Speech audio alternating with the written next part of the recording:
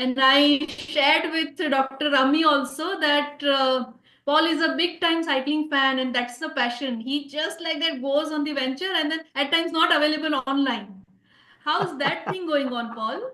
I wish that was the case. My daughter now is the cyclist in the family. She's in 18 now, and she's racing this weekend professionally. So I follow her around now.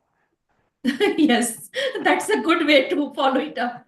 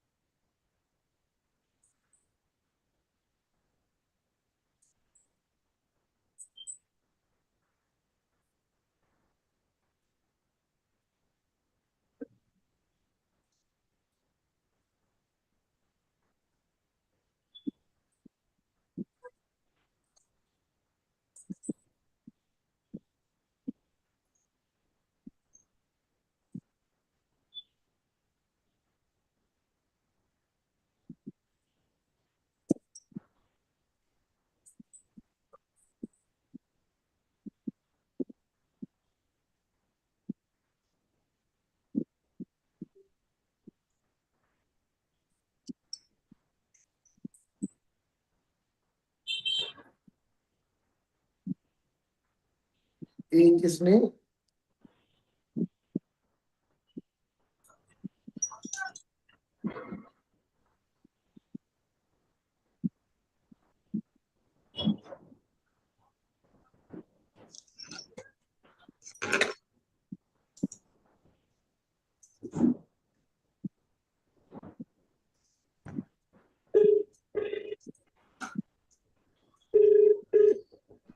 Hello.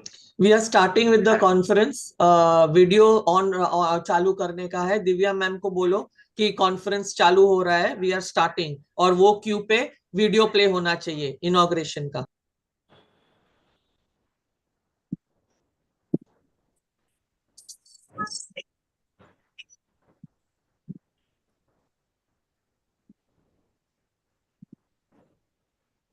Good morning, everyone. Ma'am, can I start? Yes, ma'am, please start. All right. So good morning, everyone.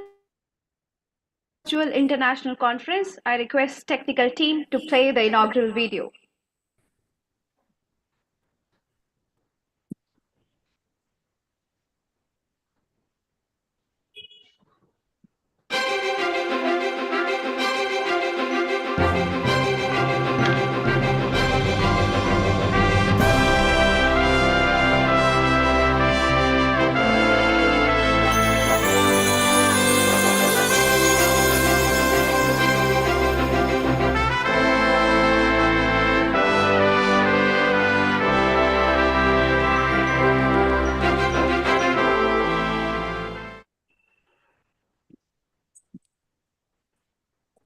On behalf of the IQAC of DGMC, I welcome all the dignitaries present here to our virtual international conference titled Artificial Intelligence in Interdisciplinary Studies.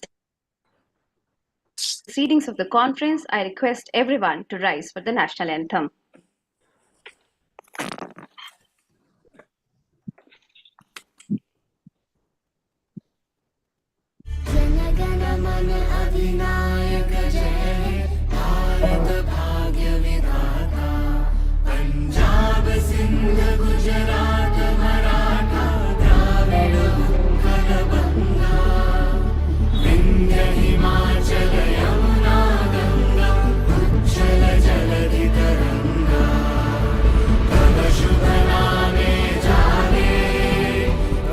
शुभ आशीष मांगे गाहे तव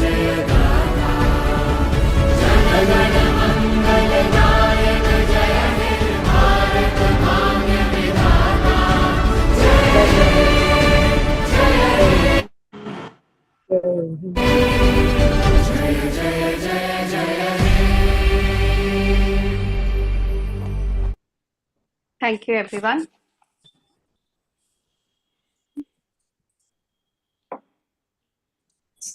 I would like to tell you all that this conference is organized in collaboration with our international partner, Mr. University of Science and Technology, our academic partners, the Department of Journalism and Mass Communication at Lingaya's Lalita Devi Institute of Management and Sciences, and Rajasthani Sammelan's Education Trust, Ladi Devi Ramdhar Maheshwari Knight College of Commerce, and our publication partner, GAP Bodhi Taru, a global journal of humanities.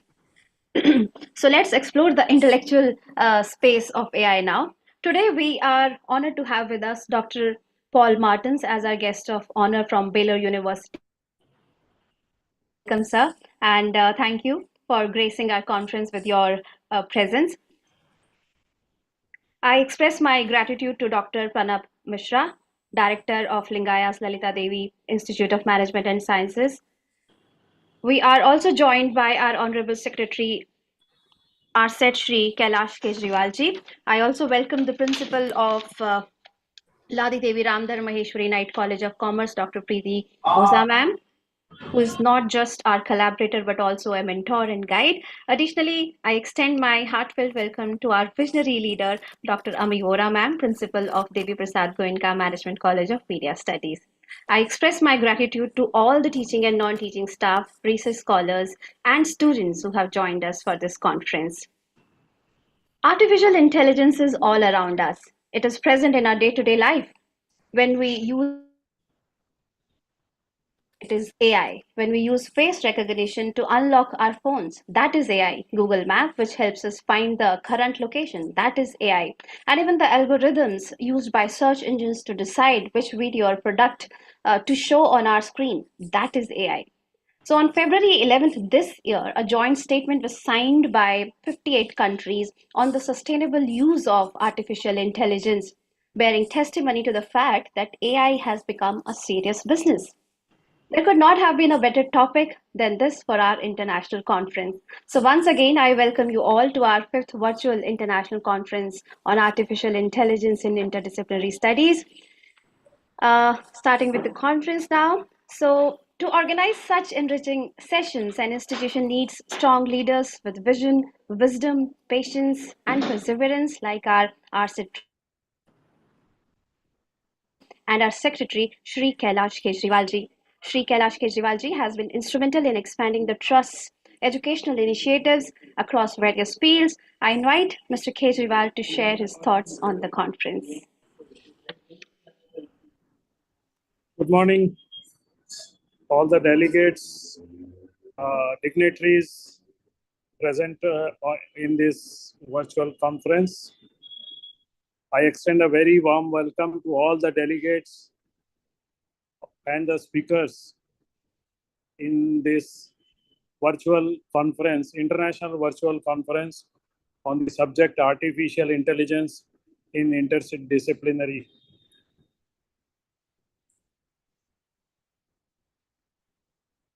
I'll not be speaking on artificial intelligence, but just a few words on the subject that the changes in the technology and the developments are playing a big role, and we have been seeing it since last 3-4 decades.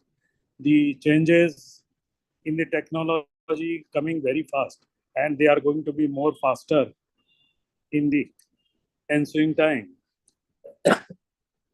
So artificial intelligence is going to change and affect every human being in their day-to-day life and in their all activities. Coming to the, so it is very important to understand how we can use it and what are the discipline, what is the discipline required for use of the technology. Coming to our parent trust, Rajasthani Sammelan Education Trust, I would like to inform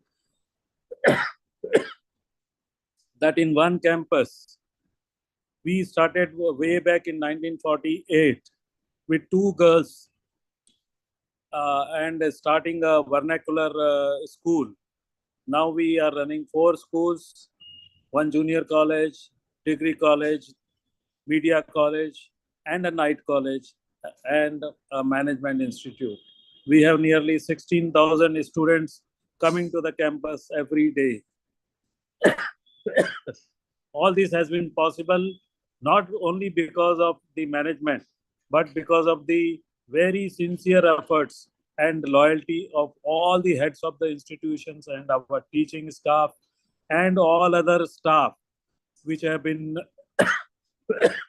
loyal and have been contributing their might towards the cause of the students. With these few words, I wish this conference a very success and having a successful discussion. Thank you. Thank you for listening. Thank you so much, sir. Thank you so much for your wishes. Moving on, Dr. Ami Vora is a multi-talented and inspiring leader who gracefully balances her professional and personal life. As principal of RSET's Deviprasad Goenka Management College of Media Studies, she has led the institution to NAC accreditation and autonomous status. With over 26 years of experience, she has contributed immensely as an educator, researcher, and mentor.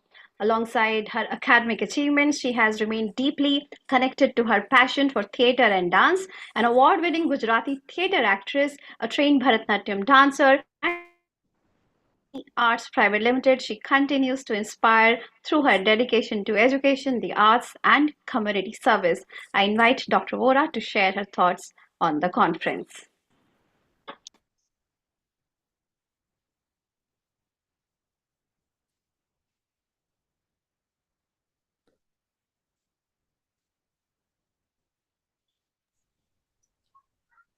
A very good morning to each and every one present here today in the inaugural function of the 5th Virtual International Conference organized by Rajasthani Sammelan Education Trust, Deviprasad Goenka Management College of Media Studies, in collaboration with the Misra University in Egypt, Lalita Devi College in Delhi, with our publication partner in Bodhi Taru with Global Academic Portal. And we are extremely grateful to have Mr. Paul Martins from the US as our guest of honor for this international conference. Before I speak about AI in interdisciplinary studies, which is the topic of the conference spanning across 2 days, today and tomorrow, I would like to acquaint some of our participants here about who we are. Deviprasad Goenka Management College of Media Studies was established in the year 2014 in Mumbai as one of the premier education in media and mass communication. We are affiliated to the University of Mumbai, offering undergraduate and postgraduate programs in multimedia and mass communication and film, television, and new media production. Recently, from academic year 24-25, we also diversified and introduced a Bachelor of Management Studies under the AICTE approved regulatory body. We are also now, as rightly pointed out by my colleague, Ms. Divya Narang, an autonomous college, and therefore from this academic year 25-26, we propose to introduce some new programs which are aligned with communication, basically in applied arts and animation and VFX. Since we are talking about media and mass communication, we all know today that AI has a very important role today to play in these two main sectors, which has revolutionized the way we communicate. From traditional forms of communication to AI-generated communication today, technology has come a long way. as rightly pointed out by all my colleagues here, that AI has pervaded our lives in each and every aspect of our lives. From the introduction of ChatGPT in the year 2022, we saw that it captured the global attention very well. The power of AI was unleashed and it transformed the role AI is playing in society today globally. As AI systems become increasingly integrated into our daily lives, as an academician and we who are imparting education, we feel that it is very, very important that the students, the scholars, the facilitators should also be aware of how to responsibly and ethically use AI tools. The ethical considerations surrounding the deployment and the development can never be more critical than what it is today. India, as we all know, is rapidly emerging as a major player, and the country has a significant role to play in shaping global AI ethics and governance. With the country's growing AI talent pool in AI and data science, education and training in AI ethics have become paramount.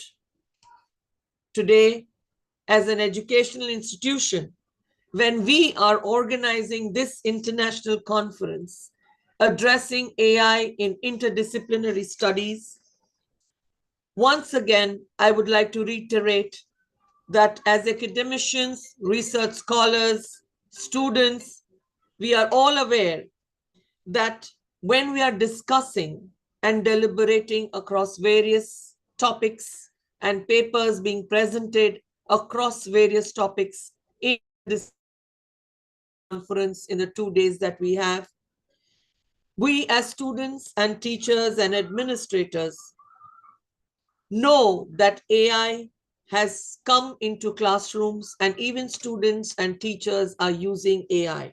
Even administrators wish that AI has to be brought into classrooms and into education. But in all these contexts, I, as my opinion, would like to express concerns that ethical and responsible usage of AI policies are definitely required. And we are having companies and we are having multinationals today who have themselves made this wonderful tool for us, are also expressing and developing responsible and ethical use of AI across. AI is helpful in many ways. A tool that needs to be used cautiously and for a wide variety of reasons, including but not limiting its issues to potential biases in responses. Therefore, as we listen to a variety of speakers across marketing, manufacturing, finance, law, cybersecurity, research, and every other aspects that are going to be covered in the conference starting today and tomorrow, and the array of papers that are presented, I am sure that each one of us will also be equally aware about how we as academicians and teachers are going to take this forward to our students in making the use of AI very responsible and ethical. With these few words, I once again welcome each and we hope that we have very, very enriching 2 days and we get a lot to know and learn from the experts that we are going to listen to today and tomorrow. Namaskar, astu.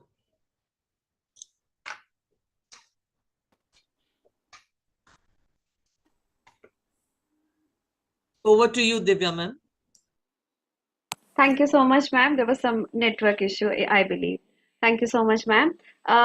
So now it's my privilege to introduce Dr. Preeti Oza, Principal of LRMC, whose profile is highly motivating for young researchers and faculty members. She holds 2 PhD degrees and has 7 IPRs registered under her name. She has published 45 books on varied subjects ranging from education and comparative religion to has been invited by 18 international universities for conferences and seminars. She is the founder trustee of GAP, the chief editor of GAP Bodhi Taru, a global journal of humanities, and a senior fellow of ICSSR for 2025. Thank you so much, ma'am, for mentoring us, for guiding us. Over to you, ma'am.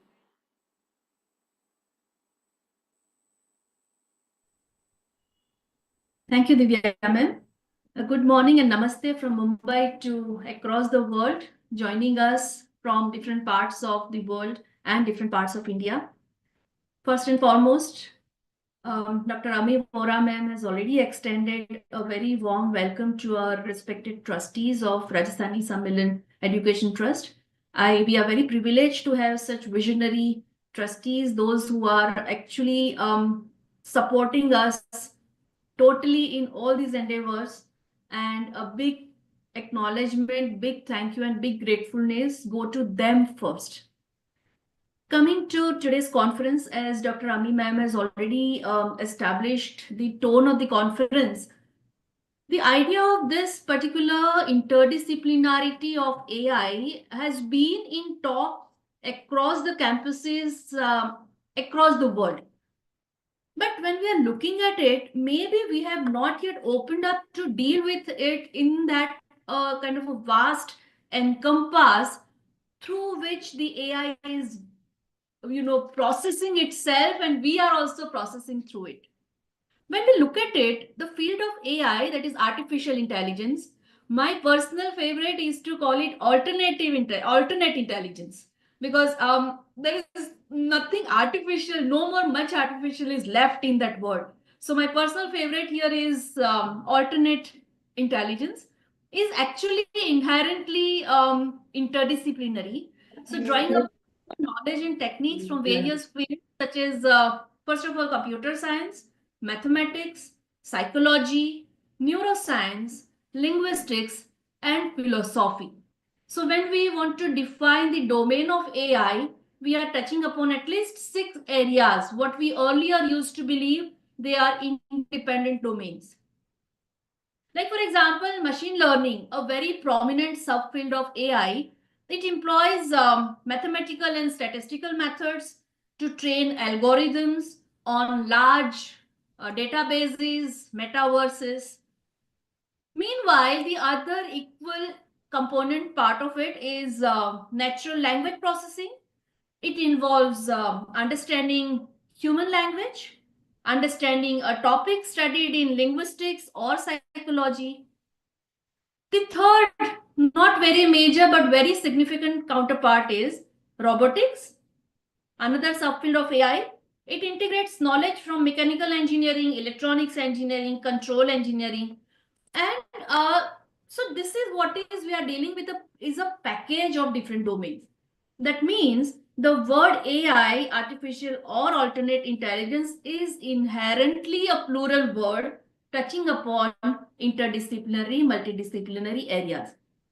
So now when we actually decided to talk about this in a structured academic discourse and dialogue through an international conference, the idea is to somewhere legitimize the interdisciplinarity of it, or maybe transdisciplinarity. That is what we are looking at it. Let me just take you into little bit, maybe little bit of what we are going to do with it. All these collaborators, institutions. So the one outcome, what we are looking at is, of course, a very substantial publication body in an international journal, but it doesn't stop there.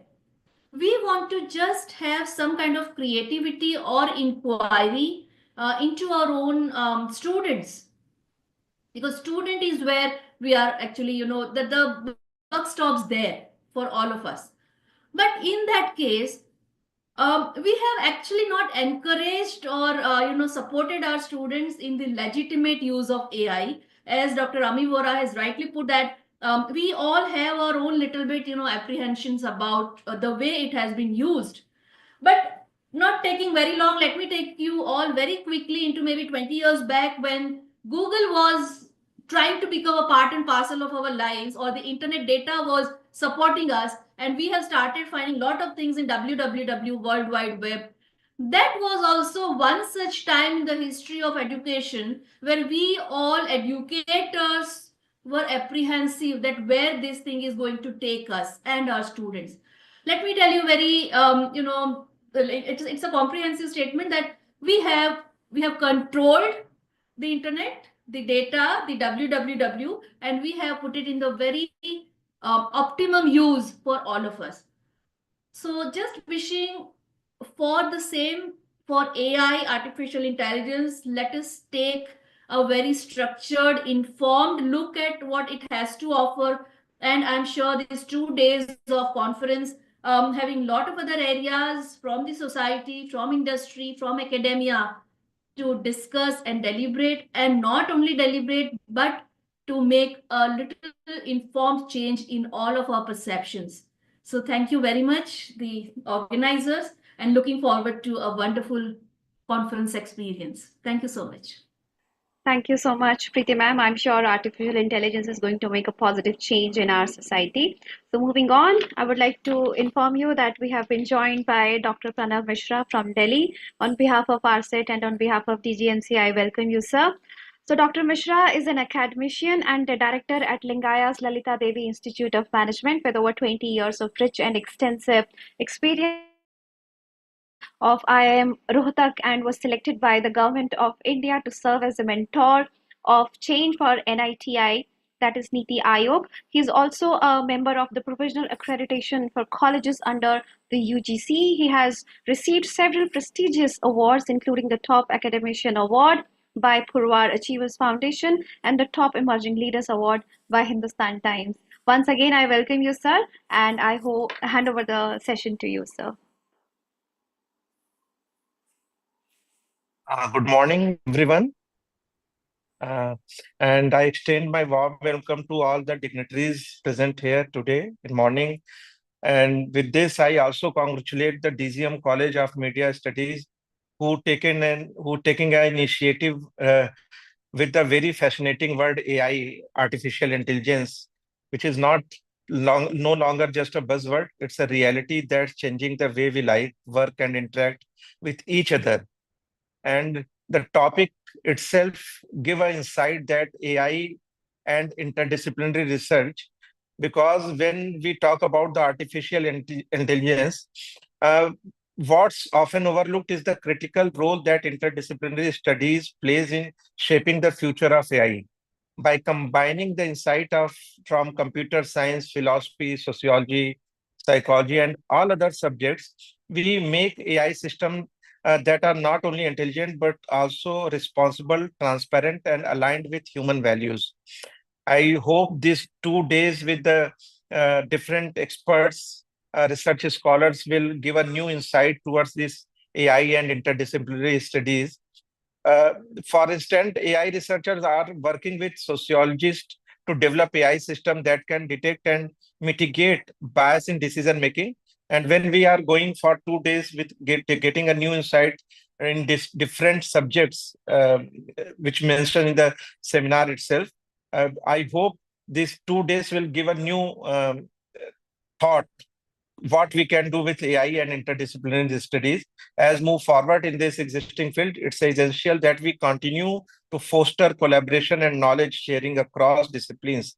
By doing so, we can create AI systems that are not only powerful, but also wise, compassionate, and human. So thank you very much. And my best wishes to everyone who is participating in 2 days seminars. And also we are thankful to DGM who make us a partner for organizing this 5th virtual international conference, and best wishes to everyone. Thank you so much.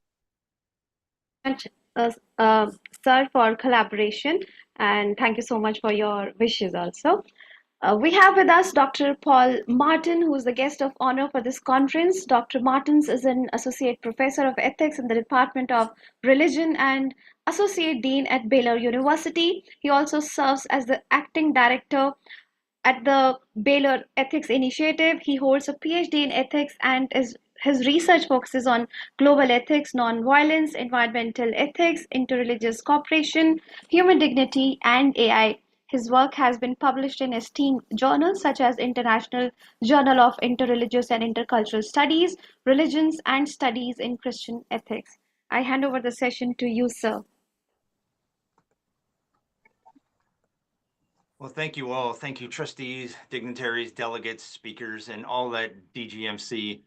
It is an honor and a privilege to join you this fine morning. It's evening here in Texas. And it is great to see Dr. Preeti Oza once again. I've had the privilege of collaborating with her several times in the last few years, and it's a joy to do so again. So, and before getting to my comments about AI, let me just say a few words that probably should be said at this time as well. I bring warm greetings from the College of Arts and Sciences and my colleagues at Baylor University. And I want you to know that there are millions of people here in America that are much more interested in building and maintaining global friendships than the actions of select volatile politicians might indicate. We still understand ourselves to be part of an interdependent global family that is best understood collaboratively rather than competitively. And it's in that spirit that I join you this evening. So thank you. It is a pleasure. So to the theme of the conference, AI in interdisciplinary studies. So within that framework, I've given my comments a brief title, and it's this: engaging artificial intelligence with integrity, and 3 principles for the contemporary world. I've tried to be positive and forward-looking here, and here we are. As you've already heard, I am an ethicist. That is, I teach and research in the field of ethics. And just as a quick reminder, which I'm sure you all know, the term ethics comes from a Greek word named term ethos, and which is defined as the characteristic habits and dispositions of those living in a particular area. When we use the term today, however, we do not only mean the term descriptively, that is, we don't use it only to describe habits and dispositions, but we use it prescriptively, that is, we use it to describe what habits and dispositions are appropriate or should be pursued or ought to be pursued.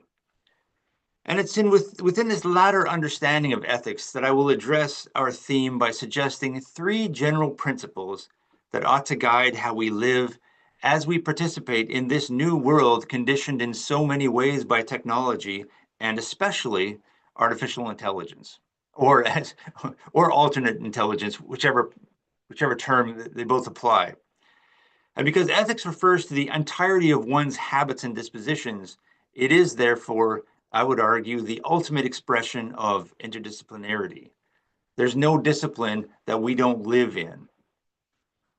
Of course, with the mention of ethics, I am sure you may already be thinking you know what follows. You're thinking this guy is going to start talking about transparency, privacy, accountability, and fairness and bias. Well, no, not really. Yes, those principles are very important, yet they are already frequently discussed and debated.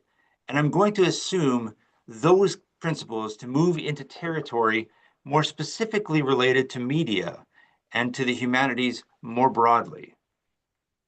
So one final side note, up front, I should say that AI is an amazing tool that has already contributed significantly to the common good, from drug discovery to weather forecasting to environmentally conscious agriculture. And I am sure we will hear many more positive stories about AI throughout this conference. For these and many other reasons, I happily affirm that AI is something that is important for us as we live within the complexities of our contemporary world. Now, that said, and moving closer to the topics of media and the humanities, there are 3 principles that I want to emphasize this morning that challenge any vision of AI as an unmitigated good or as a good in all times and all places. And I've chosen the term integrity because I think it addresses what is frequently undermined in our increasingly fragmented world. Integrity means something like internally consistent, complete, whole, healthy, or unimpaired. To my mind, that is the goal to which we as human beings strive as we grow, learn, and mature. Yet to live with integrity is difficult for many reasons. From the mundane, that is, we sometimes get tired and hungry, and that's a problem, to the dramatic, sometimes we get sick or bad things happen to us. Oddly enough, artificial intelligence, I'm going to argue, makes living with integrity just a little more difficult than you might expect. And I don't simply mean that AI is good for cheating on exams or anything like that, although I hear it is. What I mean is that AI actually makes it quite difficult to be creative, to think critically, and to uphold human dignity. These, therefore, are the three principles I want to highlight this morning. So principle one, live creatively. At one level, it almost seems ridiculous to be worried about AI making it difficult to live creatively. As you all know, we can create things using AI that would have seemed impossible a decade ago. And the idea of, quote, democratizing innovation has taken root in a manner that suggests AI is simply great for innovation. True, but this narrative is only one side of the story. On the other side, it is important to note that Gen AI works on the basis of pattern recognition and extrapolation from training material. That is to say that the newness or the innovation achieved through AI could also be described as a continuous extension of what already exists. In this sense, AI produces innovation, but not necessarily originality. Think of how music algorithms have led to a rapidly decreasing variety of music, not only in our individual feeds, but in the industry as a whole. Artists, poets, authors, and all people with integrity, however, assume that creativity is something more than what AI can offer. And in this vein, I am reminded of a 19th century Danish philosopher, Soren Kierkegaard. And against the increasingly industrialized logic of his day, he reminded his readers frequently that their task was to be an odd number. What he meant by this is that in his increasingly mechanized society, functioning smoothly required humans to act as if they were even numbers, easily divisible, rounded off, and amenable to the grander workings of industry. But to be an odd number is to be an individual, to have uncomfortable edges, to not be satisfied with the logic of the day, to think creatively in a manner that will not be easily quantified socially or economically. To my mind, as we trust AI more and more with innovating, it will be the ones who truly dare to live creatively by designing their own patterns that will stand out. Those are the people that will bring something new and of real value to human existence. So in a world of billions of even numbers, I challenge you to be odd numbers. Principle 2, live critically. I'm sure many of you have seen some version of the meme that goes like this. And I've seen it in many forms, but some version is always like this. The more information we have in our hands, the dumber we get. Again, there is some truth to this. Of course, we do have access to incredible amounts of information on pretty much anything you want to know. But we also have less and less ability to know what to do with this information. And it's not just me as an old man reimagining the good old days when people went to school and learned how to think. It's not like that at all. No, it's Microsoft who has very recently made this claim. Specifically, their internal study determined that higher confidence in Gen AI is associated with less critical thinking. This is what I, as a professor, worry about. And this is what I, as a human being, worry about even more. Critical thinking is the ability to raise questions, to analyze and evaluate information, and to make judgments about information. These are tasks essential to social functioning, to civic functioning, and the increasing inability of many around the world to critically engage the news is something that should deeply concern those in the media. To my mind, the answer is sometimes more information, but it is always the ability to critically engage that information. And this leads us to principle number 3, uphold human dignity. As you all know, human beings are identified in many ways. People are referred to as human resources, as employees, as employers, as professors, as tradespeople of various kinds, etc., etc. All of these sorts of terms name a role that humans play, a use they have in society. And the aim of data analytics is to break down the human being into increasingly discrete parts. Think of things like race, ethnicity, age, salary, location, spending habits, and the list can go on. And this is a way of then providing an array of useful information about a population. Now, as you know, advertising and marketing do this with phenomenal sophistication. And the military and surveillance industries do this with just as much precision. This is the world of data where AI then produces composite wholes. But none of these AI-generated composites are actually human beings with a spouse, with a lover, with a home, a favorite meal, or a dream vacation.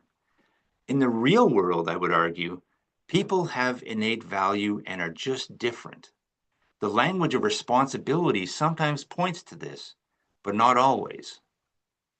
To reiterate, each person has innate value. People are not interchangeable and must be individually protected. In moral terms, we talk about this as human dignity. And in legal terms, we talk about this in terms of human rights. Now, I don't think these are categories imposed externally by governments or intergovernmental agencies. These are categories that organically emerge from who we are as human beings who live, love, think, and create. And while it is the dream for some that AI will someday achieve this sort of higher order existence, it is oddly the case that the existence of human beings who already possess these capacities are frequently overridden and trampled in the search for an artificial replacement. Okay, of course, that is admittedly a strong statement, but it also does ring true in a sad sort of way. So to conclude, as an ethicist, it is my hope and my task to equip young minds to see the world as it is and to live with integrity. What that looks like here in the American context will inevitably be different than what it looks like in other places around the world. In the days ahead, as we all seek to engage AI wisely for the common good, I am deeply encouraged by the possibilities of conversations like this and this one we're having today. So to close, thank you again for this wonderful invitation into this conversation, and I look forward to learning from you in the hours ahead. Thank you again. And I would like to sum up your session by saying that may we all use the AI ethically and creatively. All right, so I would like to tell you all that now we have been joined by our keynote speaker, Dr. Amani Omar from Egypt. On behalf of RSET and on behalf of DGMC, I welcome you, ma'am. Thank you so much for joining us. You are on mute, ma'am. You need to unmute your mic, ma'am. Ma'am, you need to unmute yourself. Okay. Okay. Good morning. Good morning, ma'am. How are you? Good morning. I'm fine. I'm so pleased to be with you today. I would like to thank Deviprasad, Goenka Management College of Media Studies, and I'm happy to present Miss University for Science and Technology from Cairo, Egypt. I wish all the best of luck for the 5th International Virtual Conference. Me and Dr. Lamia Sameh, we were lucky to join you 2 years ago, and it was a very enriching conference. So I wish you the best for this one as well, for artificial intelligence in interdisciplinary studies. So first, let me admire the choice of the topic of this conference, because it is really a very important issue. And for the different disciplines, I hope this conference is going to enlighten the way for so many practitioners and academics in the field of AI. Today, I'm going to present my short speech about strategic marketing strategies for customer engagement by AI techniques. So artificial intelligence techniques are now indispensable part of most digital marketers' strategies. Let's agree on that. However, with the experience of new solutions invading the market, it's easy to get overwhelmed and miss a chance to employ AI in the optimum way for our business.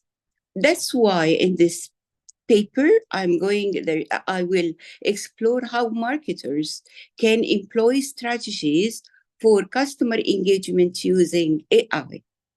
Now, customer engagement is increasingly embedded in the heart of modern marketing, shifting the locus of marketers' interest from merely selling products to generating meaningful, lasting relationships that takes advantage of the modern science in communication and benefits both customers and business. This wouldn't have been possible without AI. Now, customer engagement is a very interesting area for me as a professor of marketing, because it includes the continuous cultivation of relationships between the company and the customers that continues after the transaction with the company is over.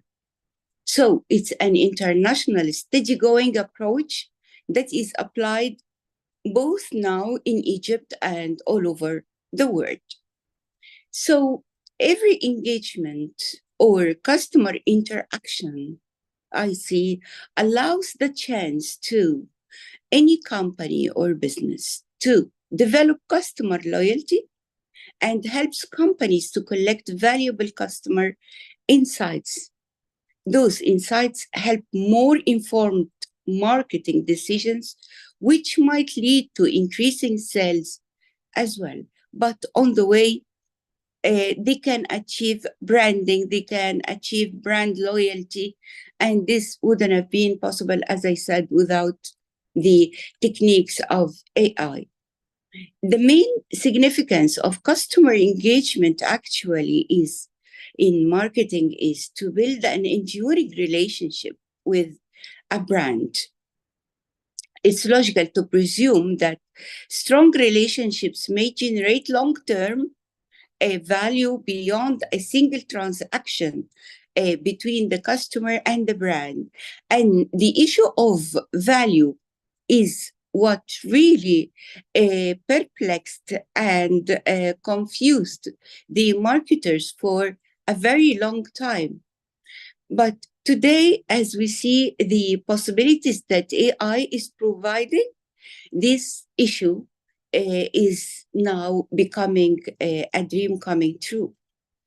So the point of value is important also to evaluate and calculate, because these algorithms and all of these calculations about the different aspects of the customers of a brand will pay at the end with loyalty, with, as we said, more sales and more brand recognition.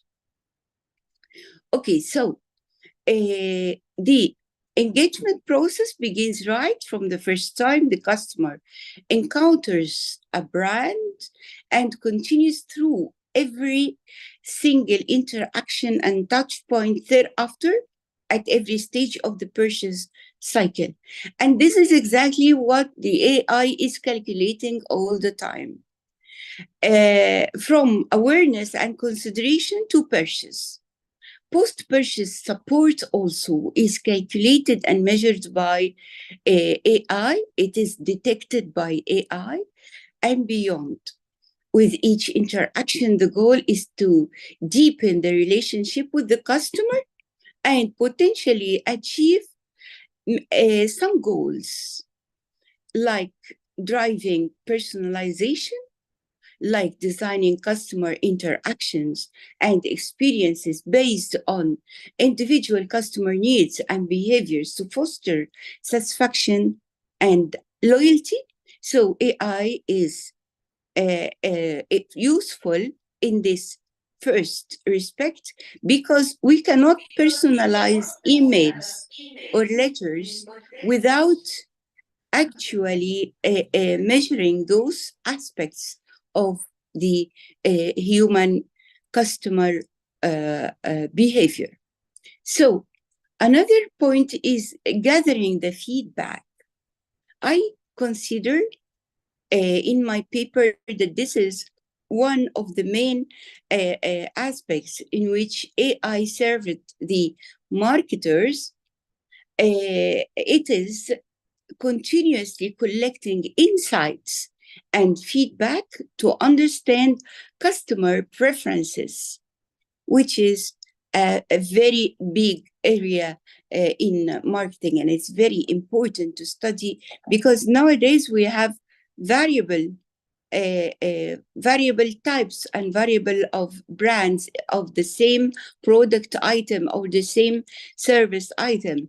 But the AI helps us also to personalize based on those algorithms to design specific tailored messages and emails to specific customers and improve product or service offerings. So this will give us an idea about what is the revolution which the AI has caused and achieved in the area of marketing. Because before, the marketers used to deal with customer value, with customer satisfaction, with the offerings in a way that was somehow abstract. The AI, the difference is now is that AI provided the data in order to genuinely understand when we give an offering to a specific target customer or potential customers, we know exactly that this will reach them, this message will reach them right. They will appreciate what is the awareness that is giving about the products or the services, and will the AI help us to respect the individual variability and the difference. Now, engaged customers are more likely in this respect. I need to point here to share their experiences with a brand as well. For example, writing a brand, reporting about trying a certain product, advocating a brand, and calculating those feedbacks. Before, we couldn't calculate the customer feedbacks, but now, thanks to AI, we can do that, and also we can classify even the preferences inside one issue of marketing. All of this lead, in my opinion, to organic growth and boosting of word of mouth marketing. Now, also, another variable is building strong relationship with customers. Building and fostering meaningful links with customers from their initial interaction to after purchase engagement is really what leads to a person to continue dealing with one brand rather than another. And here I can say or presume that no company can survive without AI today. And that's because of the cutting throat competition, which makes the presence in the market is a difficult job. So,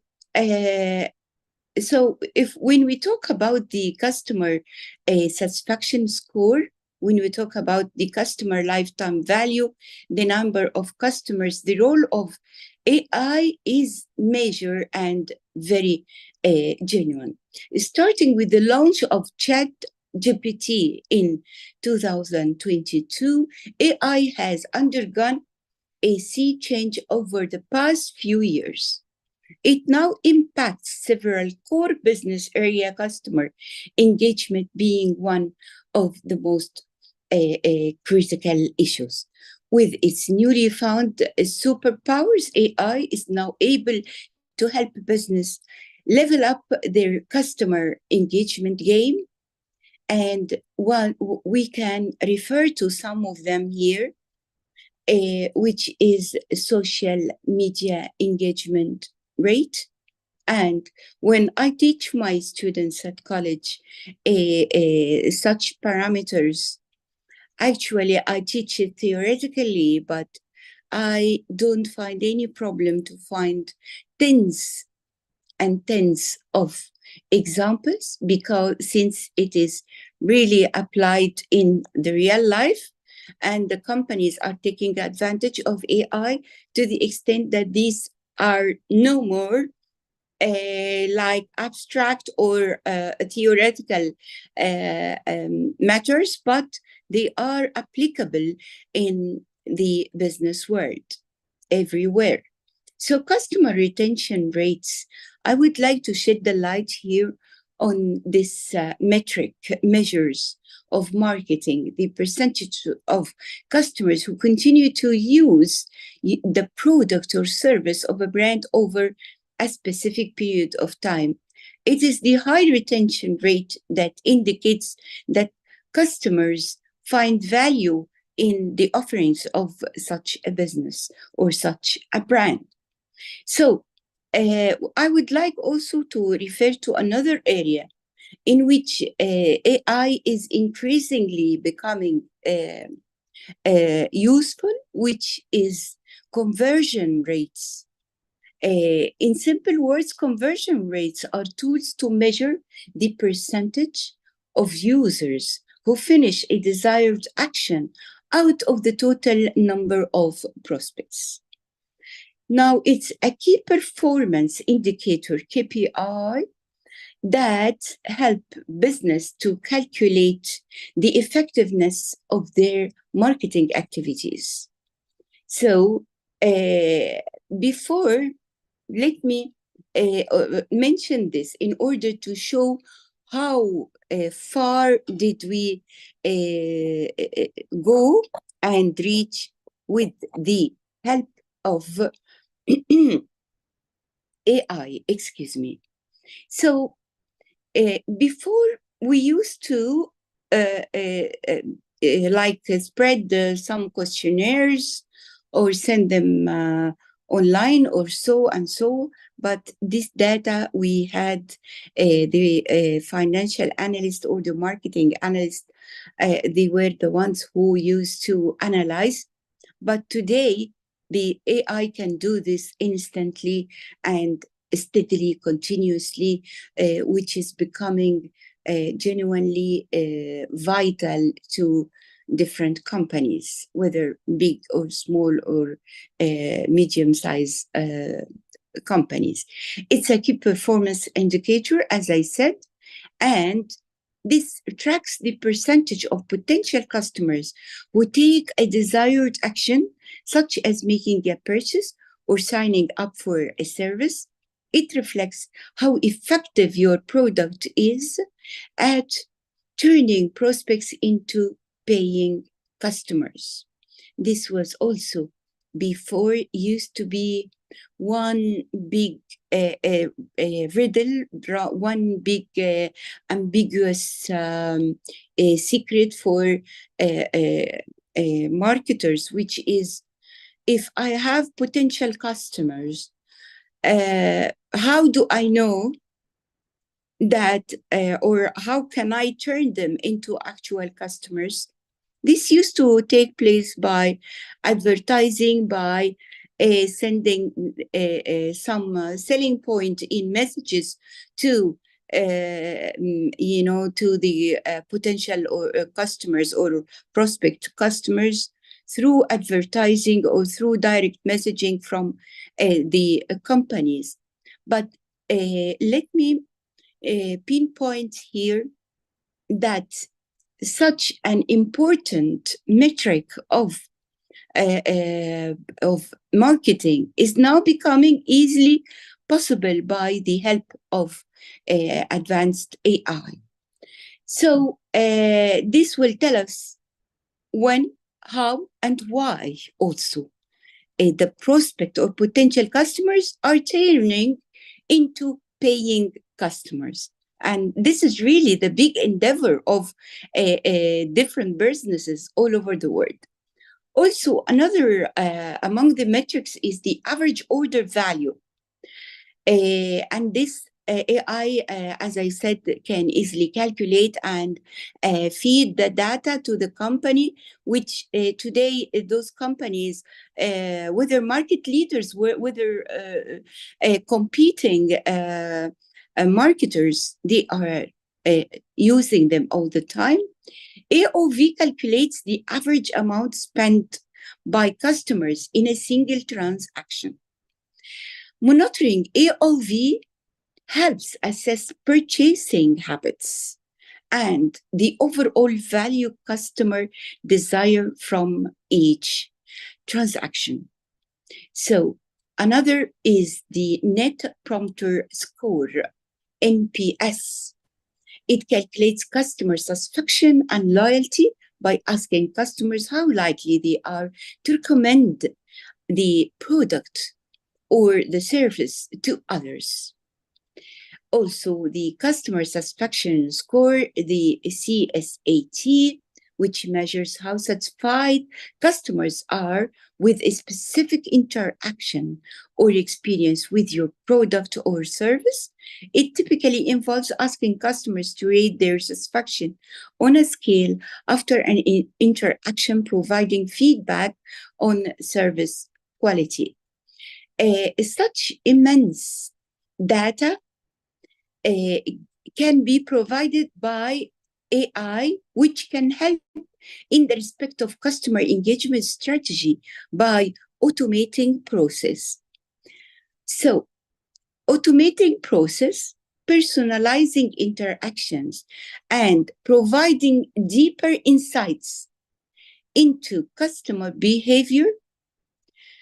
Actually, we can find, I can say here, or assume that we can find a thin linkage, and it is also a logical one, between having a personalized interaction, also having a deeper insight into customer behavior by the help of AI automation.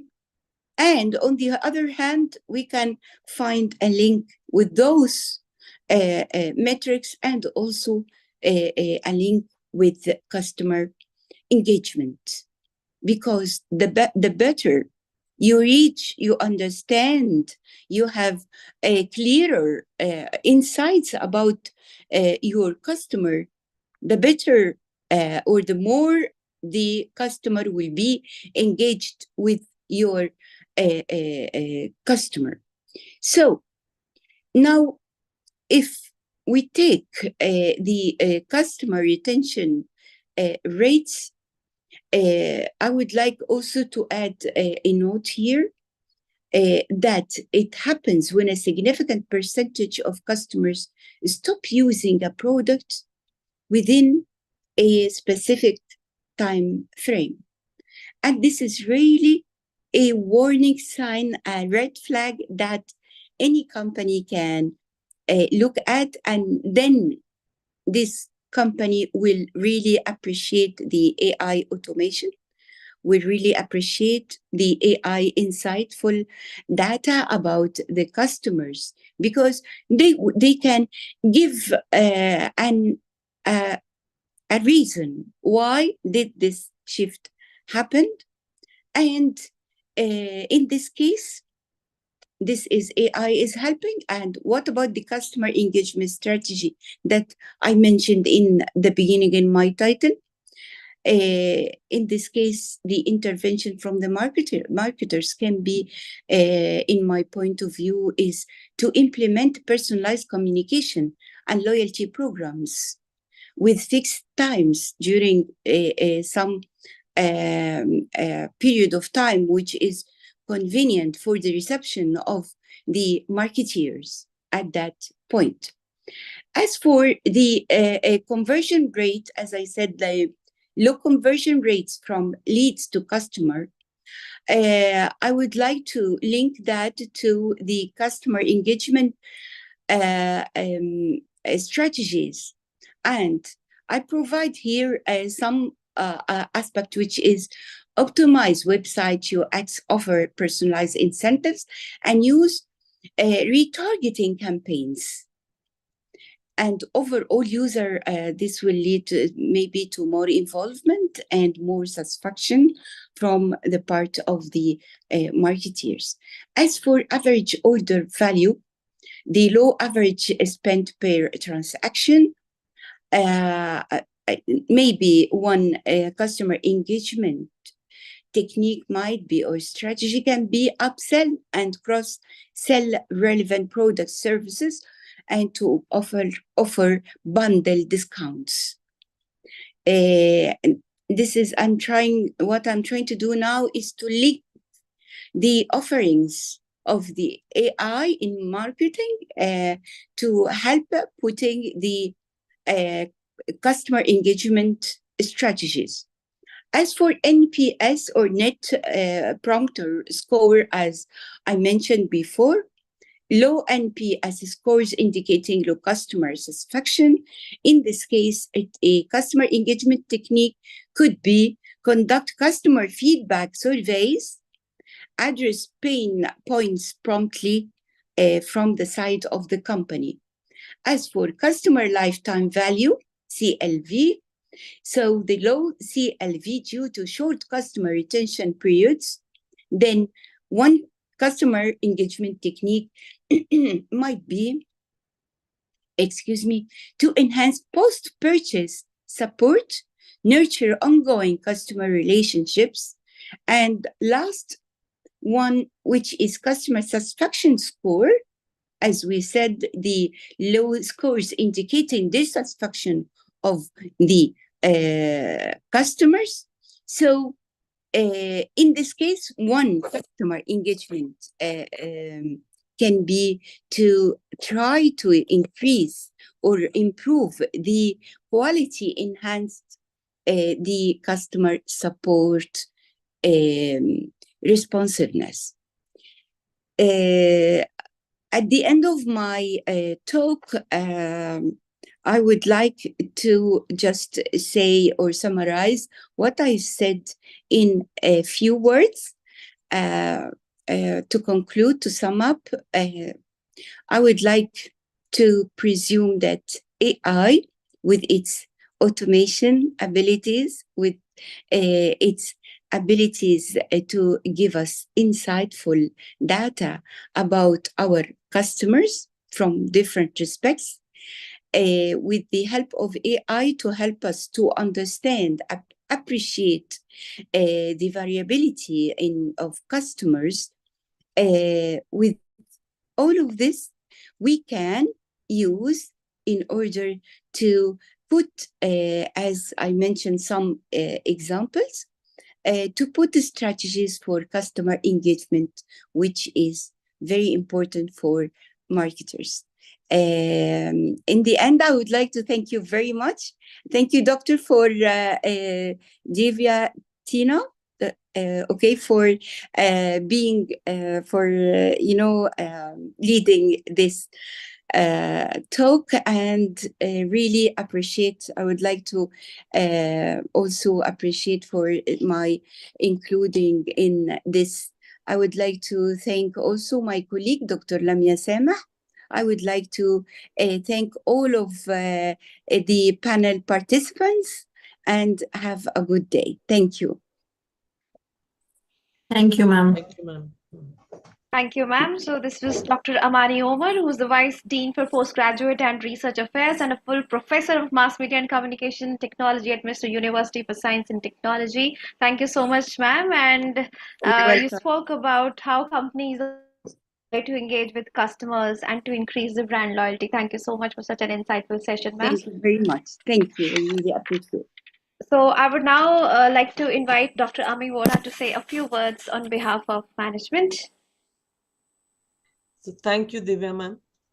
As we come towards the end of this inaugural function, I take this opportunity to thank each and every one of you present here on behalf of our President, Shri Ashokji Saraf of Rajasthani Sammelan Education Trust, on behalf of our Honorary Secretary, Shri Kailash Kejriwal sir, who spared his valuable time and welcomed you all on behalf of, and on behalf of the entire management of Rajasthani Sammelan Education Trust, as Preeti ma'am rightly pointed out, that it is because of such visionary leaderships that we have that encourages us, prompts us, and also motivates us to organize such conferences, which are very, very important academically also, and also for fostering overall growth and understanding about what is happening in industry and how can academia reach out to that industry landscape and bridge the gap to build future leaders and future. So thank you once again on behalf of our president and management and all of us here. Over to you, Divya ma'am. Thank you so much, ma'am. So it has been an absolute honor to be part of such an insightful session on artificial intelligence.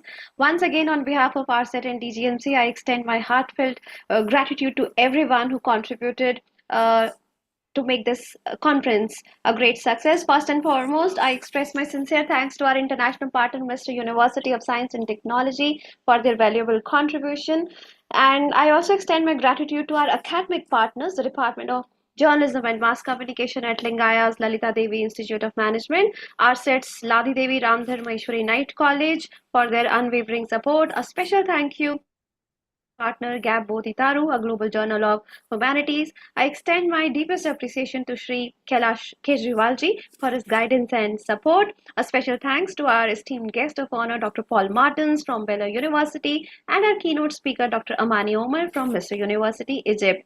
I also take this opportunity to thank Dr. Pranav Mishra, Director of Lingaya's Lalita Devi Institute of Management and Science, Dr. Preeti Oza, Principal of Ladi Devi Ramdhar Maheshwari Knight College, Dr. Ami Vora, Principal Deviprasad Goenka Management College of Media Studies, all the faculty members, research scholars, students, and other participants. Last but certainly not least, I extend my gratitude to the IT team and other participants present for the conference. Now we are going to take a short break of 15 minutes, and we will join you. I request you to join us back within 15 minutes for the panel discussion, which is on balancing progress and responsibility, the societal impacts of AI. Thank you so much. This is Divya Naring signing off. Thank you so much, everyone. Thank you. Thank you so much. Thank you, sir. Thank you, Mr. Martins. It was nice meeting you, and we shall definitely stay connected for all future conferences. I am Dr. Rami from DGMC. Thank you so much, everyone. I'm Nilanksha this side, and it's lovely to see you all today. So we'll wait for the next session now in just 15 minutes. Everyone, once again.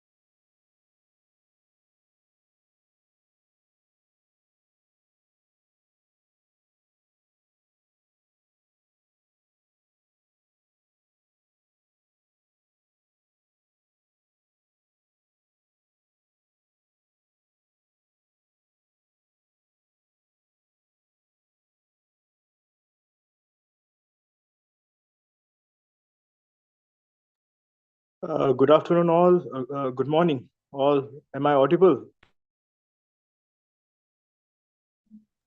Yes, sir. Yes, you are audible. Thank you. Thank you so much. Yes, sir. We will start in a few minutes, sir.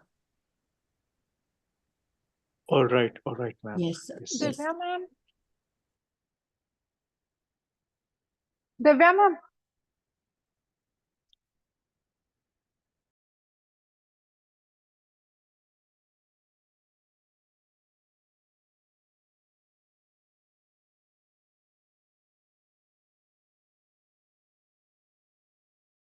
Good morning, Dr. Aniruddha. Thank you for joining us. You're on mute, sir. I cannot hear you. Good morning, ma'am. Thank Good you so morning. much. It's all to be a part of this conference. Thank you so much. Yeah. We are all to have you join us from Nagaland. We must thank Dr. Nisha for introducing you to us. Thank you, ma'am. And welcome, Hello, Ravindra Dr. sir. Thank you so Aniruddha. much. Thank you so much, ma'am, for making part of this. Glad. And Mr. Bhandi, we are going to interact with you and Mr. Barot a lot because Okay. we want your academic guidance as well.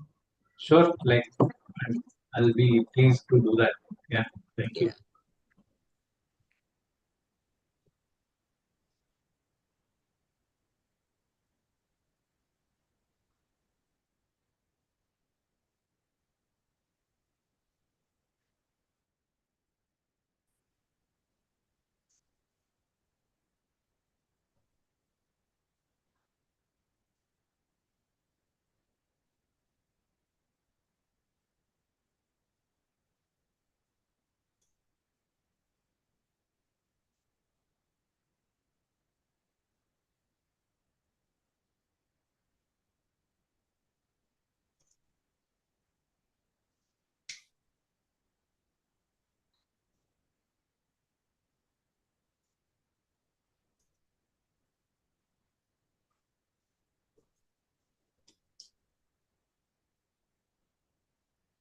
Has Dr. Babu joined us?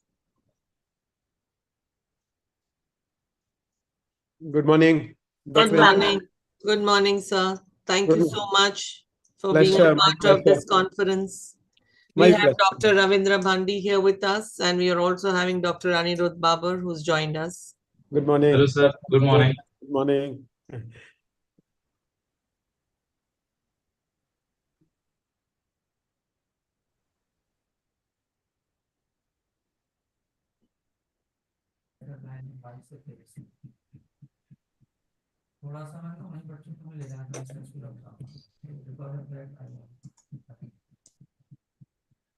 Good morning, everyone.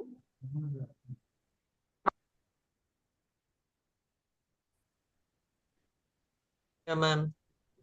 Good morning. Good morning. Good morning. To this insightful panel discussion on the topic of balancing progress and responsibility, the societal impacts of AI across disciplines. As we stand on the brink of AI-driven era, the transformative power of artificial intelligence is no longer a distant concept. It is a reality shaping industries, economies, and everyday lives.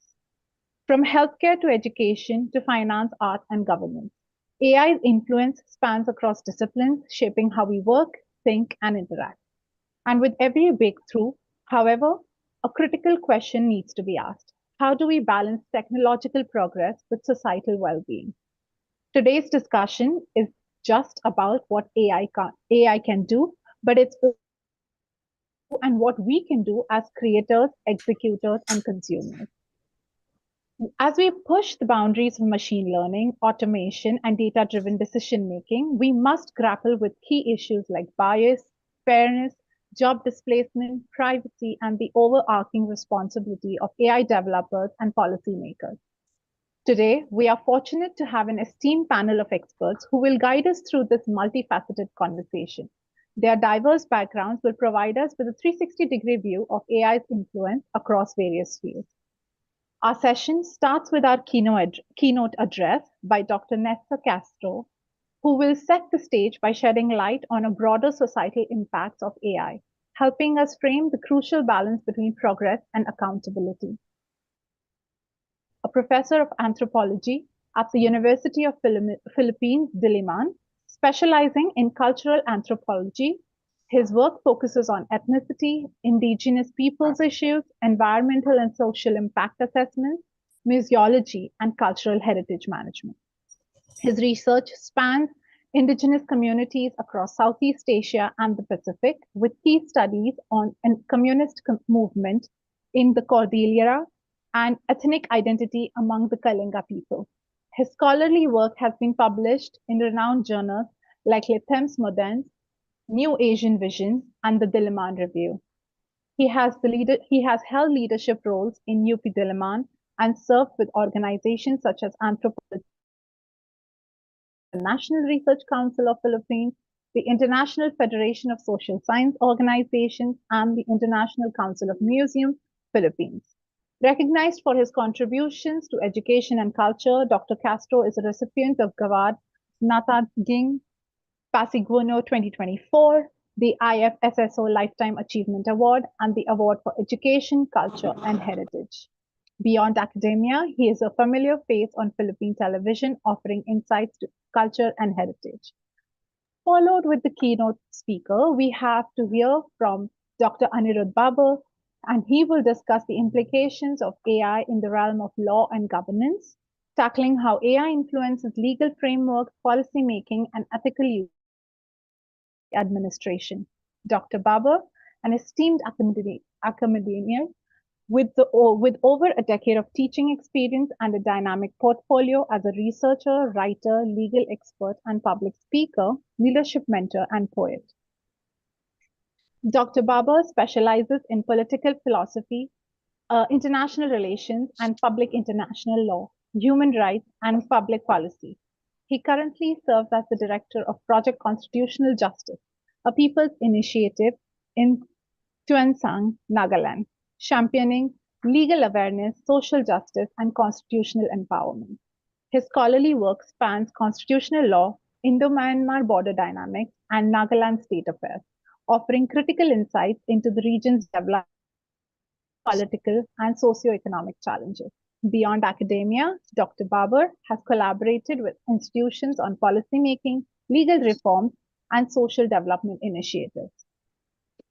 Next, we have Dr. Babu, who will share his insights on AI's transformative role in marketing and management. From predictive analysis to personalized customer experiences, AI is reshaping how businesses strategize, connect with consumers, and maintain ethical practices. With Dr. C. Babu is the director of Durga Devi Saraf Institute of Management Studies with PhD and MBA in management. With over 34 years of experience, including 18 years as a director at the University of Mumbai, he is a renowned educator and leader in management. Professor Babu Foundation focused on supporting underprivileged communities and a co-founder of the NGO Forum for Marketing Educators. A recipient of the Best Teacher Award from Higher Education Forum, he conducts faculty development programs on leadership, innovative pedagogy, and case writing.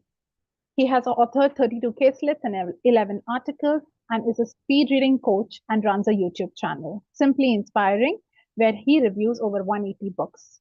And finally, we have Mr. Ravindra Bhandi, as he delves into the AI's impact of films and creative industries, exploring how AI is revolutionizing content creation, visual effects, and audience engagement, while raising important questions like artistic authenticity. Mr. Bhandi, a seasoned VFX leader and a head at Post VFX with nearly 2 decades of experience, Mr. Bhandi's journey began as a 3D generalist, advancing through renowned studios like Prana, Rhythm and News, DNEG, and now Outpost VFX. His impressive portfolio spans full CG Disney animations, Marvel blockbusters, special venue ride films, gaming, and commercials. Prior to Outpost, he served as a CG supervisor at DNEG, contributing to some of the most visually stunning projects in the industry. Today, he leads innovative teams pushing the boundaries of visual effects and driving creativity and technical excellence forward. This panel is not just about identifying the marvels of AI, but it's about fostering a nuanced conversation, acknowledging the possibilities while confronting the responsibilities. Honored to have them all with us today. Please join me in welcoming our keynote speaker, Dr. Nestor Castro.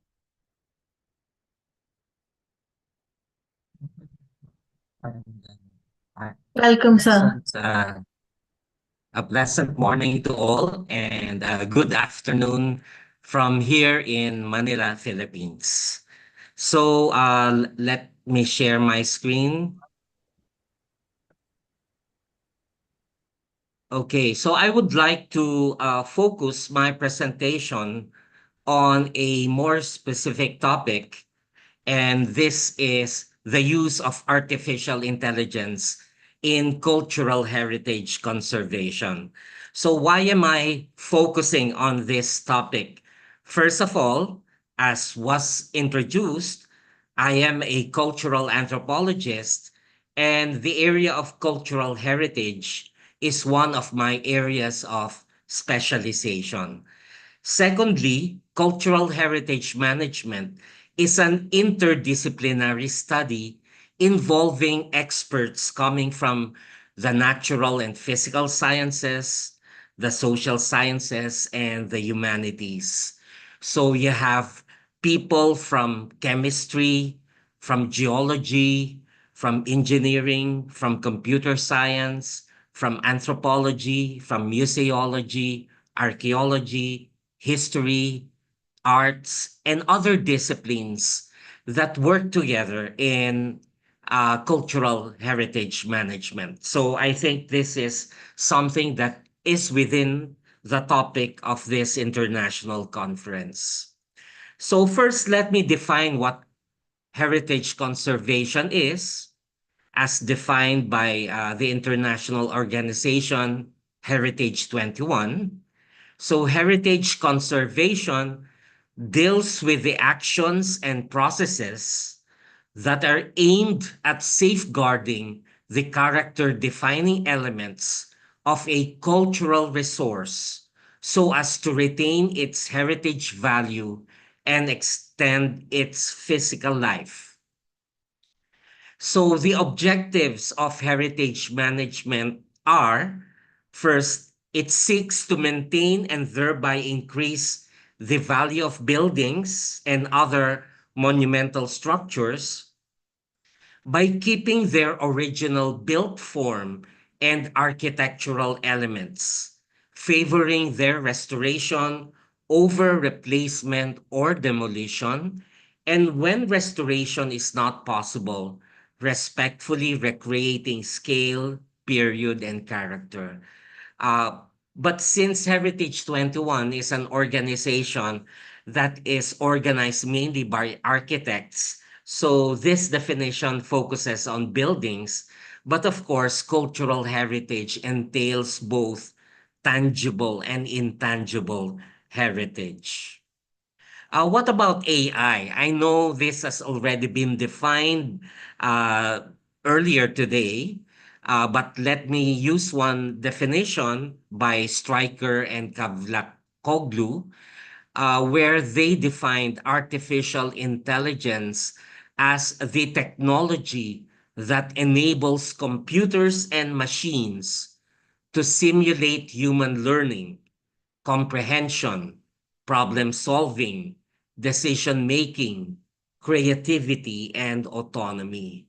So in this presentation today, I would like to share to you some examples of how AI is used in cultural heritage conservation. Of course, in the past, there have been many tools that are being utilized by historians, archaeologists, museologists, in order to preserve and conserve our cultural heritage.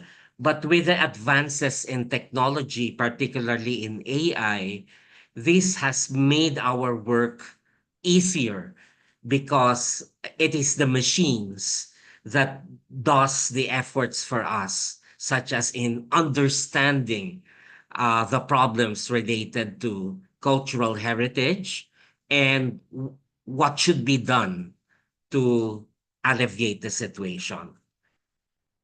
So let me give you some examples. Artificial intelligence plays a role in cultural heritage conservation by leveraging technology to document, analyze, protect, and reconstruct historical artifacts and sites. So this picture on the right is an archaeological site in Syria. And what is remaining are some of the ruins of columns, stones of previous roads or pavements, but we don't have any picture of what it looked like in the past. So with technology, AI technology, we are able to uh, inform the computer on, can you please reconstruct how this site probably looked like in the past? Of course, this would be based on certain algorithms that the computer is able to simulate, so that variables are inputted, what type of materials are being used during that time or that date, what were the materials, for what purposes were this type of archaeological sites used in the past. And the picture below shows you a reconstruction done by an intelligent computer on how the site probably looked like. So it makes the job of conservationists easier. But of course, this is not foolproof because it is only based on what what are the available information at present that computers may use to uh, imagine what the place probably is like. Another example is the use of a scan for RICO machine that is used in Europe to assess the state or the status of certain murals and paintings. So this is a machine learning system that uses algorithms that predict potential threats to cultural heritage sites, such as the impact of climate change or seismic activities. So you will see the machine on the left lower portion taking pictures of a painting, and it could document not just the surface, but even the layers underneath. What types of dyes were used to create this painting? What colors? Probably some of the colors are now faded. And then reconstruct again how it looked like in the past. It also measures the dangers or threats to this painting. So what uh, what are its vulnerabilities in terms of temperature change, in terms of the material, how brittle it is, and then offers solutions. Of course, the entire mural is digitized, and then new layer by layer paintings are produced for this purpose. Okay. So there are several AI tools that are used in cultural heritage conservation. There are monitoring systems and sensors that measure and record environmental factors that can affect the conservation of heritage assets, such as the humidity, temperature, air quality, etc. Now, such monitoring systems are not new. But what has been added by AI is, aside from measuring these factors, it offers readily what solutions need to be undertaken. So it hastens the steps towards conservation. Laser scanning and photogrammetry are also some of the other technologies that can help in digitizing cultural heritage. Almost everyone today uses drones for aerial photography for different purposes, for environmental scanning, and even for warfare, such as what is happening now in Europe.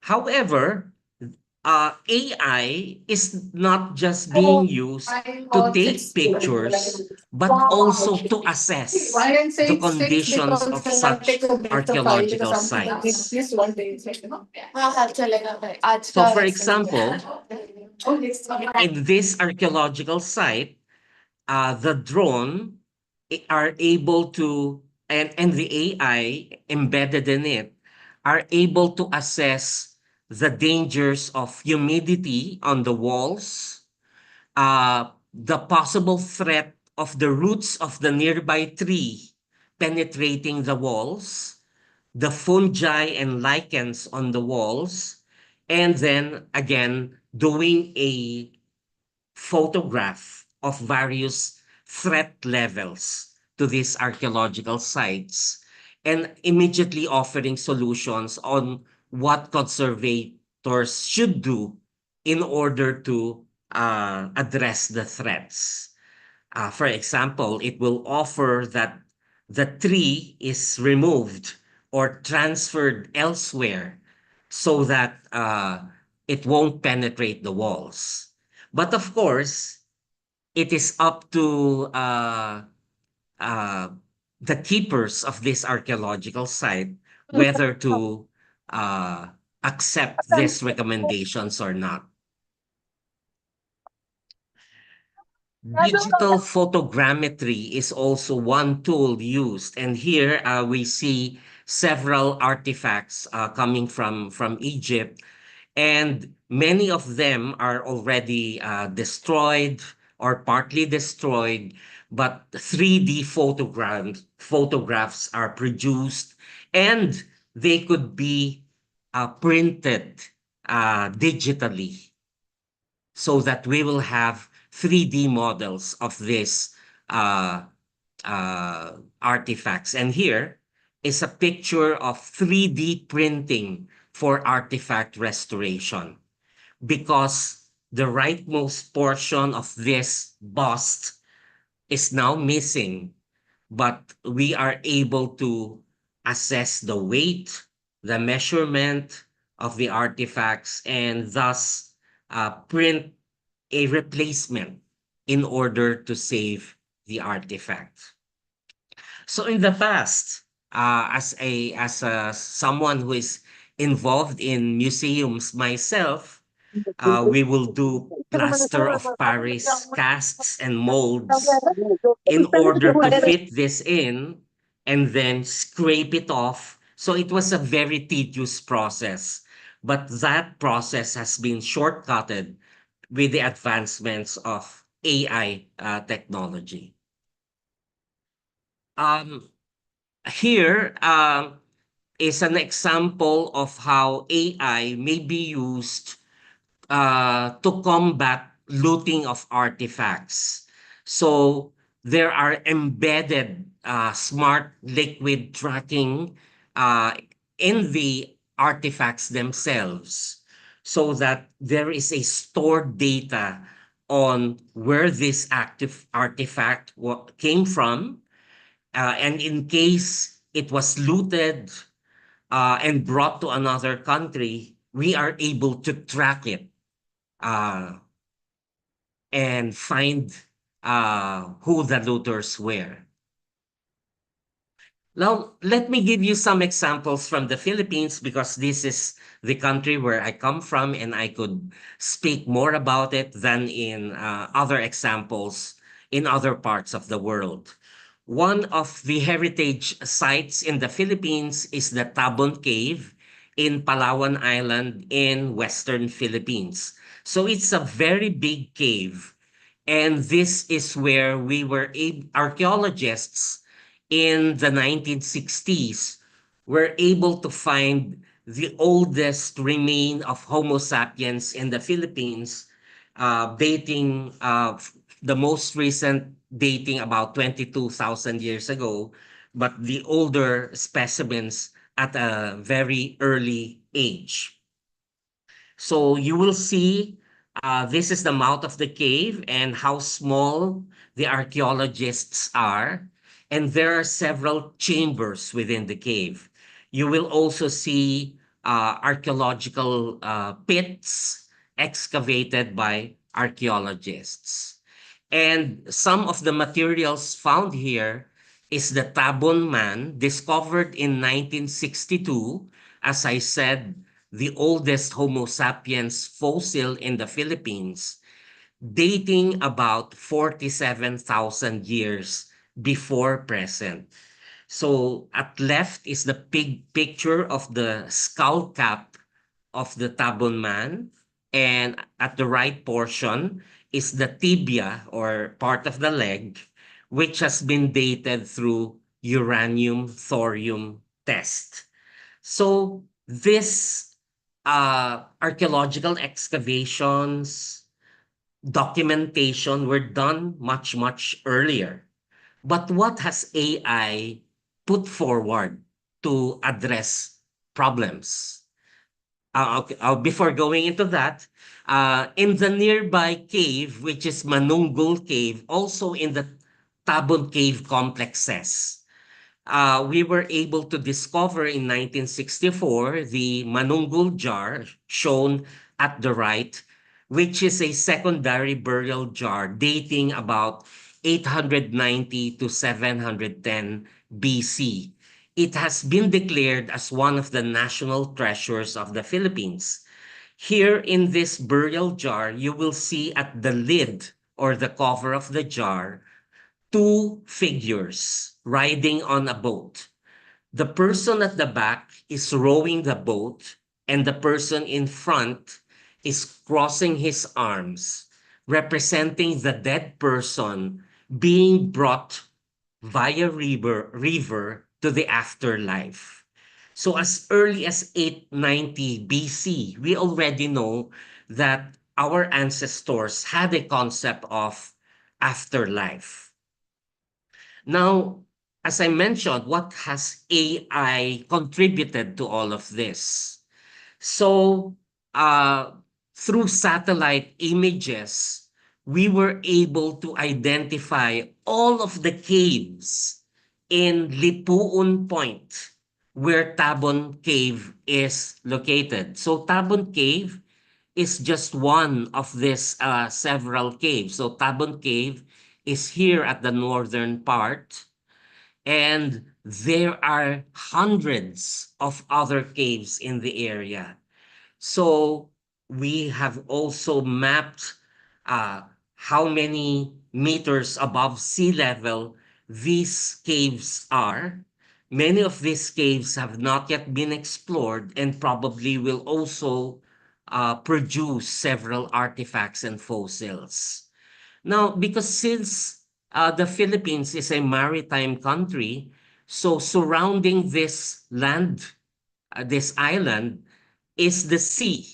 And of course, through AI, we are able to determine the possible impacts of the rise of sea level, uh, uh, problems such as storm surges that could affect the caves, climate change, deforestation, human activities in the area. So at the western portion, you will see there are already intrusions by some of the indigenous people in the area, establishing farms in the area.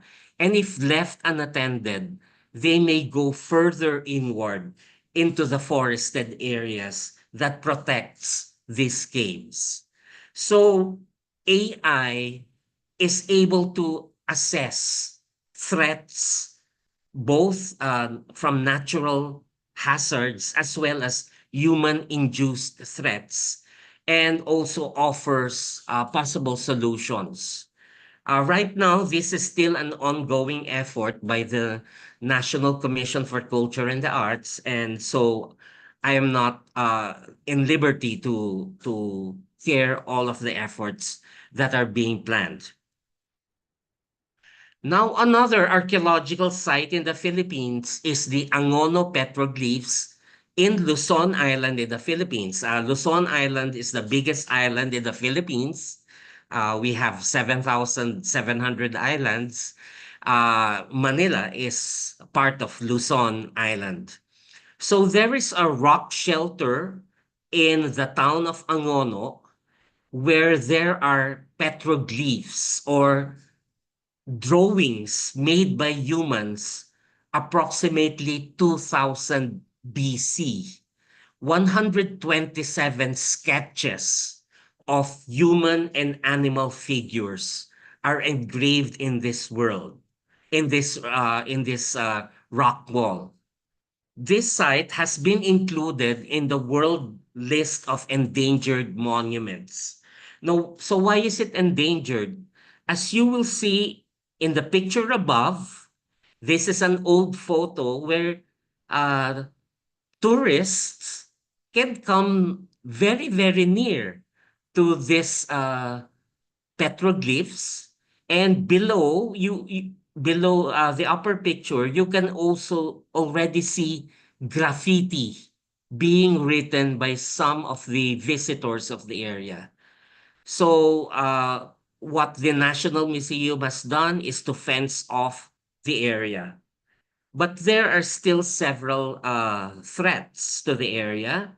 So you will see watermarks on the limestone walls because during heavy rains, water seeps into the limestone walls, thereby destroying this site.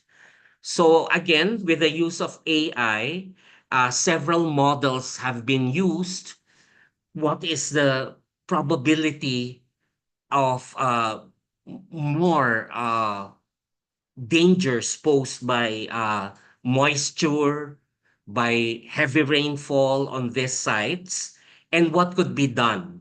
So actually, in terms of what could be done, the solution done was to produce uh, like uh, a ditch where water will fall at the back of the archaeological site and not at the front portion.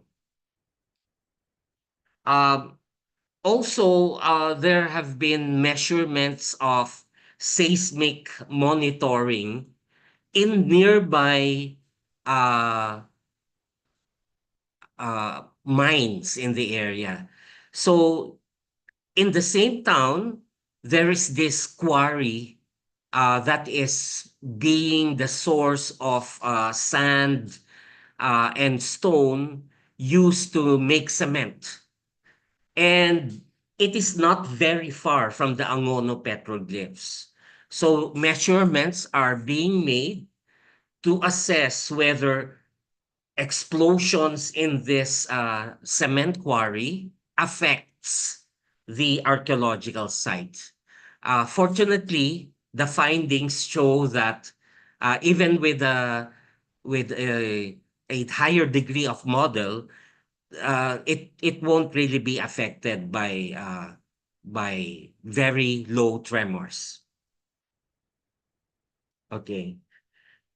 Also in Luzon Island, one province is in Bataan, where we are able to reconstruct certain buildings that we know existed in Manila during the Spanish colonial period. So this was during the 17th century all the way to the 19th century.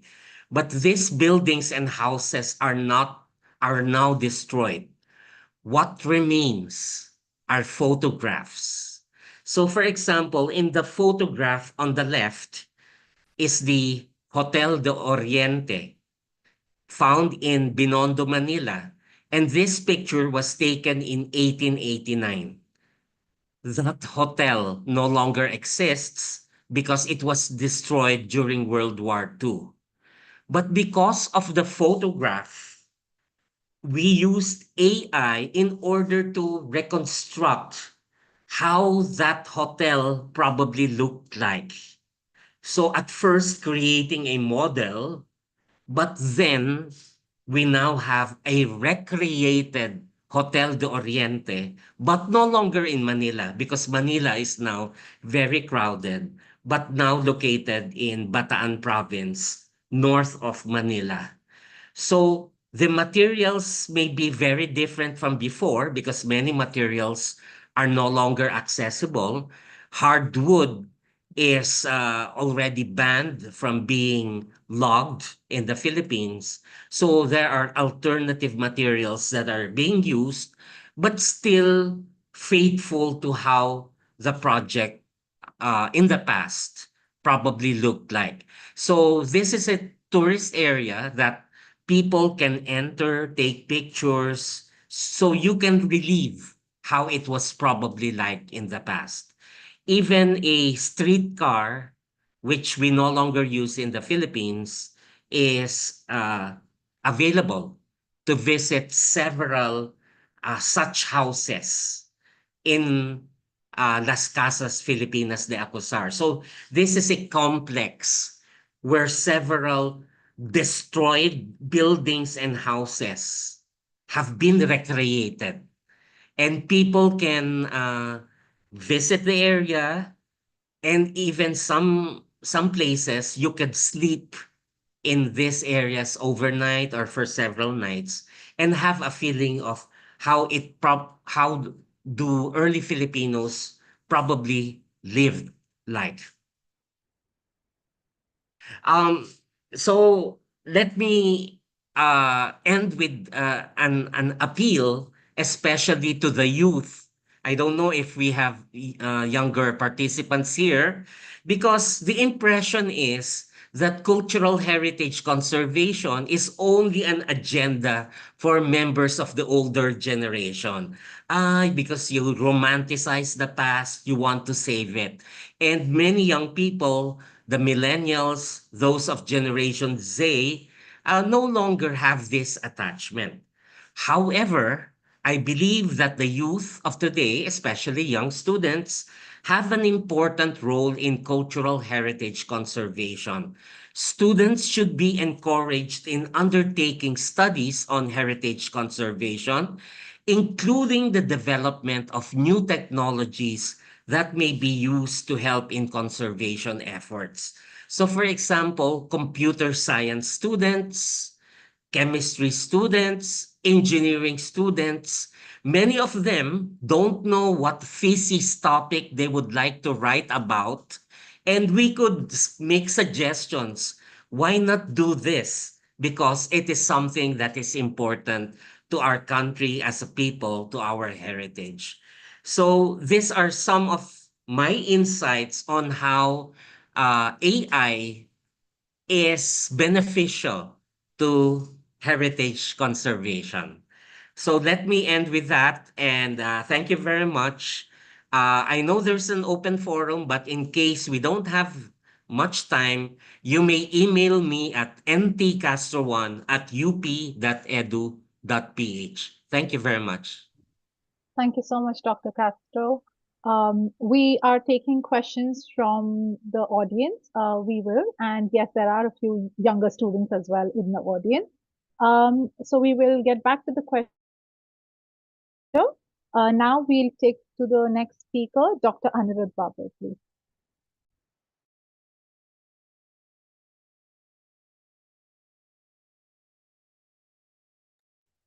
Dr. Babar?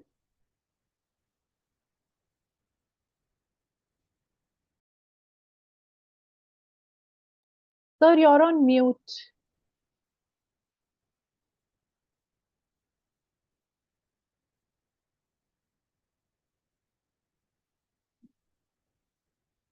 Dr. Babar? I think you're on mute.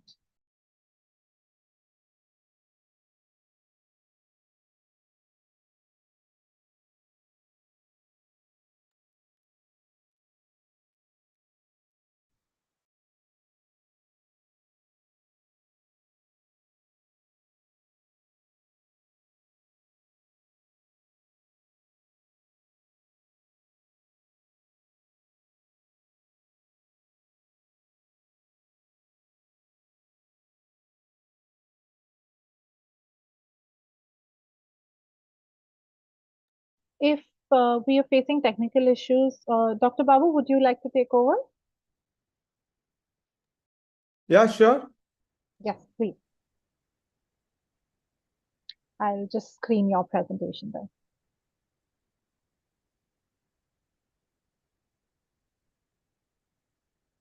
Is the screen visible? Yeah, it's visible. Yes. Am I audible? Yes, sir. Yeah, the convener of this conference, the moderator of this conference, director of DGMC, Dr. Amy, and other faculty colleagues. Thank you for inviting me for this small discussion. I was very happy and delighted to hear the previous speakers, and indeed it was quite an insightful one. Well, I'm an academician. I'm not a practitioner nor a data analyst. So what I'm going to tell from the academic point of view, what I understand, the impact of marketing and the impact of AI on marketing and impact of AI on business. To begin with, let me start with the story of predictive analytics. The year 2012, Target is one of the retail giants in the US. 2012, a father of a 17-year-old girl is reaching out to retail giant, Target stores manager, and questioning the manager, how can you send a coupon asking my daughter, who is 17-year-old, to purchase products which are meant for pregnant ladies. And the Target, the store manager, was puzzled because he knows that the predictive analytic capability of his company cannot go wrong. So he asked for a couple of days. He apologized. And he asked for a couple of days, and he said he will come back to you. He will come back to him. Then he went back to his team headed by Andrew Pohl. He is one of the renowned statisticians at the time, a young data analyst. He's the one who designed this software. So when he asked him, how can our software select this 17-year-old girl, according to the father, is not pregnant, how can we send a coupon encouraging her to buy products for pregnant ladies? And he said, my prediction cannot go wrong, Andrew Pohl said.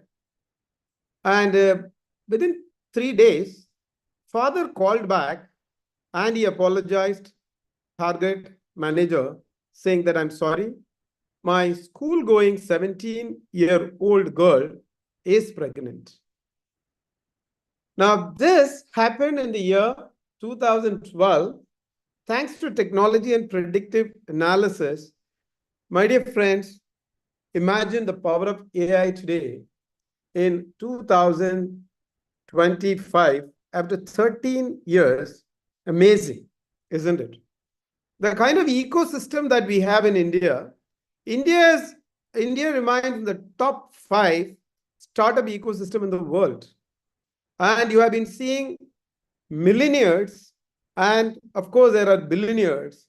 They all millennials and Gen X, Gen Zs. They have been using their creativity and using analytics and become successful businessmen. I'm given about 12 to 15 minutes. I'm going to take few examples and I'm going to run through, and I will discuss the impact of AI on marketing. Flipkart is a company we all know, and 2 young entrepreneurs passed out from IIT started this Flipkart. And exactly, around after about 10 years of its commencement, they sold it to Walmart and they pocketed nearly $1 billion each. And then now the company is doing pretty well. Flipkart is known by everybody. Now, how does it achieve the desired result? And what is the secret of giving a tough competition to companies like Amazon? What does Flipkart do? Now let's cut into 2025. Now let's assume that you are buying a trekking shoe. You're ordering a trekking shoe. What happens? The shoe comes to you, and in no time, maybe in a day, you will also find advertised. Am I audible?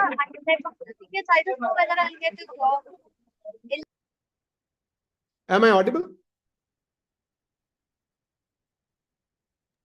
Yes, sir, you are. Yeah, all right. So now there's Flipkart, it's the portal uses AI. So after purchasing a trekking shoe, it offers you products like water bottle and trekking pants, because it assumes that once you buy a trekking shoe, you would be most probably going for a trekking. Now, not only this, there are reviews. What do you do when you are going to buy a product? Let it be any portal. It could be Nykaa, it could be Tierra, or it could be Zomato. You always go through the reviews. Voluminous reviews in sometimes lakhs or in millions, isn't it? So how these reviews have been arranged without AI and its own algorithm, it's not possible to put all those reviews. So Flipkart is good at it. That is the reason you happen to see the reviews uninterrupted. Okay, now the third thing when it comes to Flipkart, your personal discount. You are searching the same product. Your friend is searching the same product sitting maybe next room, but the discount for both of you are different. For you, perhaps 50% discount, and for your friend, perhaps it's 10% discount. That is where the AI comes into picture. The AI understands your purchasing habit and your discount seeking habit and your impulsive purchase. So based on that, even the discount varies. It's not only with Flipkart. You go for an airline and you see, when you inquire same destination and your friend inquires, the rate varies. if the airline portal has got your historical data. So the power of AI, right, particularly to use, or the impact of AI on marketing is quite amazing. This is as regards Flipkart. There are many stories. I thought that I restrict to Flipkart alone. Next, can you move on to the next, Ms. Divya? Yeah.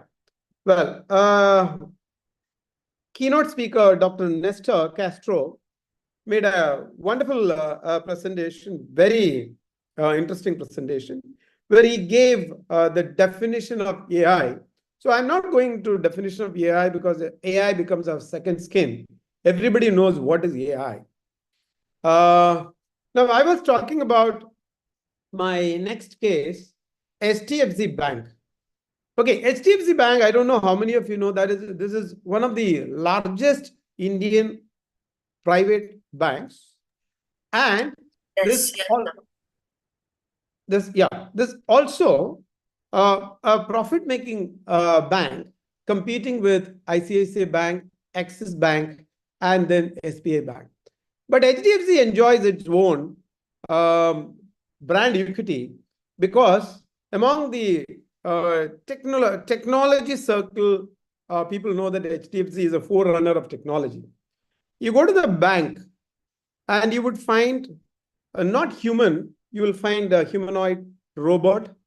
You can ask any question, and right from selecting the kind of service you want, selecting the counter, selecting the person you would like to interact, or sometimes even without any of this, that robot gives you the solution what you wanted, including the transaction. Digital innovation at its peak. There are many other companies are doing, but HDFC is one such company, be it locating your ATM wherever you are traveling, or be it some of the investment plans, or some of the best investment you would like to do it. So these all thanks to AI and the technology adoption. My third example is Mercedes. Now, if you talk about Mercedes is doing quite well in India, a luxury car. Last year alone, in one particular segment, that is EV SUV car, costing 140 lakh, 1 crore and 40 lakh. This car was sold in nearly about 700 plus units. Mercedes-Benz has 80% of market share in that particular category, EV, SUV, luxury product. Now, if you go through the success story of this brand, it's quite interesting.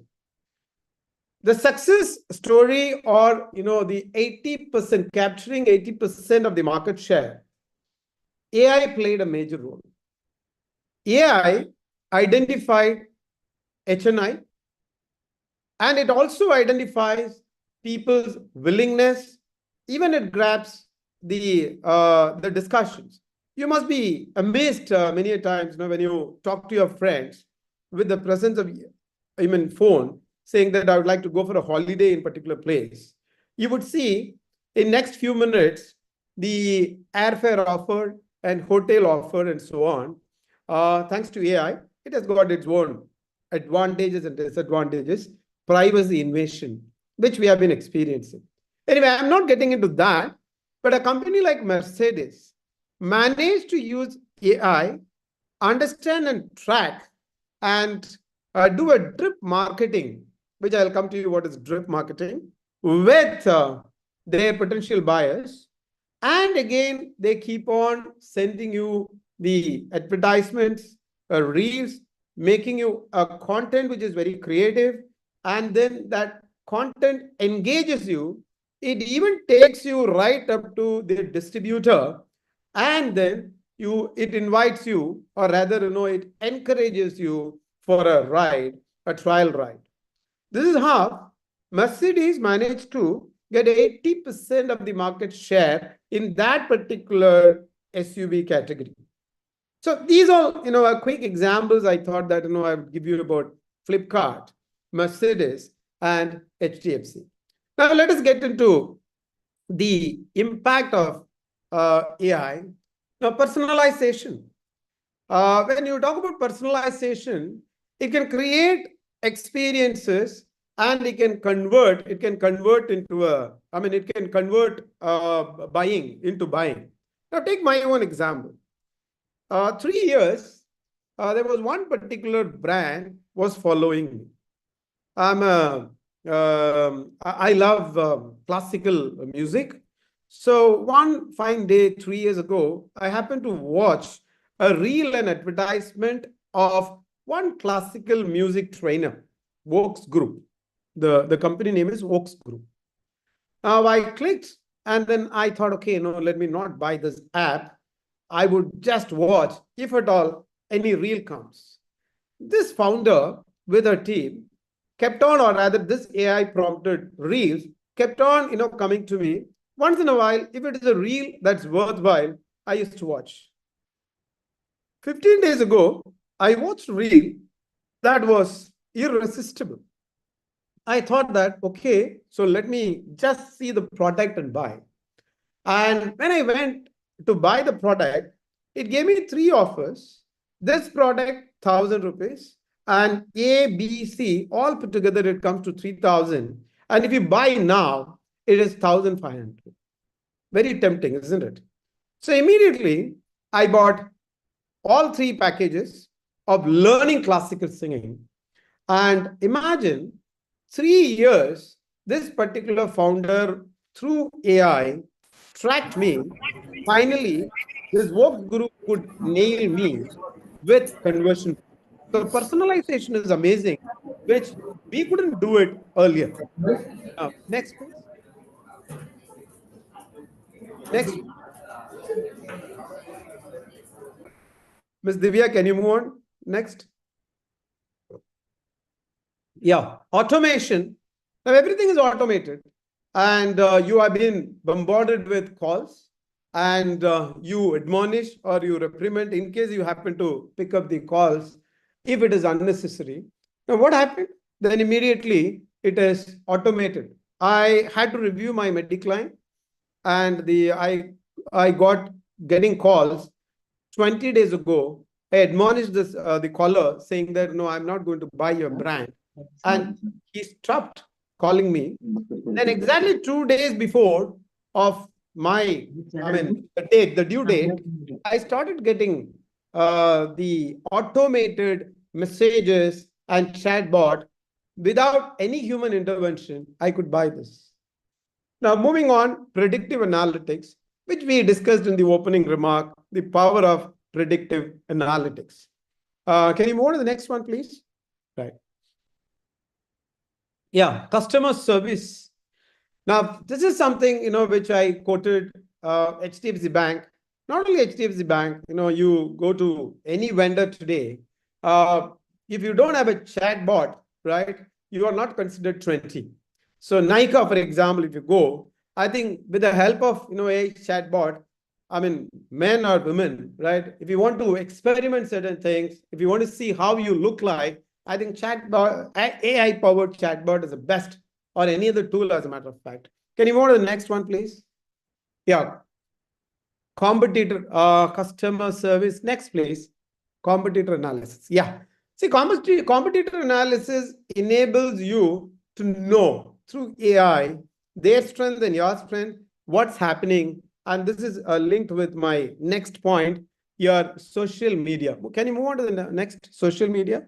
Yeah, right. So social media enables, right, or AI enables you to listen very carefully. People, what they talk about your brand, right? Good, bad, what they talk about your competing brand, good and bad, and then you can act accordingly. I was listening to one of the senior most data analysts of HDFC. So he started saying, we very closely observe the social media, and if any customer or customers, they have any negative comment on social media, it takes no time to understand who is this customer, and we immediately respond personally. Imagine if you are writing something and you find, that company is reaching you within 1 hour, apologizing and giving you an offer. That's amazing, isn't it? So that is the power of social, AI. Can you move on? I have limited time. I know that I've got next 2 minutes, so I'll try to wrap up. Now, this is the impact of AI impact of AI in business. Innovative pricing. I think all of us are experiencing this innovative pricing, be it Flipkart or Amazon, or as a matter of fact, any portal, right? It could be Zomato or it could be Swiggy. The pricing is amazing. And you must be wondering, why the pricing is so personalized thanks to AI. Next, please. Yeah, customized recommendation. Netflix is a classic example. You must be wondering, how can it throw exactly the same drama or same movie I wanted thanks to customized recommendation? Next, please. Next, please. Yeah. Recruitment is a big thing, automated recruitment. All big companies, particularly the startup companies like Zomato, Zepto, your print ad has gone. It's all linked automated recruitment. Your print ad is going out of the window, and it would be going completely out very soon. So thanks to AI. Next, please. Yeah, enhanced customer support, because AI is such a powerful tool that can help, and it can link all the departments together. That's a boon. Of course, it comes with certain disadvantages. Next, please. Yeah, improved cyber security, because that is a big worry. AI can ring fence. So if AI can ring fence your customer, that is really amazing. Next, please. Sir, I'll call you. I'm in a meeting. Real-time analytics. Well, this is, the Netflix example that I quoted. There are so many companies, where real-time analytics, in no time, you will get to know what's happening. And in business, I think that's the biggest strength and asset. I think we have covered the impact of marketing and business, where I started with the power of predictive analytics. Thank you so much. I hope, I could give 2 cents on the impact of marketing and business of AI. Thank you so much. Thank you so much, Dr. Babu. The session was absolutely insightful. If we could now move on to Dr. Aniruddha Babar, please. Yeah, hi. Very good afternoon to all of you. Am I audible as well as am I visible? Yes, sir. Okay. Thank you so much. And it is indeed an honor for me to be a part of this intellectual gathering. So my topic, as you all can see, is about strategic framework on law, policy, and governance for leveraging artificial intelligence in sustainable development, a perspective on Eastern Nagaland. So with the permission of Honorable Moderator, I would like to go ahead with my presentation, ma'am. Yes, sir, please. Thank you so much.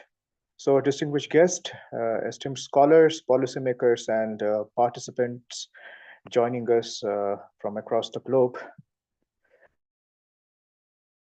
Outset, addressing you today from an extraordinary remote outpost nestled on the Burma border in the state of Nagaland. And my exact location is 26 degrees, 3 minutes and 11 seconds north, 95 degrees, 0 minute and 54 second east.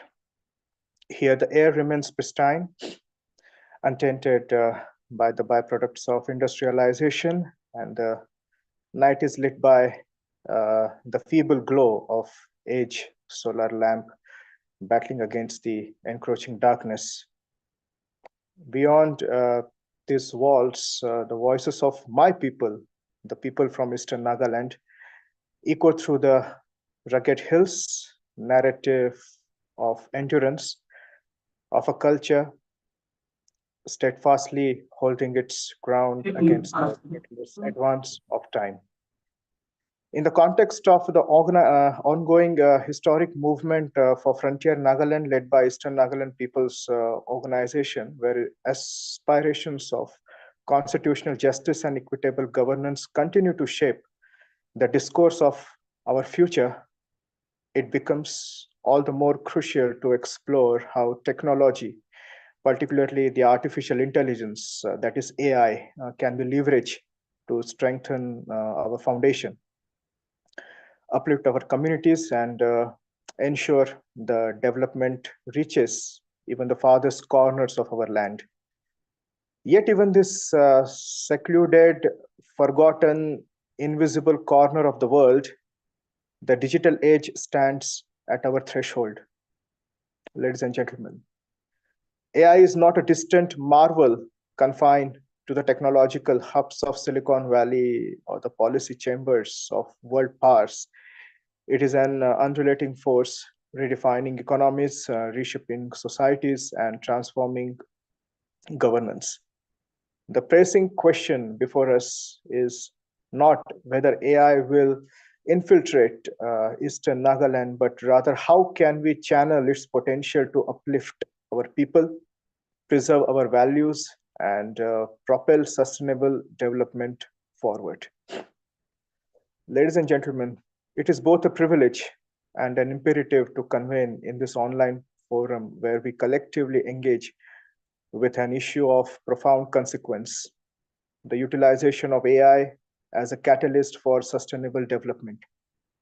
As the world undergoes an unprecedented digital metamorphosis, it is essential that regions such as Eastern Nagaland are not sidelined, but instead equipped to harness AI in a manner that safeguards a cultural identity, fosters ethical governance, and champions inclusivity. In the forthcoming discussions, I shall delineate a strategic framework that integrate law, policy, and governance as indispensable pillars in embedding AI within the developing landscape of Eastern Nagaland. Thank you for this opportunity.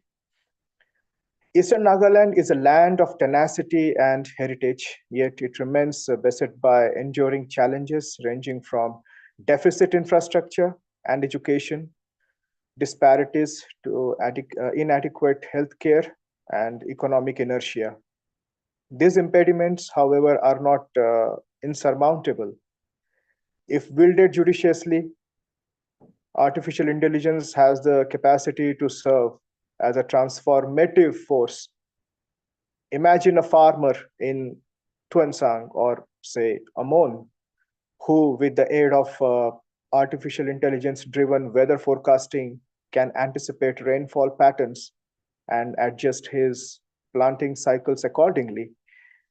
This ensures better yields and financial stability for his family. Or consider a young girl in Noklak, the remotest districts in India, I believe, one of the remotest districts, which is adjacent to the Burma border, who, through an artificial intelligence powered virtual classroom, gain access in the same quality of education as a student in a metropolitan city like Mumbai or Delhi, breaking the long standing educational divide. Nevertheless, before we embrace artificial intelligence full potential, we must first construct a robust legal framework. Artificial governance must be predicated on ethical principles that thwart biases, prevent discrimination, and preclude the exploitation of marginalized communities. Comprehensive data protection laws must be established to safeguard individual privacy, while artificial intelligence-driven decision-making must be rendered transparent and accountable to those it seeks to serve. In the absence of such legal safeguards, AI could well exacerbate existing inequalities rather than ameliorate them.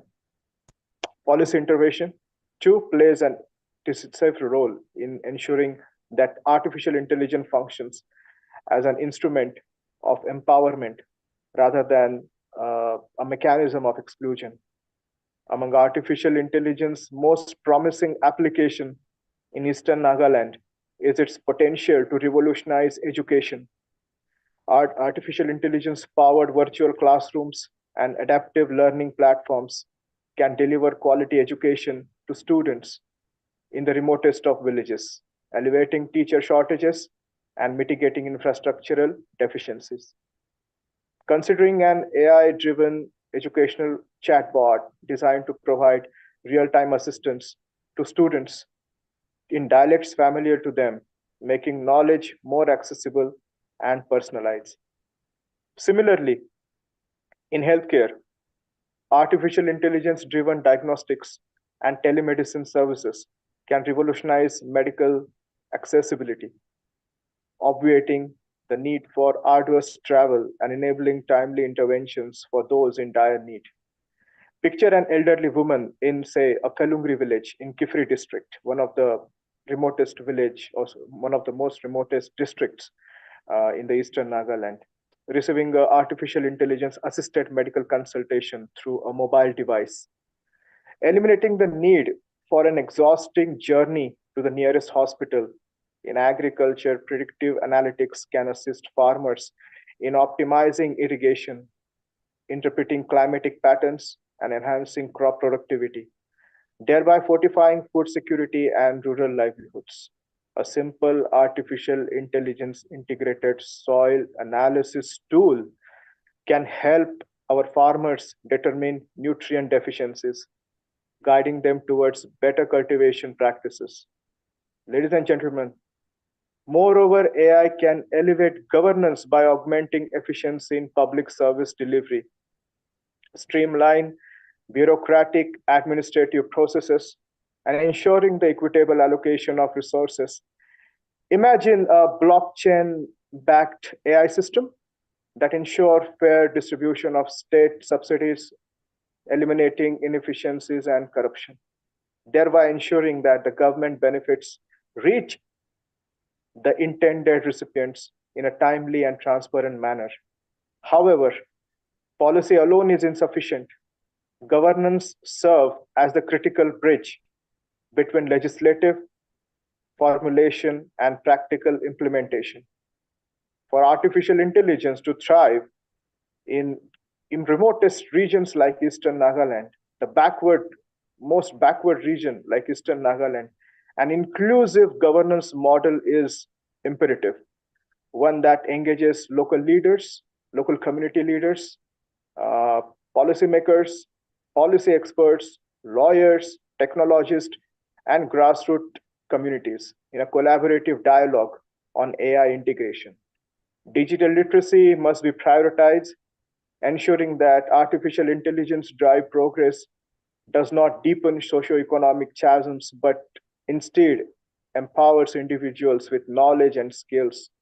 Sustainable advancement will necessitate robust public-private partnerships, aligning AI-driven innovations with the socio-economic realities of the region. To both the central and state governments, thank you to your platform. I put forth the following practical recommendations. Firstly, there must be targeted investments in digital infrastructure, including high-speed internet connectivity in remote areas, to bridge the digital divide and enable equitable AI access. Secondly, AI-driven educational programs must be incorporated into state curricula, equipping the next generation with the skills necessary to thrive in a digital economy.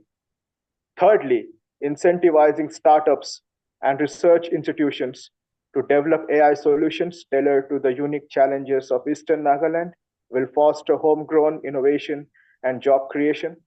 Additionally, artificial intelligence governance frameworks must be established and stabilized in collaboration with the local communities to ensure culturally sensitive and ethical implementation.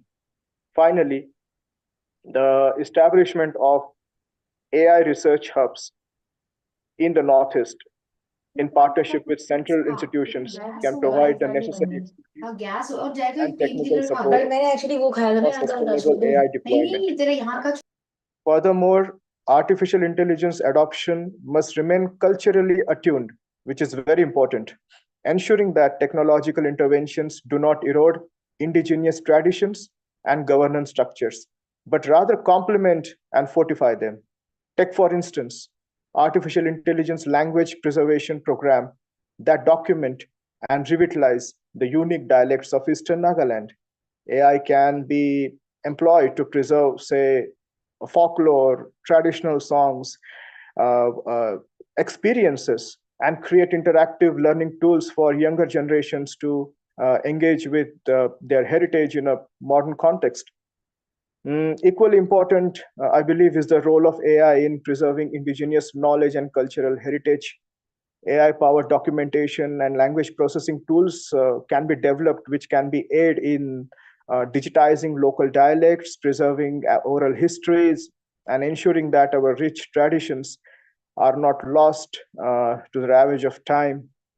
Additionally, artificial intelligence-driven platforms can provide a bridge between our unique artisanal crafts and the global marketplace, empowering local communities economically while ensuring their artistry remains relevant in the modern world. Imagine an AI-powered e-commerce platform that directly connects traditional weavers of Eastern Nagaland to buyers across the world, ensuring fair compensation and sustainable economic growth. Just imagine how positive impact this small initiative will create on the life of the people who have been living for ages on the periphery. As we gather, ladies and gentlemen, in this digital conclave, it is evident that AI is not a distant eventuality. It is reality. It is here to stay. It is an ever-present force shaping our collective future. The question is not whether AI will influence our societies, but how we shall integrate it into our developmental paradigms and discussions. If implemented with ethical foresight, legal integrity, and inclusive governance, artificial intelligence possesses the potential to be a formidable agent of positive transformation, fostering sustainable development while safeguarding the unique identity and existence of Eastern Nagaland. Achieving this, however, necessitates a concentrated efforts from the government, academia, private enterprise, local communities, and public-spirited individuals alike. We must seize this critical moment, ladies and gentlemen, to ensure that AI becomes a conduit to progress rather than a chasm of exclusion. We must forge policies that champion equity, enact legal framework that guarantee accountability, and design governance mechanism that prioritize inclusivity. By doing so, we envision a future where AI contributes meaningfully to the sustainable development of Eastern Nagaland and beyond. I carry the message from the Eastern Nagaland, which is located, say, more than 3,500 kilometers from Mumbai. This is a short reflection about the reality of the people who have been living on peripheries. And maybe they want all of you who have been there listening to their stories to understand what their needs are. I just did my part to be their voice since I have been living among them. And through this platform, I believe that the discussion will be initiated. That will certainly not be limited to the AI, but also beyond. Let us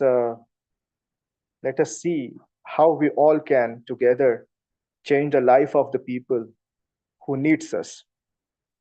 Thank you so much. I extend my gratitude to you all. Thank you. Jai Hind. Thank you so much, sir. We will come back to the question and answers, but now let's move on to our next panelist, Mr. Ravindra Bhandu. Hello, everyone. Am I audible? Yes, sir. Okay, thank you. So, first of all, Bhavya, ma'am, thank you so much for introducing me to everyone here. I would also like to again thank Dr. Amivora ma'am for making me part of this really insightful, discussion. I mean, I was looking at or hearing all these great people, personalities. Definitely, I learned a lot in this session. So I am not prepared with any presentations, but what I'm going to do is I'm going to talk about how VFX got impacted with this AI. Maybe share a few examples on this. So I'll start. Obviously, it's a very exciting time to be in this world of filmmaking and visual effects.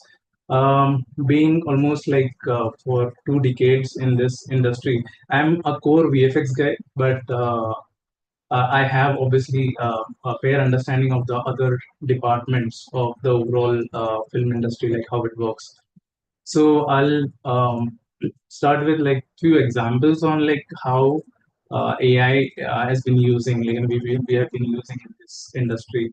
To be start with very basic. Everyone must have already started using ChatGPT, right? So ChatGPT and there are many more others now, they have come, which from the script level when we start plotting, these scripts or plots can be kick-started using ChatGPT. You can just ask for stories. You can just create just put your ideas, and there are n number of possibilities that come in. So obviously ChatGPT or there is something called a script book. It lays down a foundation for when you start with a project. So that is definitely a big leap. Before it used to take a lot of time, a lot of discussions to finalize on a certain script. Even now with the use of AI, definitely it is going to take time, but it gives so many options, so it becomes very faster and cheaper. Similarly, you guys must have seen Mid-Journey or Stable Diffusion images. Just by text, putting some prompts, we can create beautiful images, and with what we need, the idea behind these images, what exactly you're looking for. obviously, like there are some new things started, like prompt engineering and things like that, because we have to put like proper prompts. In the near future, we might even not need that. AI is evolving very fast, and just by like writing in a simple language, you might get like more like for what you are looking for in these images. So script writing images now, something called Sora. It's there on YouTube. Like, if you guys see, there are videos. After that's the next step. Like, that has come. Like, you can even create like beautiful videos, and with really high quality videos. Then in the music, or like voice synthesis, on that side as well, we can ask AI to learn a certain voice, and like use it for dubbing, and create like other languages for the same character, the same guy, like doing his vocals in one language, and then that gets automatically dubbed into other languages. So these are few like examples which really has helped. And the overall time that used to take like for doing these processes, it was very time consuming, and it has really been cheaper now, and like and sometimes even better. And some of the important ones which I feel like are more related to VFX, I'll try to share them. I have got like few images. I'll share my screen and show you guys if you can relate it. I'm sure like you guys must have already seen a lot of this on the internet, because these are all floating around on the web.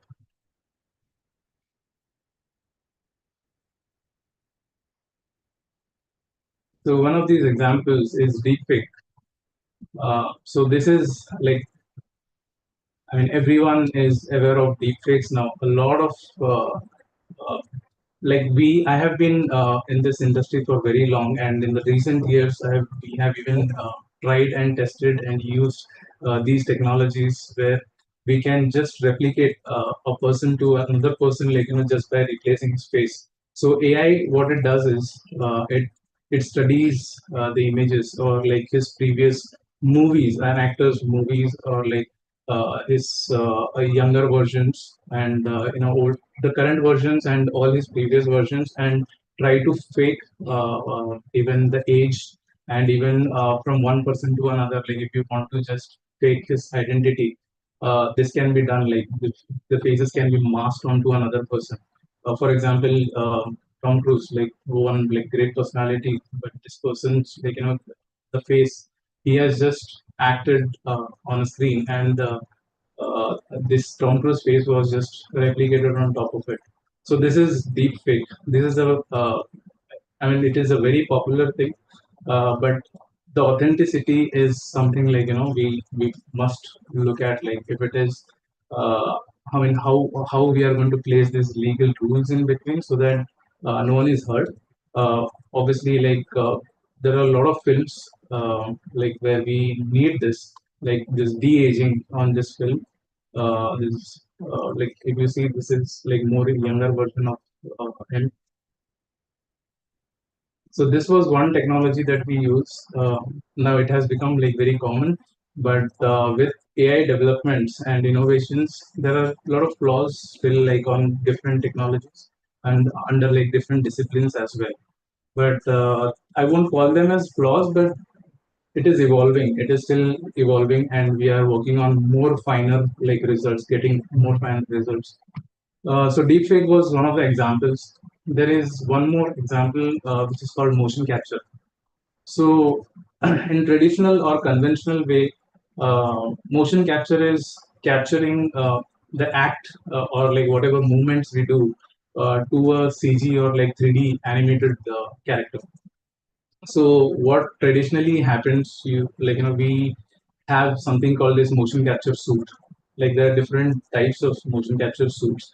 It has these sensors on top of it, and these sensors in 3D space basically are relative to each other and calculate this entire distances between each other, and that data gets into a computer, and the same act basically on real-time basis. The same act can be performed by a CG animated character. So even if it is a human, like we can do a fantasized character, apply it on anything that is more or less, looking like the same character with like 2 legs. So this is another one of the examples. There is one more I would share where this is rotoscopy. Rotoscopy is, it is a very simple thing where if you all must have used Photoshop, like it is masking like from one particular image and creating out like it is for templates or even single images. It is very easy to just cut down a person or an object from one image and putting it on a different uh, environment.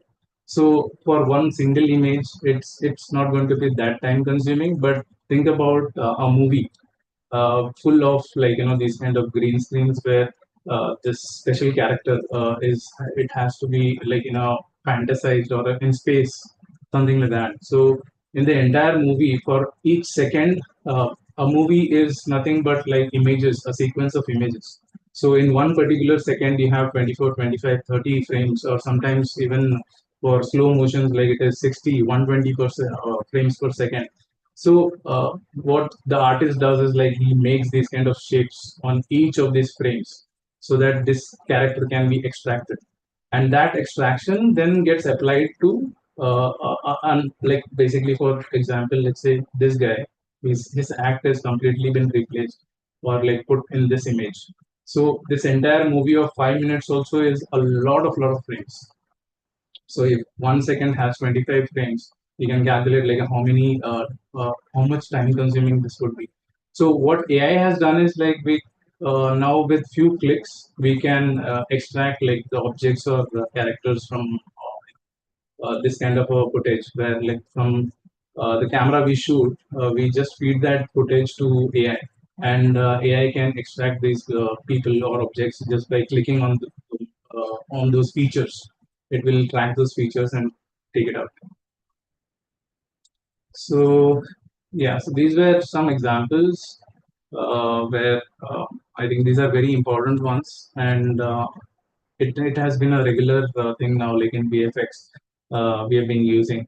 So these, as I said, like these are very expensive and time-consuming tasks. So today AI is making them really faster, cheaper, and a lot of times it is even giving better results. But at the same time, I'll also say that AI is still evolving, and if someone is thinking that we can just make a film completely out of AI that matches our current quality standards, then even that is not true, because at least not now. It might happen in the future, because what AI does is it is purely data. So it processes the data that it has and just gives us like the permutations and combinations of the algorithms that have been written in the backend. It just gives the choices or like the best option that we can get out of on a particular scenario or idea that you have provided it. So yeah, I think it is still evolving, and I feel like it can get closer. But always from a creative standpoint, I would say uh, no one can replace like a human creator. Like even if it is 10 years from now, I don't see like the pure quality or the pure originality will be ever replaced, because it will be always data driven, and emotions are not data. So yeah, I think the challenges, obviously there are a lot of challenges. As I told you or like showed you about the deep fakes, it is definitely a concern if it is not regularized, or like anyone can use any other identity. Any person's identity, that is definitely a concern. These kind of discussions are happening all over the world. There was a big strike last year for actors and writers in the West. So it had been like AI was one of the reasons why this happened, and these kind of discussions have already happened in this. So I'm hoping like we all get like a good ground rule, like where how to use this ethically, And at the last, like I would say, as students, this would be a very good time if someone is interested like on these fields and exploring AI, because I feel the traditional or conventional ways of understanding and learning the traditional ways is also important, because soon these AI tools are going to take over, and the history of it like will be, I mean, we won't have like that much of time or leverage to go and dig out like the traditional ways.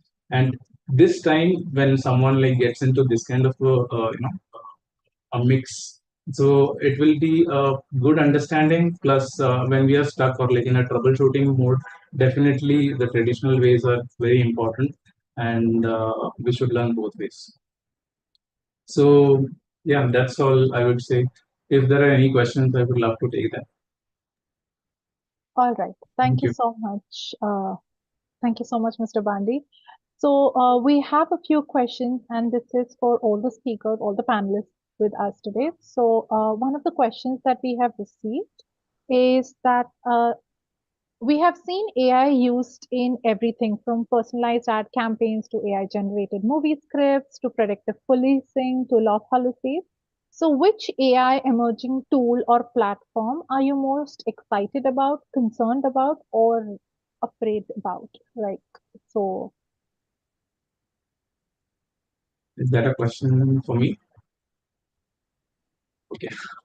So I won't say there is a tool, or like for now it is every day like the developments are happening and there are going to be new tools in the market. So the deep fake is something I'm really concerned because if we don't regulate that, we will have to put this copyright laws. And I think that's the initiative has been already taken like on the West. I think these kind of discussions have already happened. So faking an identity or like a singer, like his voice been copied to another piece, then that's not going to work, because and even writers, uh, anyone has written a good story, a plot or pitch, then AI, we don't know like where it is going to take this data from and like bring it on and make our own, with using their algorithms, it is going to make something new. But definitely a certain portion of it has someone has written it. So he should get that compensation. So those kind of things are really very important. So deep fake and uh, restrictions on the AI models on where it should take the data from. For example, Adobe, if anyone like the company of Photoshop, they have their own cloud. The Firefly AI version of it, like it takes only the stocks which are publicly available or it from their own cloud stock. So those kind of regulations are important. But at the same time, I will also say that it should not stop innovation. For example, there should be licensing, there should be free licensing for a certain or trial periods where if we want to innovate something, then it should not be restricted. But if we are commercializing something, definitely that has to be compensated. That's what I would say. Thank you. Dr. Babu, Dr. Babar, Dr. Castro, if you have anything to add on that perspective.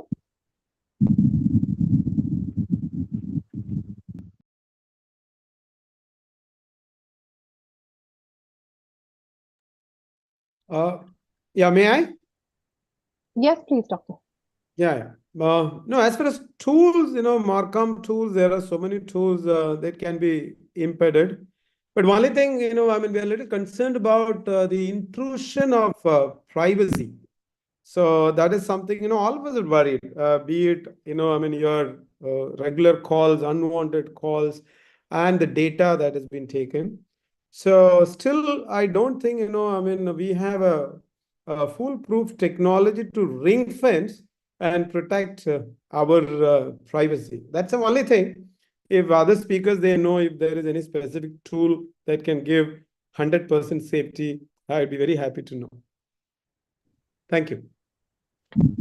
Yeah, I do agree. I mean, when it comes to the safety and the privacy concerns and the other things, I mean, we are still in a very evolving stage, you know. So it is very difficult to say anything at this point of time. You're right, sir. I agree. All right. So thank you. So the next question that we have is sustainability is a growing priority across all AI helping in your respective industries to reduce the environmental footprint, whether it's optimizing resources, cutting waste, or promoting eco-friendly practices.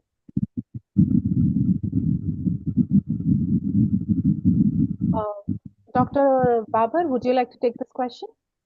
Can you please repeat? It is.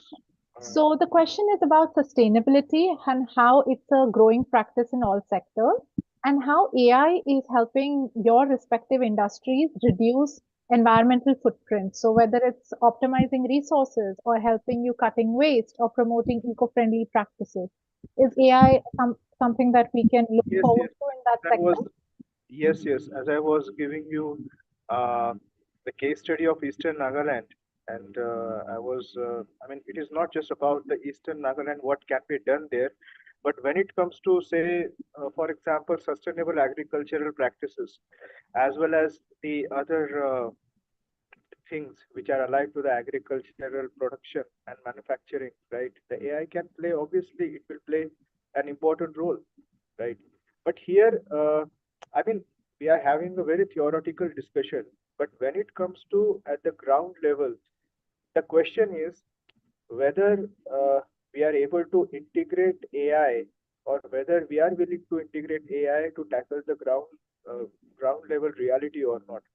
See, I'm a very practical person because I have seen both the sides, the technological sides also, the innovative sides also, and at the same time, the present ground reality also. And that is why I said previously, I used one word, that we are still at a very evolving stage. You know, like, see, in my presentation, I gave you an example of, telemedicines.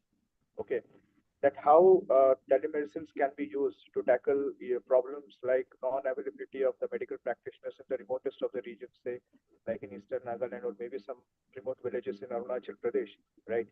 There is possibility, right? But at the same time, when it comes to the policy framing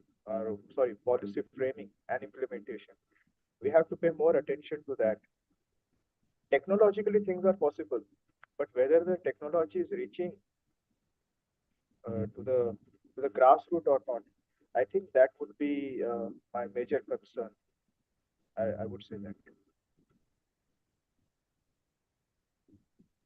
Dr. Castro, would you like to add something?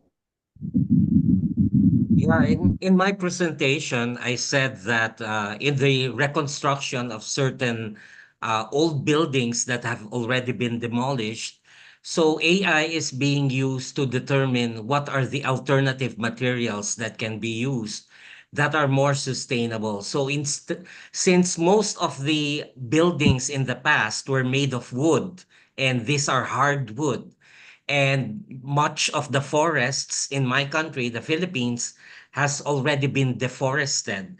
So there is a ban on cutting hardwoods. So AI is able to identify alternative materials but will still have the same function as the older type of materials. So in that regard, so I think AI could be a useful tool for sustainable development. Thank you. Mr. Bhanti, would you like to add something to it from the film perspective as to how sustainable practices are being followed? Yeah, so I mean, I would say there are certain technical and creative aspects. So technical aspects should be definitely it is going to be worth like using these AI tools, because if something is more labor intensive, like I told you about the rotoscopy, where like we mask these images and create this entire object or character, take it out to and put it in a different environment. So those kind of labor intensive jobs will definitely need these AI tools. and we will need, and it needs to be sustained. And but at the same time, like the creative approaches, AI should not be dictating.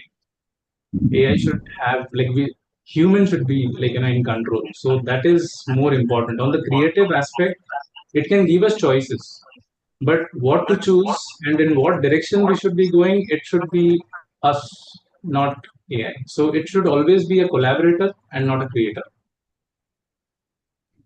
Thank you. Dr. Babu, in this field of marketing and management? Yeah, so first of all, it's an excellent question, let me tell you. See, the sustainability and AI, they are necessary friends. They have to go together. Now, particularly from the marketing point of view, let me tell you, see, the Gen Zs, they look for three things. One is purpose of the organization, any brand, transparency of the brand, and then sustainability. If you look at any good company's portal, you would see all three things. So sustainability, you can't do away. Now, how AI can help, in maintaining or, keeping this sustainability. Of course, a classic example recently, this may not be the hardcore of marketing.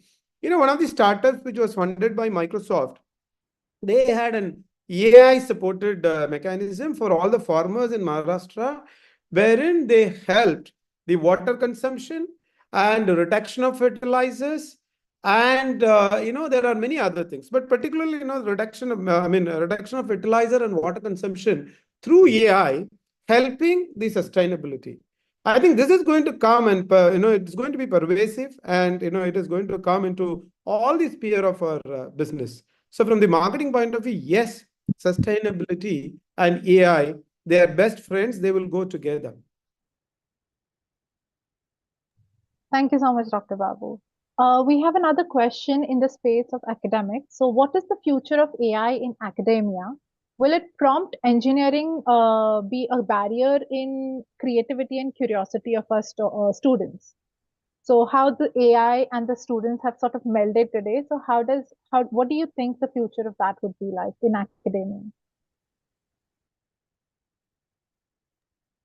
Dr. Babu, would you like to take this question? You mean me? Yes, You're yes. asking?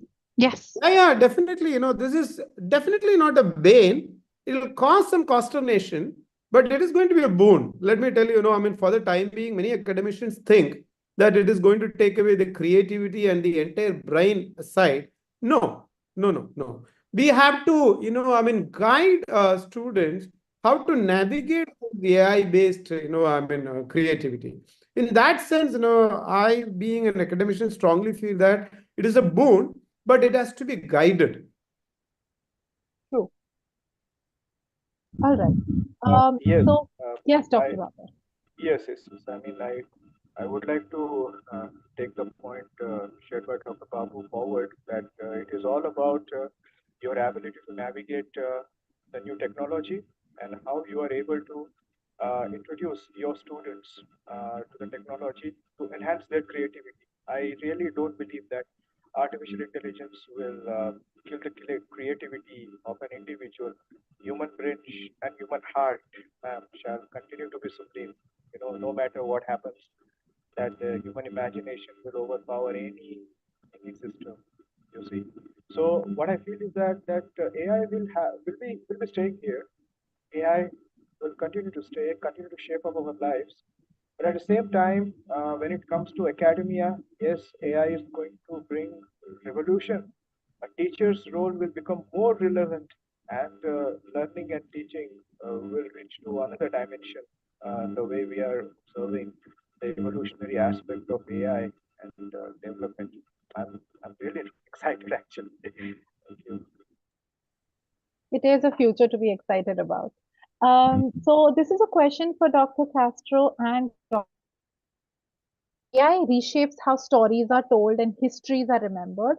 How can we protect cultural identities from being homogenized by algorithms by favoring populist or mainstream narratives? That is a very good question. Actually, that is one of the threats that may be posed by AI because of algorithms. certain narratives are homogenized and become dominant, and alternative narratives are suppressed or become marginalized and invisible. So I think AI really depends on who's developing it and who is using it. So if we know that there is such a problem, advocates, for example, of cultural heritage should and cultural identity should also use AI to advance their causes, not just leave it to the likes of Elon Musk or those who control technology. So we should not shy away from AI, but also use it to advance alternative narratives such as alternative histories and cultures. Thank you, Dr. Castro. Dr. Baba, would you like to add something to that? Yeah, why not? I like when you use use the name of Elon Musk, you know. In Hindi में बोलते हैं ना क्या किसी ने ठेका लेके रखा है. So, I mean, jokes apart, but it's really true. I mean, AI is continue to be evolved, and at the same time, when it comes to the protection of the identity of the people and the cultural aspects, AI is going to play an important role. See, look at the picture of our tribal belt. No, you know, their needs are different, right? What we call as a wealth from material perspective, right? Their understanding is different, right? What they feel is that their lived reality, okay, or what they have carried forward from their forefathers is their real wealth. So, you know, artificial intelligence can help them to protect it, okay, without, you know, getting into the hands of, I believe, the profiteers. You see, you know, I mean, really don't want AI to become like a mineral water man. I feel like that. Thank you. Mr. Bhandi, there's a question for you about how we can regulate AI-generated VFX to prevent misuse, such as deepfakes, while preserving creative freedom. And if you can give an example of AI being a transformative sort of a solution in any of the creative spaces, whether it's film, design, or any other medium. Could you just repeat the first question? Yes. So the question is that how can we regulate AI-generated VFX to prevent misuse, such as deepfake, as you mentioned earlier, while preserving creative freedom? Okay. So I think I answered this question in my previous conversations. So there should definitely be a copyright law. I mean, typically, if it is there, like no one should have, the right to take all someone else's identity or authenticity and to use it for their own benefit. But at the same time, I also mentioned that innovation will never stop, or like this AI development, this will never stop. It will evolve. I mean, no one can stop it. So we will definitely have to adapt it. So, but at the same time, these regulations are important. As I said, like this copyright law will definitely be put in place. And there was an agreement, I think, for this Screen Actors Guild American Federations last year. They reached out a deal for allowing actors to sell their rights to replicate their voices. So these kind of regulations are important.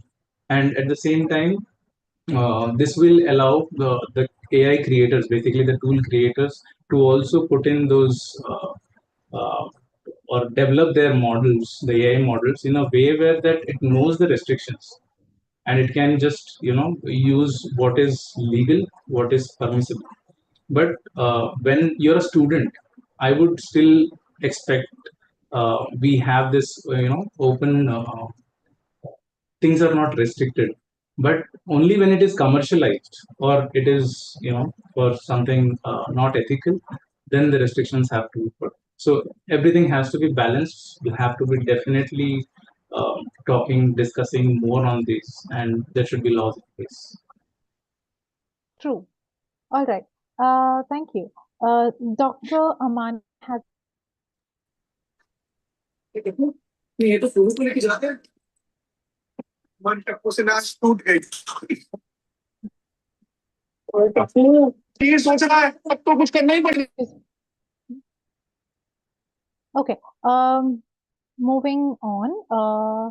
Sorry for the interruption. So moving on, we have a question that is talking about while AI is advancing rapidly, what tasks or decisions in your respective fields should always remain human driven? And are there areas that AI should never touch?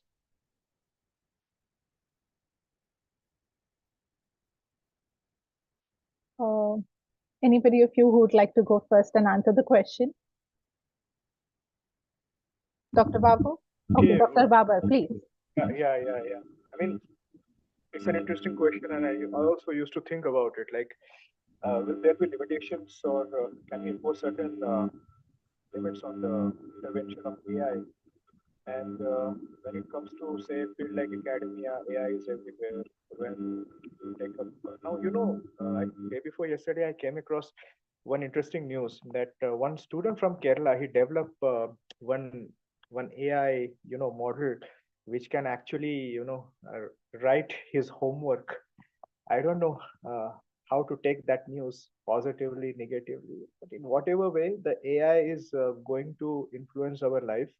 Now, see, let us take an example of legal processes and all, right? AI is already there. We have softwares, and the AI mechanisms have already entered in the legal field. When it comes to policy making bodies, obviously at the government level also, the government is trying to implement some of the models in their activities also. But I believe it will take some time. Okay, but I think when it comes to, I don't know, I'm a bit confused. Like when it comes to the morality or a moral decision making, how the AI would distinguish. I mean, there are something depends on the gut feeling. Yeah, if I like some girl and if I ask AI, Bhaiya, shall I to her? It depends on me. What is good, what is bad. I mean, you cannot depend on everything. When it comes to AI, especially when emotions are involved, when ethical decisions are involved. AI, okay, for data analysis, AI can show us a clear picture. Like, for example, if I want to understand that could be the best developed model for this saga, I would definitely get data and I put it through the process, and I'll get some ready-made model in my hand with all the pros and cons. To that extent, it's Sorry, okay. so we're But losing what are audio. emotions? What are the needs of the people? What are the psychological framework of the people? And according to that, what as a policy advisor or the policy consultant I should advise to the government, right? That depend on me, So we're not just losing the your data. audio. It is all about, like as one of the panelists said, that it depends on the one who is going to use the AI. So it depends on individual. Okay. Dr. Would you like to weigh in on the conversation?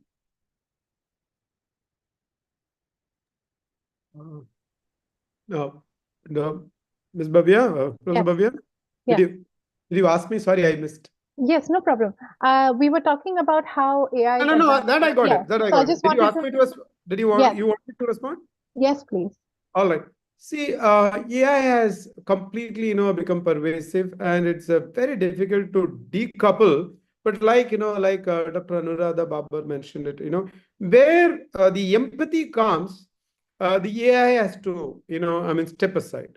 See, for example, in India, if you see, there's a company, Ola Electric, they are making these electric scooters. Every now and then they are on, in the news saying that, they're asking, 700 people to go and 100 people to go and 1,000 people to go. Now, I'm sure, Bhavesh Aggarwal, the founder, is a big fan of AI. So AI, the data analytics, gives them the suggestion, right? Suggestive, recommendation saying that remove this many people. Where is that empathy and sympathy?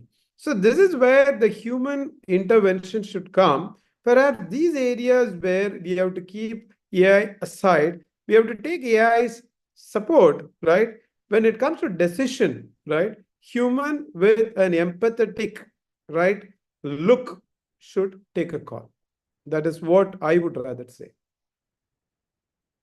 Okay, thank you, Dr. Can I add something, please? Yes. Can I add something, please? Yes, please. Yeah, I think I will speak about the topic of my talk today as the keynote speaker. But first, let me thank you for this managing this panel very nicely. And now I guess that AI in marketing, for example, should not interfere in the areas where are the personal variables, the personal individual preferences of the different offerings that the companies provide to their customers. So having a critical mindset to analyze and criticize, not to resort to AI, which depends on repetition of patterns in most of the cases, will be, a very significant issue. So the main problem, in the interference of AI in different aspects in marketing is the absence of critical thinking from both the two sides of the business and also their clients and customers. So I guess the data analytics is very recommended by the marketers, and also a critical mindset and thinking means of customers when they regard and write reviews about the different products or services they purchase. I guess this will be a good way to exclude the role of AI in marketing. Thank you very much. Thank you so much, ma'am. Thank you for your insight. All right, we are going to wind up at this point. Unfortunately, there are a lot more questions, but we don't have enough time to address them all. So I would like to thank all of the panelists for your insightful remarks and discussions. I am sure our audience is intrigued and inspired by the conversation we've just had. And it has been an absolute honor to be a part of such an insightful session. On behalf of Rajasthani Sammelan Education Trust and Deviprasad Goenka Management College of Media Studies, I extend my heartfelt gratitude to everybody who's contributed to the success of this event. Thank you to keynote and all our participants for joining us and making this event successful.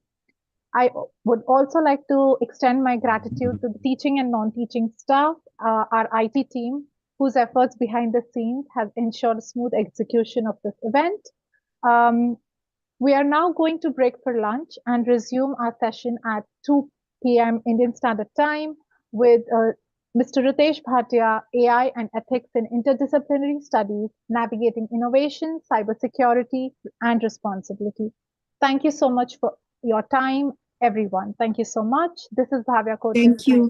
Thank you very much. Have a great day ahead. Thank you. Thank you so much. Thank Thank you so much. Thank you, Dr. Nestor. Thank you, Babu sir. Thank you. Mr. Pandey. Thank you, everybody. Thank you, It Babar. was very Thank you, useful. ma'am. It Thank was you. really a very good, engaging session. Thank you. From Babu sir's case studies on marketing, from Pandey sir's inputs on films and the use of deep fakes. I think a lot of film industry is using that a lot these days. Particularly, it started with Hollywood, and the latest films that we can relate to or we've seen is Pathan, where they did a lot of work on Shah Rukh Khan with his face, and Dr. Castro, your journey to take us through the cultural heritage and anthropology was really, really very interesting. Something that at least for me in person, it was completely a different perspective, a different view, a very interesting learning that I'm taking from your desk. And Babar sir, we got to know a lot more about Nagaland from your point of view. You always mentioned your longitude and latitude and the climates that you are sitting in.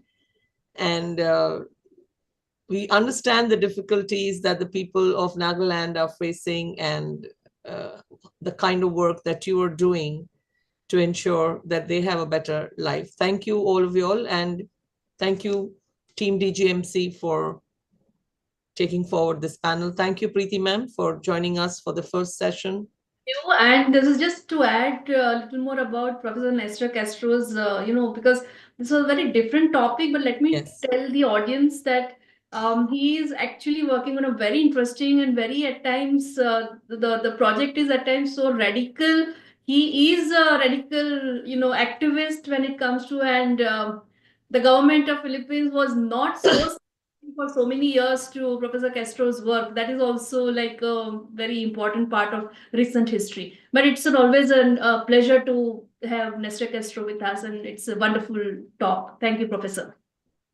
Thank you very much. So let us all join back after lunch. Yes. So we'll break for lunch now.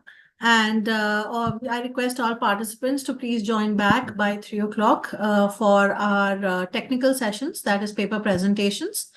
And I'll see you all there. Thank you. Thank you. Thank you so much, everyone. Have a nice day. Thank you, everyone. Thank you so much.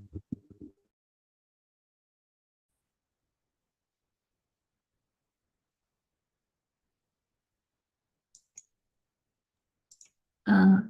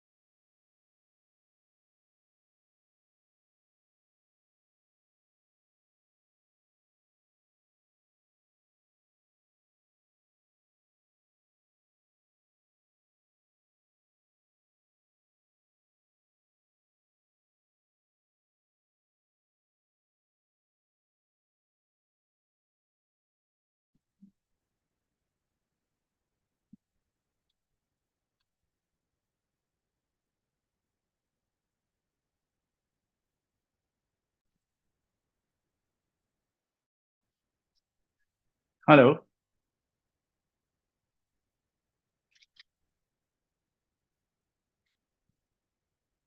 Hello.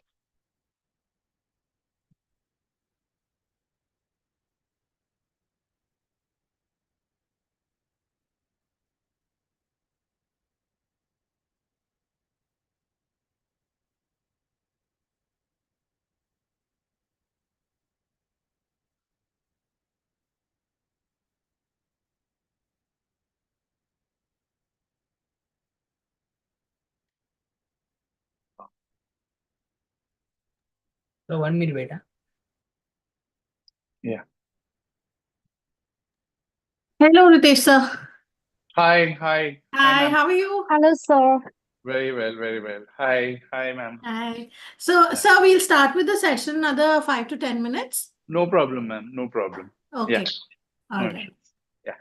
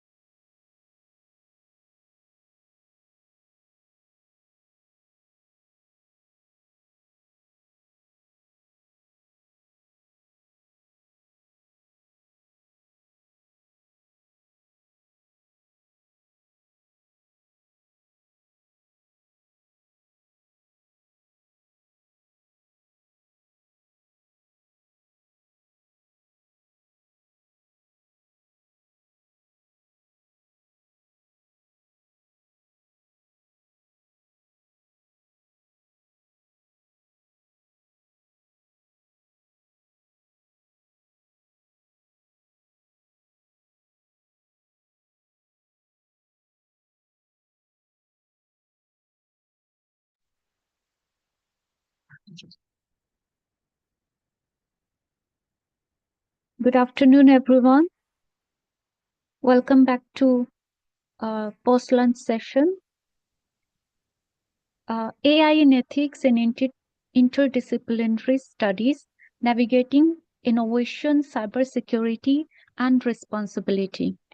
So in this speaker session, we do have Mr. Ritesh, esteemed speaker for the session. And let me give a short introduction of sir. Mr. Ritesh Bhatia, founder of V4 Web Cybersecurity, is a highly regarded cybercrime investigator as well as cybersecurity and data privacy consultant with over 20 years of experience in the field of cyberspace. Mr. Ritesh Bhatia also contributes his expertise as a board committee member in multiple organizations. He is a four-time TEDx speaker and holds a certified fraud examiner designation from the Association of Certified Fraud Examiners in the United States.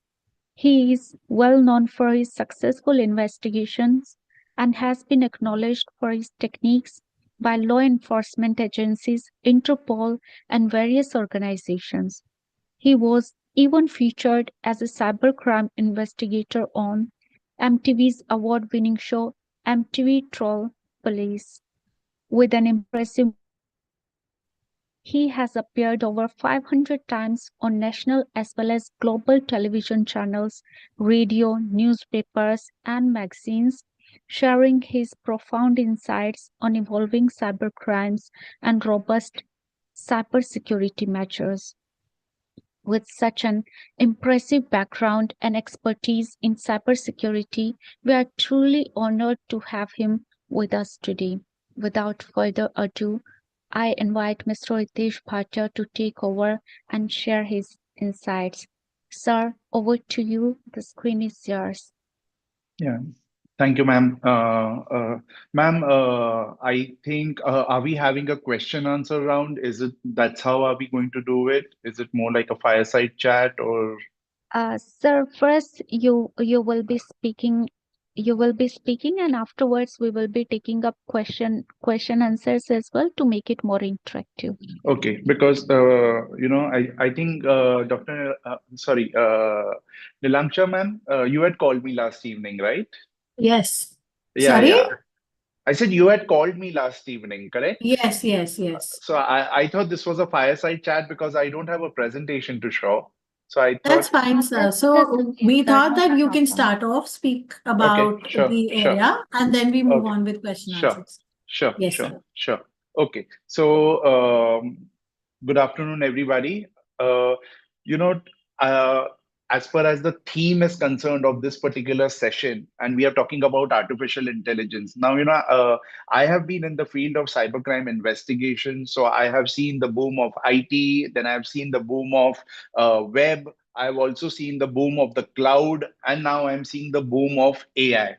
And it's a very simple thing amongst all these four, I think this is the most useful, as at the same time the most dangerous thing that is happening to the humankind, I would say that. Now, I've been here in this line for past 25 years. You will like say, ki, okay, why are you saying that it is the most dangerous thing?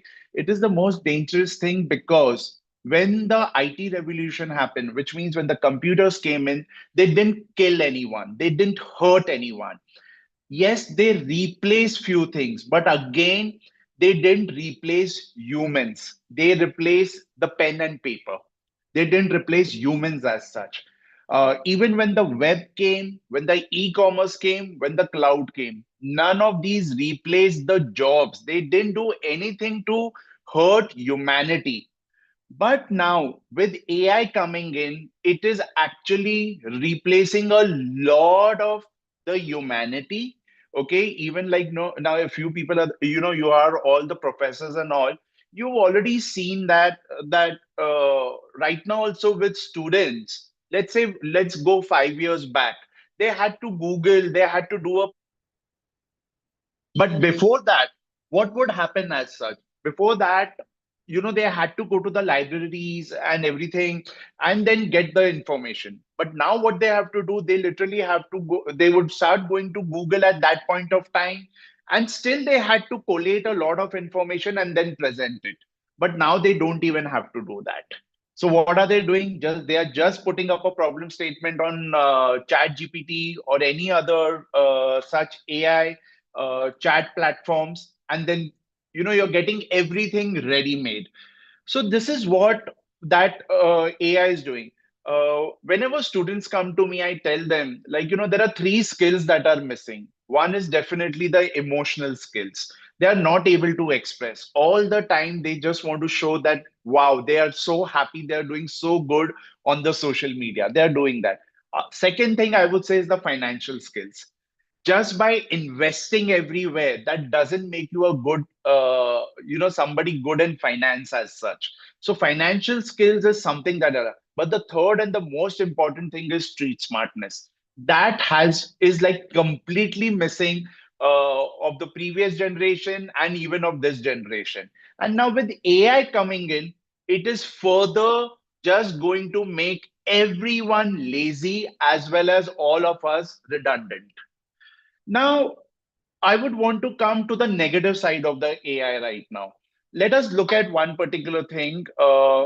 First, let me just open my screen and then I shall share it with you.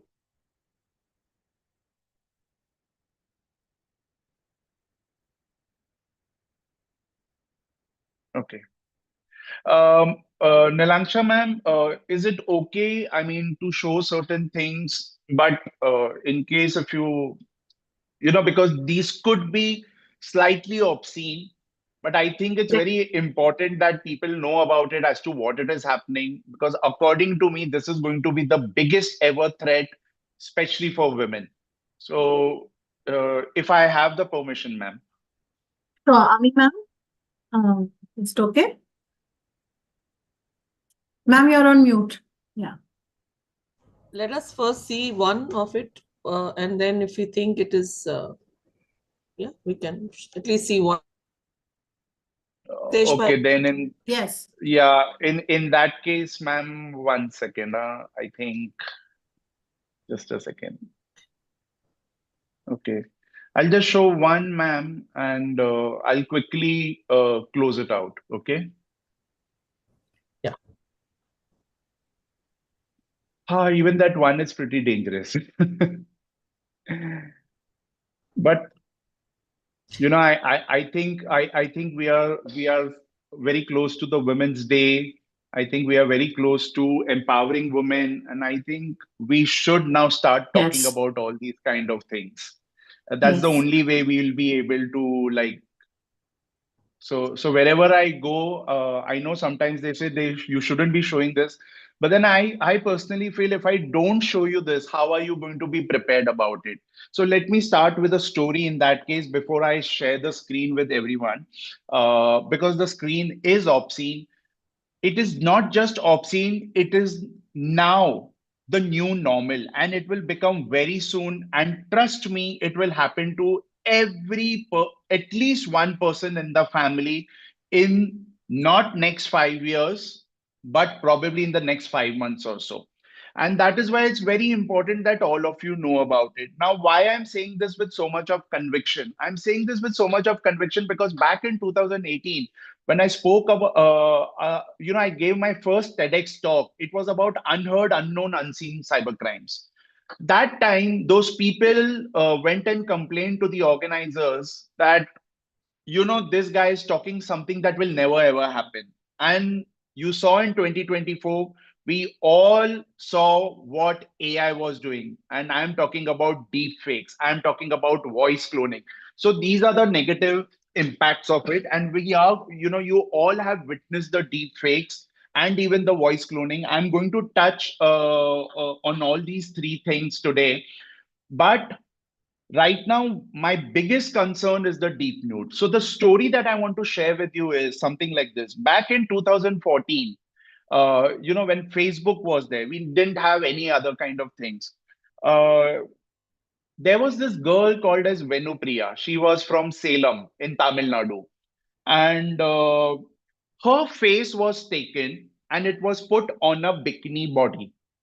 Now, she was brownish in color, she was very wheatish in color, and the bikini body on which the face was taken, it was cut, right? It was, so this is what is called as morphing. So the face was taken, put up on a bikini body, and it was her face, and the body was of some girl who was very, very fair. Salem being a small town, this girl was like blamed as to what you did. Her parents went mad. They said, no, this is you or whatever you have done. Now, the parents didn't understand the technology. The same way the parents don't understand the latest technology today. Okay. And because of that, she went through so much of trauma that she committed suicide. In the letter, she wrote that, Mom, Dad, I wish you had trusted me even for a single minute, but you didn't. So I have to take this extreme step. Now, anybody else who would see it, okay, would say definitely this is morphed. But now what about deep nudes? So let me show you what literally deep nudes can do. I'll just try to pick up a picture which is not so, okay. Ma'am, permission to share, please. Is it okay if I share? Yes, Ritesh sir, please share. And you can share all whatever you want to talk about. Yeah, ma'am. Yeah, ma'am. Because trust me, after listening to this, probably you all may be able to save many lives, ma'am. That's the reason. Please, allow me to do this. Are you able to see my screen, ma'am? Yes. Yeah. So what I'm trying to show you over here, on the left, there is this girl who is, let's say, sitting in certain clothes. On the right, within 3 seconds, all the clothes have been removed. Of course, this black part is because it has been covered. It takes less than 2 to 3 seconds to do something like this. So imagine a particular person is just sitting. Somebody is sitting on the chair behind, let's say there is an office wall and everything. Earlier, in order to morph it, what you had to do, you had to take the face of that person and then put it on some nude person. Now that nude person won't be sitting in office, correct? But over here, just wherever you're sitting, keeping the background intact, keeping everything else intact, this is what AI does. It just makes you completely nude. Now, this term given by the newer generation is called as nudify. The boys will talk amongst themselves. They'll say, let us nudify them. So have I come across cases? Several cases. There are young boys now who are in juvenile, they are in the remand homes. Why? Because what they did was they just took a picture of any woman, and even even if she was not wearing such less clothes, it was absolutely, they were successful in nudifying her. I am using the word nudify so that it is absolutely an incorrect word, but this is something that you need to know because this is the language that they talk. Otherwise, a much better word would be undress it. So they would undress it. So yes, this is what deep nudes is doing. It is a big horror for for the women that is going to happen. So just imagine, like let's say if my wife is there, she's just sitting on the bed and watching the TV, and maybe somebody just takes a picture or her friend takes a picture and just puts it on Instagram. Look at this woman, she's just enjoying her life. Wow, I also wish I could have such life. Okay. And I take that picture, I completely undress it. So my wife who's sitting on the bed, okay, with with the bed sheet, with the pillows, and with all the background photo frame, everything remains same. Only thing is she's completely nude. So this is what AI is doing. AI, basically, what does AI do? AI, we give a lot of data to AI. Who has given that? We all have given that. Why have we given that? Because of FOMO, fear of missing out. We've been constantly giving out this data. And let me tell you who all are these people. As I already told you, it's mostly you people, but how did you give? Do you remember long back, there was a challenge called as the Bikini Body Challenge? You just put one hashtag and you could get so many pictures of women putting up their photographs that, listen, I have a bikini body. Then there came the other healthier women. They said, why are you body shaming? I am proud to be fat and I shall put my photo like that. And then they started putting their pictures also over there. Okay. Now what happened? The AI people, the AI developers, they said, okay, come on, let's do something. With one hashtag, we got so many images. They took all those images, they told AI, listen, this is the skin, this is the hair, and this is the cloth. And now it was trained how to remove the cloth. And that is how today AI, the misuse of AI is far much more compared to than the use of the AI. You just Google one particular thing, which is called as the deep news. Okay. And what are you going to see? You're going to see so many such pictures. You just put it up over there. Let's look at this particular one. Man, just let me know if it is loading and you're able to see it.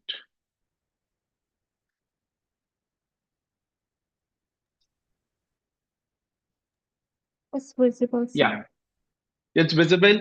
So this is the same particular woman. If you see that, it is the same particular person who's just standing on the beach.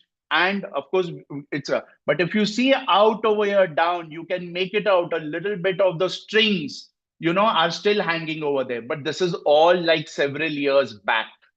So what has happened as such right now is, it has become so fantastic that, not even a pixel of error you will see over there. You are just going to, you just put up a picture and you get it. Then came the sari challenge. Many of the women over here who were on Facebook, I would say 90% of them started putting their pictures in saris. So these guys, the AI developers, what they did, okay, come on. Now we have people with more clothes. Are we able to undress them? Yes, it's happening that way also. So today, when we are talking about AI, we are talking about ethics, we are talking about bias. But what about the dangers? We are not focusing on that. The bias and ethics and all, that is like, I would say it's a secondary thing. I don't want to literally get into it. But what happens to the dangers of it? Let me tell you another story as far as, so one is this is the deep nude part of it. And I want to just tell you, as far as the deep nudes are concerned, friends, if you're going to get any image of any of your family person who's saying that, who gets an image of somebody, of some woman in the family who's completely nude, please don't go and start telling that particular person that, what is this? She has not done it. Don't force her, don't talk such things that we again have somebody like Venupriya, okay, who commits suicide over here. In fact, whatever you get, please don't trust it. Just don't trust it. Keep one thing in mind, that this could be a deep nude. And later on, we will verify it. Because no person in our common senses, will be just sitting across a sofa completely nude, right? We all know about that.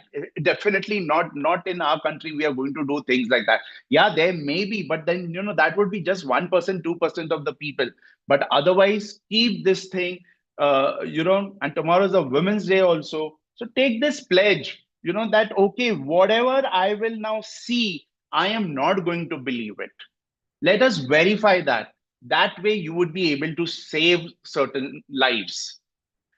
Moving on from deep nudes, let me tell you about the voice cloning scams that have been happening. I'll just directly go to the news part of it, okay? And what is literally happening over here? Like over here, and it is just not in India. If you just go through this is This has been at so many places. Look at this over here. A man's voice was cloned on phone call. Parents were asked to pay 25 lakhs. What's exactly that has happened over here? And it is actually here. Look at this. The owner of Airtel, Sunil Mittal, says that my voice was perfectly articulated. I have created my own voice clone also.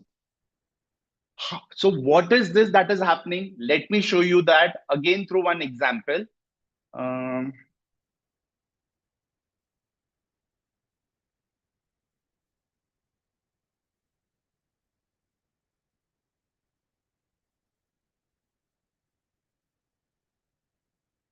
Okay, I'll have to stop sharing and share it with the audio, right?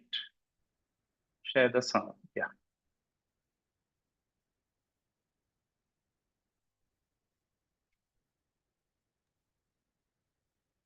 Just let me know if I'm going to press the play button. Please let me know if you're going to be able to hear the sound. Able to hear? Okay. No, no, huh? sir. No, No? it's not audible. No. You weren't able to hear it? No, sir. Okay. Let me stop the sharing and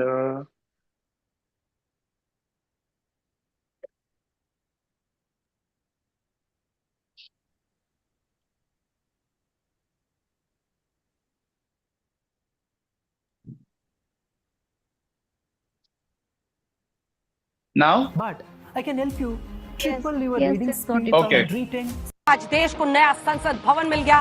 लोकतंत्र के इस त्रिकोणाकार इमारत है, original anchor पहली बार हुआ है। आप ना, मैं आपसे एक सवाल पूछूं? पूछिए। एक अंजना कई लोगों पर भारी है, फिर आपको मेरी जरूरत क्यों पड़ी? Are you able to hear Anjana Kashyap? Both are looking absolutely the same. The voice is also the same. Yeah. So what you're seeing over here is a deep fake along with the voice cloning. Anjana Kashyap's voice has been cloned. An entire deep fake has been created. And throughout the day, there is one show wherein this Anjana Kashyap 2.0, the deep fake of that Anjana Kashyap, actually says the stories of the day in that 30-minute segment. And you can't just make out that difference. So this has become so very easy, so very common, okay, that when you are looking at all these news, you're able to see my screen of news, right? Yeah. What is that is happening over here? Scammers cloned billionaire Sunil Mittal's voice with AI to con his executive. So now, what is this happening and how easy it is? Number one, it's very easy. How long it takes? Maximum 15 minutes. Has it happened in India? A lot. Ask several parents. You know, they have made certain payments also. Parents are now getting calls from the children. Let's say my son will call me. Hi, Dad, I'm in some trouble. Could you please speak to this gentleman who's helping me out? I've met with an accident. He's just taking me to the hospital. Could you please speak to him? Now, I will speak to the guy. I'll say, किधर हो, क्या है वगैरह. He'll say, हाँ, मैं इनको ये वाले बाजू में हॉस्पिटल है, KEM में, वहां पर लेकर जा रहा हूँ. आप please just transfer 1.5 lakh rupees. I'm just sending you the UPI of the hospital. Okay, I'm into cybercrime investigations and cybersecurity. I will not do that. But just imagine my 75-year-old dad. Wouldn't he do that? He will obviously transfer that 2 lakh rupees immediately. Think about some family member at your home and think of a little child. Could be a daughter, could be a small 12-year-old, 15-year-old, 18-year-old, 20-year-old. Dad met with an accident or Dada, Dadi met with an accident. Please immediately transfer that. 99% people will transfer it. How is this happening? How is it so easy? Number one, the target over the fraudster over here, he knows when are the parents traveling somewhere. Thanks to the social media, they know about it.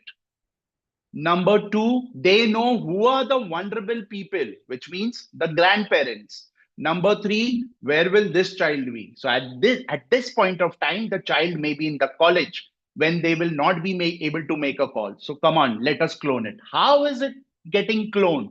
Now today, Ami ma'am is there, the principal.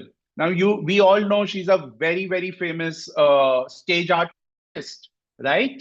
She's a very famous theater artist. Now I can just go to YouTube and just download her voice and I'll just make it. I'll just make her voice, I'll just download her voice. In 10 minutes, I will have her entire voice clone. And now I will give her script. She often works with Nimesh Bhai, another well-known actor. And I'll just make a script. I'll make an audio saying, Nimesh Bhai, I'm in problem. Please don't call me, but kindly transfer 2 lakhs rupees to this particular account. Nimesh Bhai, there are very high chances Nimesh Bhai at that point of time will transfer that money. And later on, he'll come to know, Are, I to never said. She will say, Are, Nimesh Bhai, it was your call only. Has it happened earlier? Yes, it has happened earlier. Let me show you this thing.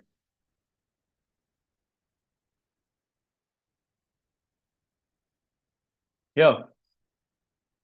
A Kerala man actually lost 40,000. What was it? It was an AI-based scam. His former colleague, these guys, his former colleague called him up on a WhatsApp video call and said, how are you, friend? And this, we used to work in Coal India and everything and all that. Imagine they're talking to each other. He recognizes his voice. He recognizes his face.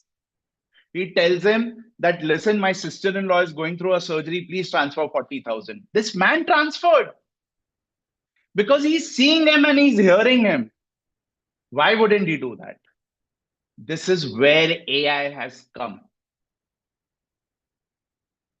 So we have seen deep fakes.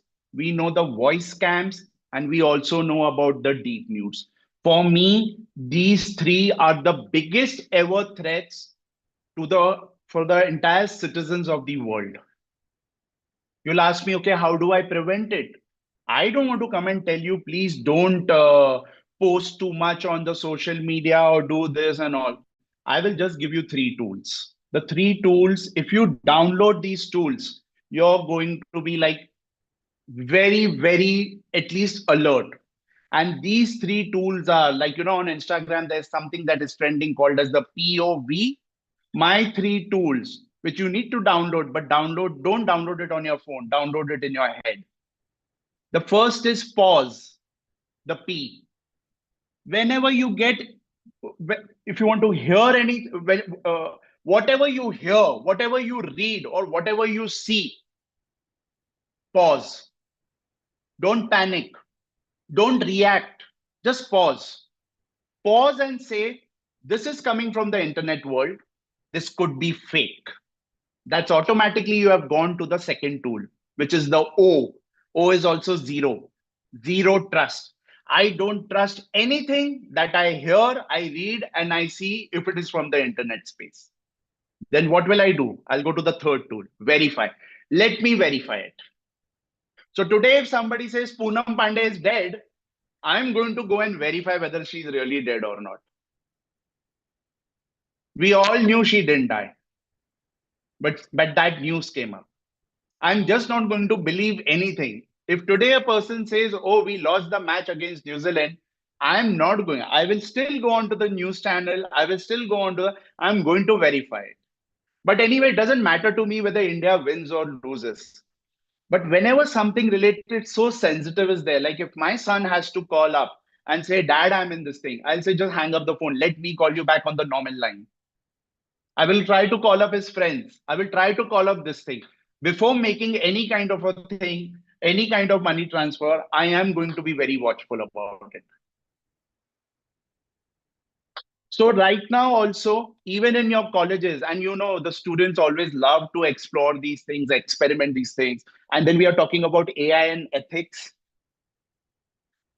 When cyber was there, we didn't speak about ethics over there. And that's the reason today our country, we see almost every human is bullied online. Everybody is harassed, right? So when the cyber world was there, we didn't bother about ethics. Now when AI is there, we are talking about ethics. So I wouldn't want to talk about ethics till, because ethics is later. First, what about the danger? What are we doing to bring such websites down? The government wants to ban pornography, but these are the websites. Let me show you another one. I am just putting the words deepfake porn. What is it? 15-year-old victim of deepfake porn. She's a small girl, okay? And entire, what do we need? All we need are like 5-6 photographs of yours. And if we get even one video of yours, a small clip, we can actually upload it and show you completely as a porn star. Has it happened in India? Yes. The first victim was the well-known journalist, Rana. Yes. What had happened? What had happened to her? What had happened to Rana Ayub? A cyber harassment, okay? A deepfake video was there. And when, for the first time, when she saw over here, okay, she actually vomited.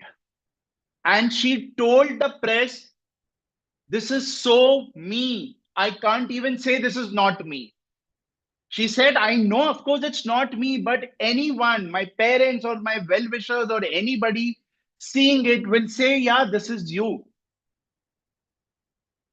You name a celebrity, take Priyanka Chopra and just put a, here it is. Realistic looking fake porn videos of Bollywood, sir. You name Kiara Advani, Kareena Kapoor, every person you will go and watch, you will be able to say what quality are. Yeah, this is Alia Bhatt. Yes, this is Priyanka Chopra, but no, they are not. So ethics is the last thing on my mind.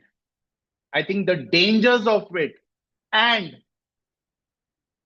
what can we do about it? So the government needs to do about it. The governments of the world need to do something about it. You just can't have like, okay, I have a website called as undress, let's say website.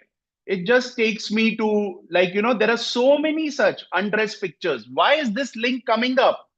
Undress AI. Why are all these undress for free? Why am I getting all these kind of things firstly? Undress AI tool, create deep nudes effortlessly. Why are we getting all these kind of things? So first, finish off the dangers. Then let's talk about ethics. Ethics will come when everything is going right, when everything is like safe. And then we will say whether it is ethical or it is not ethical. Biases, it's okay. We will, today also, if we have to say, okay, how many of you write with your right hand? I mean, out of 10, 7 people do write with their right hand. So why are we blaming AI? Okay, when we ask him to produce a picture of an artist painting, he's always using a right hand. You can't call it as a bias also, na? According to certain people, it may be a bias. But no, look at the bigger dangers. Today, if you tell it, okay, create, I mean, we are talking a lot about ethics or biases in AI, that when we tell any particular, when we give it a prompt, create a picture of a nurse, always a female nurse picture is created. Why are we making so much of noise about it? Obviously, today, when I also say, okay, give me a name for a nurse, you're by default going to say, you will address her as she, her. We don't call it as a bias as such. But then we are pouncing on AI, oh, you're biased. No, then you give a better command, na? Give a better prompt, make a picture of a male nurse. So I am not so keen about talking about ethics and bias at this point of time, because for me, the bigger worry is the safety and the life of so many people over here, especially of women. And hence the deepfake pornography, the deep nudes, they are a bigger concern than the ethics and bias. Ma'am, now over to you. I hope I made some sense. Sir, Yes, it has been I suppose. amazing. Like, yes. And sir, there are so many questions as well because everyone is so curious to know more and more about safety measures also. And then like so many curiosities are there. So we would start with some of the questions. Sure. Sir, the first one is like you spoke about these POV tools like pose zero POV. trust and Yeah. yes, Yeah. POV, pose zero trust and verification, right? Correct. So Yeah. these things are up to us, but from technology side, uh, what uh, what things are available to us? What tools are available to us that we can save ourselves? For instance, like these days there is setting like nobody can take the screenshot of a profile picture also. So on WhatsApp also and profile Facebook profiles also are locked. But besides that, like what uh, tools are there like that can be utilized by us in general? Okay, so in general, firstly, I would say the biggest tool is your common sense. The biggest tool is your brain, the brain that has given birth to AI. So how can we be inferior to AI, right? Uh, so we need to understand these tools are created by us, okay, or we force the platforms to create these tools. But unfortunately, the platforms, they wake up very late. Now, let me give you an example. All as of like right now, while we speak, you must have heard that there are thousands of people whose WhatsApp has been hacked, right? You must have also got some messages, na? Hey, can you please transfer certain money or whatever? Almost every second, third person's WhatsApp has been hacked. I will tell you how is it being hacked. You actually get a let's say, for example, somehow I'm able to hack Ami Ben's WhatsApp. Okay, now her WhatsApp is on my phone. Now on my phone, I definitely have Dr. Nisha's number. I will have Dr. Nilanksha's number, and I will message them. Ki, hi, please send me the WhatsApp code that you would have received. That is my WhatsApp code. You both, I mean, 90%, there is a chance that both of you will, or at least one of you will share that code with her. Yes. Okay. And the moment you will share that code, your WhatsApp will also get hacked. Now, who's responsible? Are you responsible? No, you're not. You're not. This is where the world is going wrong. How are you responsible for such a weak technology by a giant like WhatsApp? When my entire data, my business, my relationships, my most confidential messages, everything is on WhatsApp. Okay, everything is on WhatsApp. Then why have you made the authentication so weak that anybody who gets an access to my OTP and I am out of it? So sorry, here WhatsApp is to be blamed. Completely, 100% it needs to be blamed. Nobody else but WhatsApp. How can you just do that? So WhatsApp says, listen, we've given you a feature, which is called as the two-step verification. So if you go onto your phone, open your WhatsApp, then on top, there are 3 dots on the WhatsApp main screen. You go to settings, and then you go to account, you will see something called as two-step verification. Please put that on. It will ask you to put a 6-digit code. Just enter the 6-digit code and remember it for life. And WhatsApp will keep reminding you every day.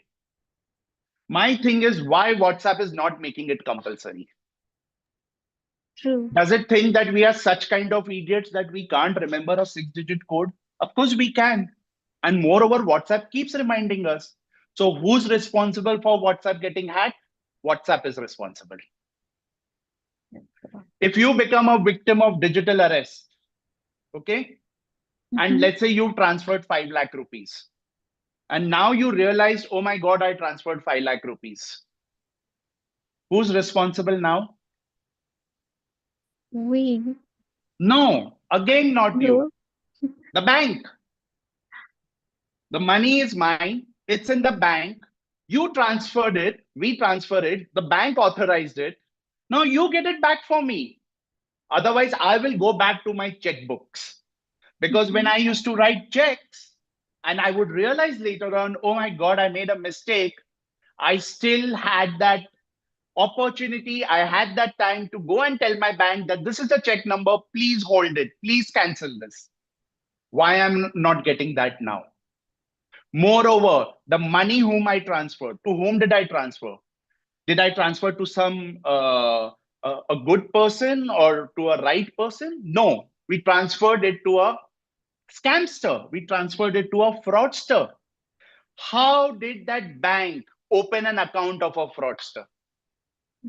How? So the bank failed in doing the KYC. So don't blame me that, that I was responsible.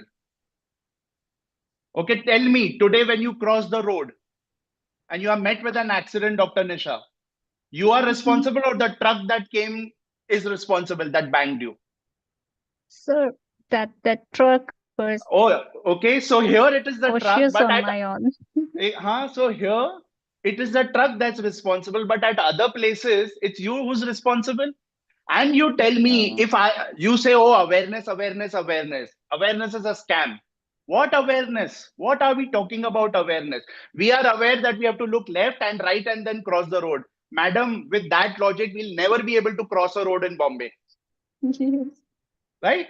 We'll never be able to cross a road in Bombay if we have to keep looking left and right to cross. You have to just go out, tell the car, stop, let me cross, now you move. Yes, that's what we do, sir. Yes. Yes, exactly. So don't bother about the tools and all those because there are so many tools for each.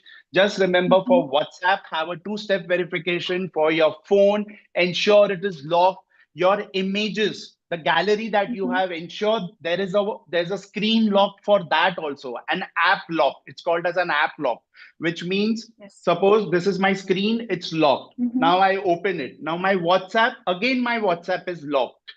Okay. And then now if I go to gallery, my gallery is locked.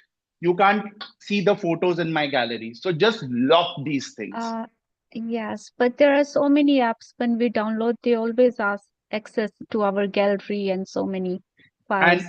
So let me tell you again here how the common sense comes into play. Now just imagine, Ami man tells me, Ritesh bhai, please make an app for DGMC. Because we also have another company wherein we make apps. I will make the apps. I will make one app. I will ask each and every staff to register on the app. I will ask each and every student. I'll tell them I need access to the gallery. I'll need access to the messages. I will need access to the notifications. Otherwise, this app won't work. So I am right now kind of monitoring you. Imagine I will just go onto my dashboard. I will say, okay, this student, Neha, let me just now go to Neha. Let me go and see her library. Sorry, photo gallery. I'll be able to see Neha's all the pictures. Why didn't we speak about ethics during web development? Why do we want to speak about ethics with AI? What about ethics of Zomato, which is asking for your permission for your microphone? Does it want to hear me burp after I have my food? Oh, how was the food? How was the food? Does it really want to know that whether I burped or I didn't burp? Okay. Why is it needing that kind of permission? True. In fact, sir, there was this funny thing also that calculator like there was a meme which Yeah. says calculator was asking for permission to access to Exactly. gallery and microphone and all those things, which is very funny. So your phones are your surveillance device in the pocket. You are being surveilled at every point of time. You must have noticed that even when you're messaging your friends, let's say that you want to buy some property in Goregaon East, and you start getting ads related to that. Even if you speak about it, if you were to talk about it, even if you make a call on WhatsApp and talk about it, still that particular thing happens. So 24 hours you are being surveilled, and now you have entered into that dirty world, and now there is no looking back. You can't get back. Now it is only going to be about your survival. It is no longer about your privacy. Privacy is a myth. Privacy is long dead. That's gone. Yes, sir, that's true. We understand. That's why even like Elon Musk, or I mean, their cameras are always off and they keep their microphones off, and those are the Yeah. things because they know how it goes. And these are the people who want our cameras and our microphones to be on all the time. So where is the ethics over here, man? Let's talk about ethics in leadership also. Yes, sir. That's obvious, sir. And Yeah, we know the Nilanksha, truth ma'am. as well. Yeah, yes, Nilanksha, ma'am, you were asking a question. Yes, actually, this was about this only. In fact, I was looking at, I just opened my Instagram and I just saw a movie trailer that has been released by Imran Hashmi, which is absolutely AI. And you were talking about it at that point of time. So my question was that when media so widely uses it, for we use it for our own purposes, for creating so many creatives, then the idea of where the line is to be drawn is something that is very blurred out to a lot of people. So how do we handle that? And should there be any specific standards or ethics or say laws created by all of these social media websites to mark content as AI made or all of that? No, ma'am, I don't think so. That because see, the thing is, you don't put up on a website that this is computer generated, right? It is obviously the website is made using a computer. So now, the new norm is that everything that will be produced, whether it is the content on the website, it is the photographs of the website, everything will by default be an AI generated. So, in the next few 6 months, I mean, you will not see Arnab Goswami only on the 9 o'clock show. You will see him all 24 hours shouting and howling throughout the day, show after show, because all of them will be his deepfakes. He would be sitting somewhere in his own room and sunbathing or not even doing anything. And so this is going to be the new normal. So if you ask me, the governments of the world, they haven't been able to even control a single cyber crime. AI is has gone quite out of their hand. So the genie is just out of the bottle. There is no way we can put it back. So now let them come up with whatever laws, regulations. See, this is my perspective, and I'm really not over here to talk about its ethics, biases, governance. Because as I told you, there are bigger issues that I would want to look out for. Imagine somebody in the family has got cancer and one person has just got a cold. We are focusing a lot on that one person who's got the cold. We are forgetting there's a cancer out over here. So, ma'am, there is a cancer out over here which is going way beyond our control. So we don't have to literally bother about, okay, that when we ask, when we are for example, in one about the biases, that when we ask to create a persona of a nurse, it always gives a female. It's okay. Amazon, what they did, they made an AI based hiring tool. Now the kind of data it had fed it, that it had fed, let's say, thousands of resumes. Now in thousands of resumes, now 900 resumes were, or 800 resumes were of males. So now wherever a resume of female would come, AI would just discard it. Because so now this was the now how did this bias come? now if in Amazon, the person who fed it, he should have been a little more careful that let me put 500 male resumes and 500 female resumes. But now look at the mining Yes. sector. Look at the mining sector. What would you do in the mining sector? 99% people are males, 1% are females.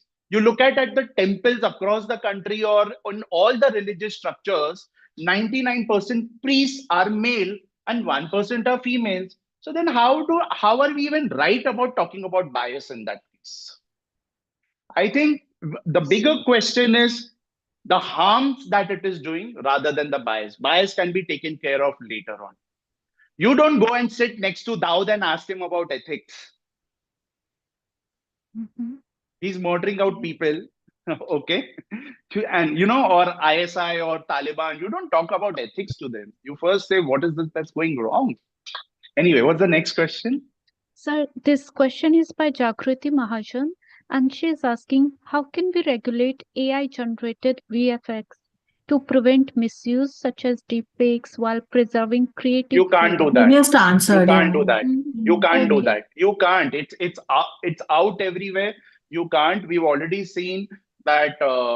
So now you cannot go and say, ki, okay, let me remove all my images and videos. No, that can't happen. Like now I come on television every second day. I am somewhere or the other. Like just look at now only, na? I'm right now live on your YouTube. This YouTube will remain forever. Now the government will also hear it. Elon Musk may also want to hear it. And any student over here may want to just download me and create my deepfake and now make me say any rubbish. What can I do about it? I can't do anything about it, man. Sir, though you have already given your opinion on this, but still, if there is a dedicated official AI ethics regulatory body in India, like, is it possible to have that?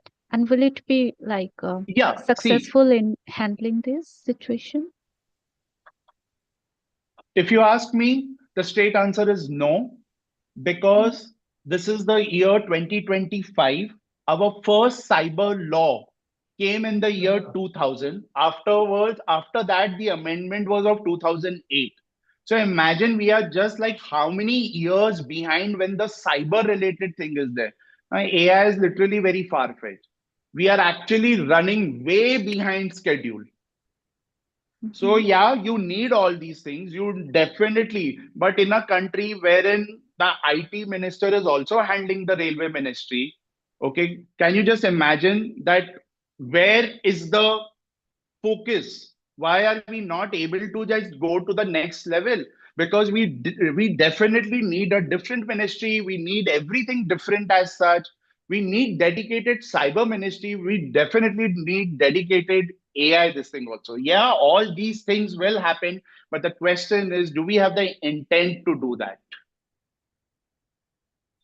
Sure, sir. Sir, last question for this, even though there are many questions, but keeping in mind the time also. So I understand. this one, awareness is very important. And we, to a certain extent, we are aware of this. But how do we make our elders, like the older generation, like how do we spread the awareness about it so that these cyber crimes, they can be controlled or we can prevent them from those? Is it possible? Yeah, it is very much possible. The whole thing is whenever you come across a particular cybercrime, what you could do is you can just just talk to your family. Like let me tell you what I do at my home. At my home, if like for example, this we spoke about the undressing and what one boy did. We immediately came and told our son, hey, today we got a very interesting case and this boy has done something like this and now he's being sent to the remand home. So I'm not telling my son, don't do this. I'm just telling him, I'm just sharing a case study. He's intelligent enough to understand, my God, had I even attempted this, even I could have gone to the remand home. So there are certain things you just tell. So, you just tell your parents that what is happening. If they continue reading newspapers, which I know most of the senior citizens are reading the newspapers. If you have stopped the newspapers, please restart the newspapers. Okay, give them the newspapers, ask them that anything related to cyber, please read, because most of the newspapers are covering a lot related to cyber. Yes, sir. And I guess like even making advertisements also would help Oh, because no, these no, no, things, no. They don't help. They don't help.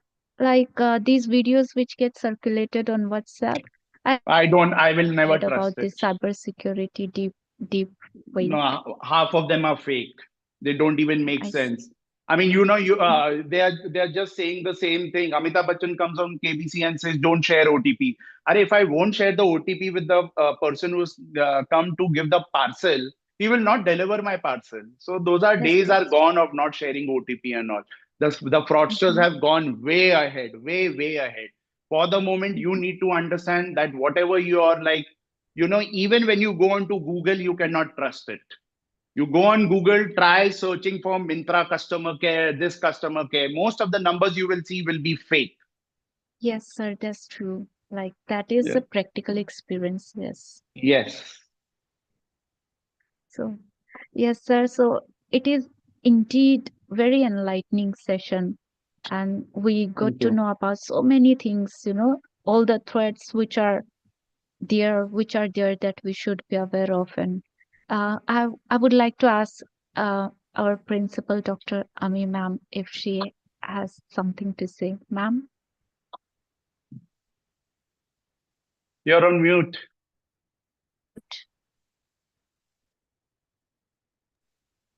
Ma'am, you're still on mute. So I say that thank you, Nisha ma'am and Ritesh bhai. I feel that this was a very, very interesting session, and I would just not call it interesting. It was an eye opener. It was something that students who are here with us, research scholars who are here with us, academicians and teachers who are here with us on this platform, they need to understand. And when they go back to their respective classes and when they are interacting with the youth, they need to, raise a red flag to all the dangers. As you rightly said, ethics to bahut baat ki baat hai. Pehle to we need to understand what are the dangers that AI is, dangers we are facing with the kind of AI tools that are developed. And more than responsible use of AI, understand the dangers of AI, and then we need to draw a line that how many and which of the tools do we really need to use to have a then so-called ethical use of the AI tool. So yes, I think your session, I think 1 hour is less, Ritesh bhai, for you. And the kind of knowledge that you have, and the kind of cases that you handle, and the kind of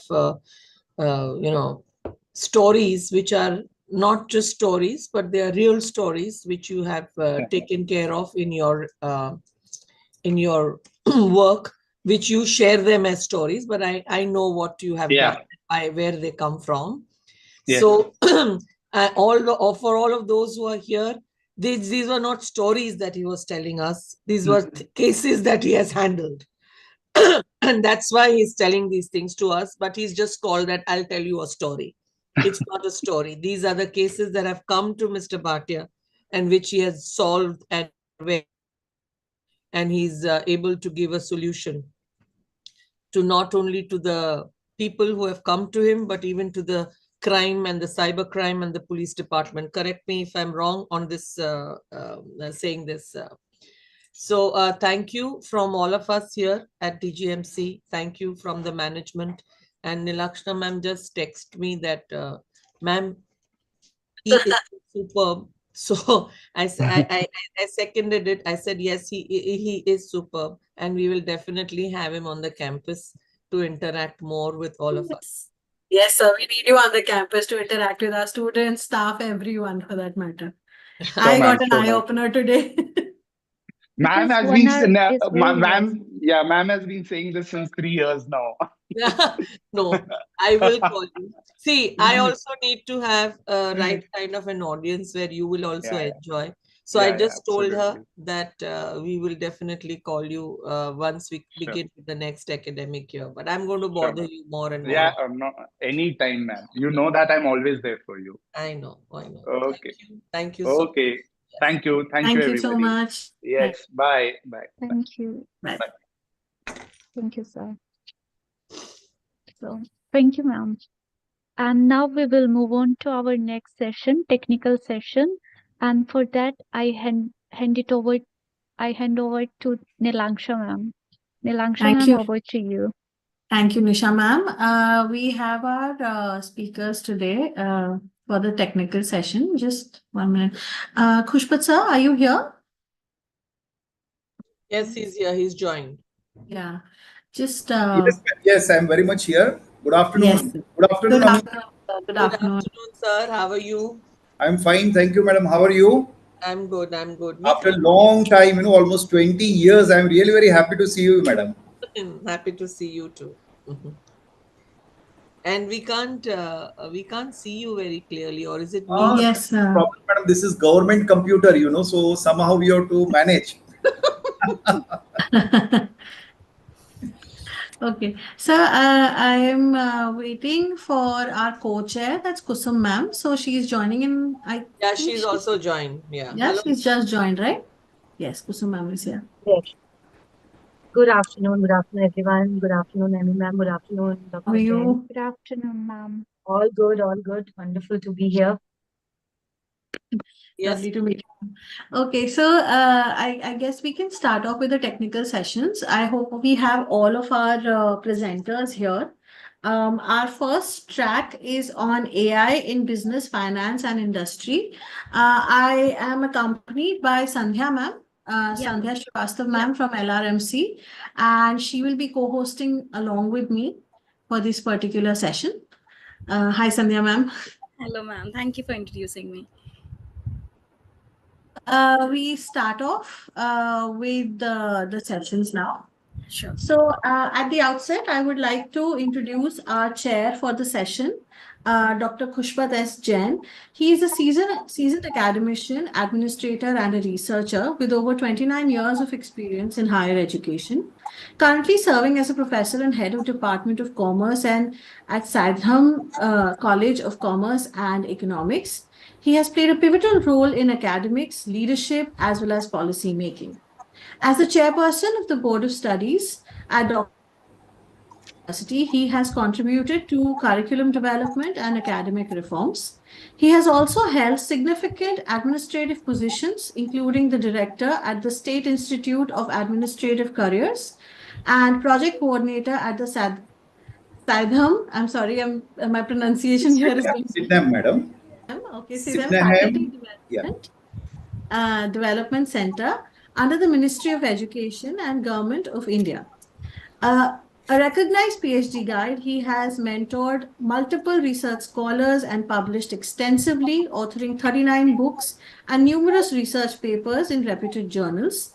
His efforts in faculty development have benefited over 2,000 educators nationwide, and his contribution to social initiatives such as the Right to Read campaign highlights his dedication to inclusive education. We welcome you, sir. It's an honor to have you with us today for this particular session. Over to you, Sandhya ma'am. Thank you, ma'am. We are pleased to welcome Dr. Kusum Pawar as the co-chairperson of Technical Session 1 at the International Conference on AI. With 20 years of experience in HR across industries like insurance, education, and consulting, she is currently an assistant professor at DSGS in HR and OB. She holds a Master's of Management degree from DEI Agra, where she has received the Director's Medal and is currently pursuing her PhD in work engagement from University of Mumbai. Dr. Pawar's professional achievements include certifications from Kinder Brothers International USA, Lloyd Register Group, and Eon Hewitt. She has also completed various leadership and instructional design courses. An experienced trainer, she has conducted FDPs and MDPs on leadership, team building, and performance feedback, and has presented research at various forums. Her key areas of interest include HR analytics, HR, AI in HR, learning and development, work engagement, and leadership. We warmly welcome Dr. Kusum Pawar as the co-chairperson for the technical session 1, and we look forward for her valuable insights and contribution to the session. Over to you, Nilangshi ma'am. I would now quickly move on with the paper presentations. I would like Khushpat sir and Kusum ma'am to say a few words. Khushpat sir, a few words, please. Yes, yes. Thank you, ma'am. Well, at the outset, I express my gratitude to the Honorable Management Trustee, Ashok Ji Saraf sir, Principal Madam, Ami Vora Madam, the entire teaching, non-teaching faculty of the Institute for inviting me and giving me an opportunity to share my views on an important issue like AI. Well, I wish all the presenters all the best for their paper presentation. And thank you once again. Thank you. Ma'am? Yeah, good afternoon, everyone. As an integral part of RSET, I would like to thank Shogji Saraf and the trustees, Dr. Emmy and the entire team of DGMC to have me on board. I am really looking forward to hear the presenters, so all the best to them. And I hope that you all have a great learning experience. Thank you. Thank you. So the first presenter for the day is Dr. Rajashree Vaza. Ma'am, are you here? Dr. Rajashree?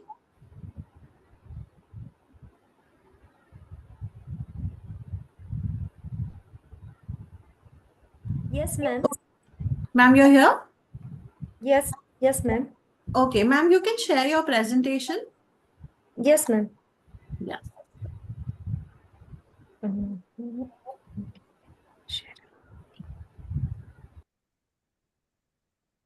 Did you the co-host? You can now share the presentation, ma'am.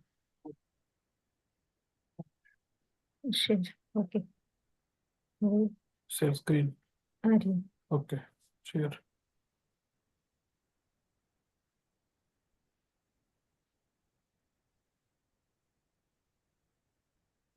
See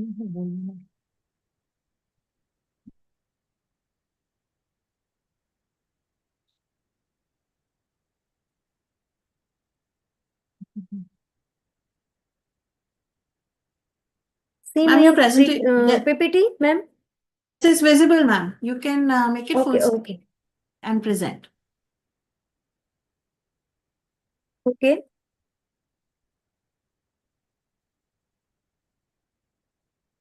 Is my research paper title Social Economics Effect of Artificial Intelligence.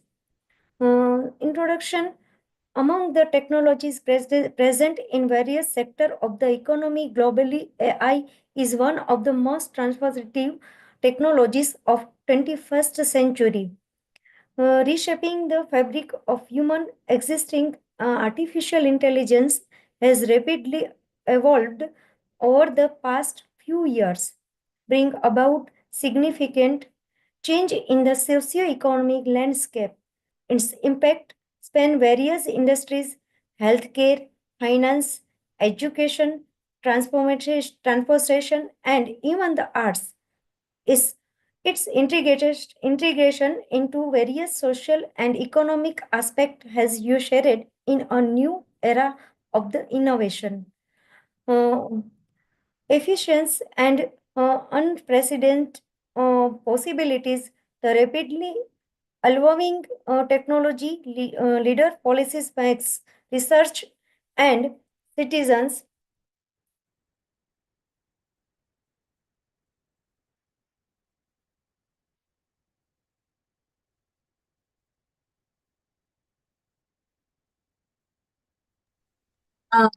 Ma'am, you're not audible. Rajashree, ma'am?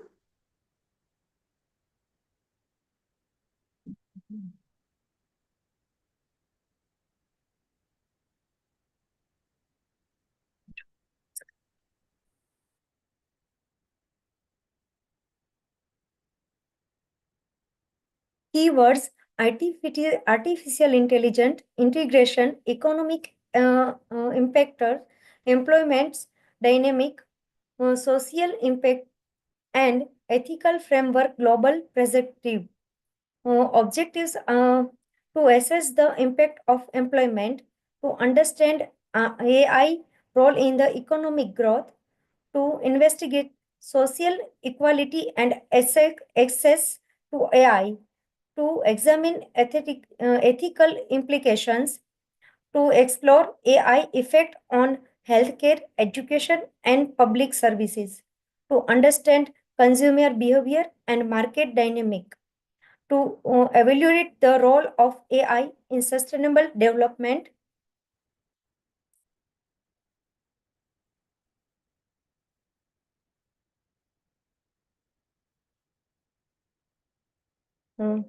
Significance of study of artificial intelligence in socio-economic impact, economic transformation, labor market displacement, social equality and inclusion, ethical, legal consideration, impact on education and skill development, global competitiveness, healthcare and quality of life, AI and economy policy, impact of human behavior and society, scope and methodology approach, scope exploration. The paper focus on the socio-economic impact of AI integration within the context of global economic and human societies.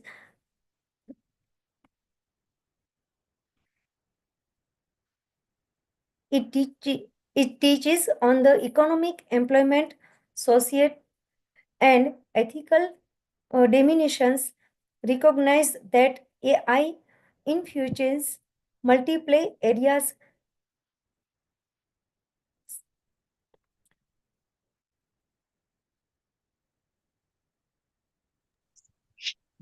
Ma'am, you are not audible.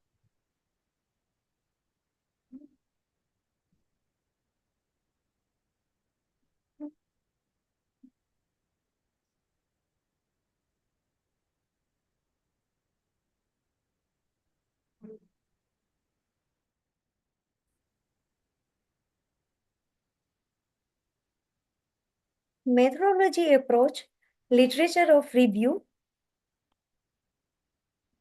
a comprehensive review of academic literature, industries report, and policies documents its conduct to synthesize existing knowledge and theoretical perspective on AI integration and its socio-economic impacts. Surveys, reviews, studies on the impact of AI in various sectors such as employment, economic growth, inequality, and social dynamic. This forms the theoretical foundation for the study. Quantitative analysis, quantitative data from reputable sources such as national statistical agencies, integration, organize, international organization, and industries report are analyzed using statistical technique to quality of economic, employment, and social impact of AI integrations. These include regressions analysis, trend analysis, and econometric modeling to identify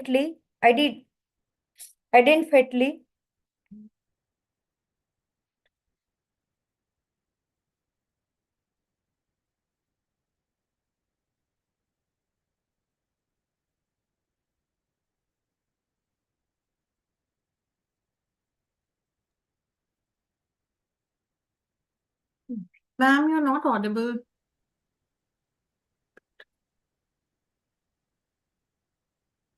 Rajashree, ma'am, are you done?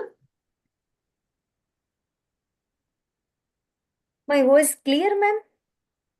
Sorry? My voice is clear, ma'am? हाँ, it's आपका your presentation is done, ma'am? Yes, ma'am, done. Okay. Sir, Pushpat sir and Kusum ma'am, I would hand over the session to you for any responses. Yeah.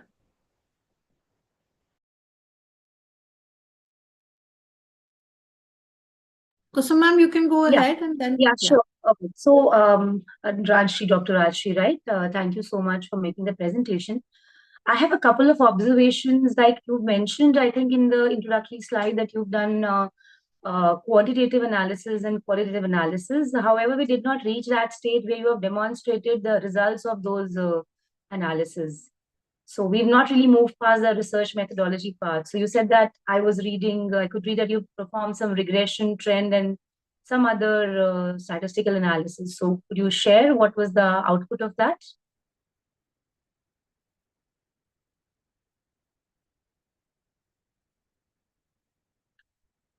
Is my question clear, Dr. Rajshri? Yes, ma'am. Yes. So I'm saying that we did not reach the stage where you would have given us what was the outcome and what was the inference that you've drawn from the study. Please correct me if I have understood it right, in terms of the quantitative analysis, the techniques that you've used.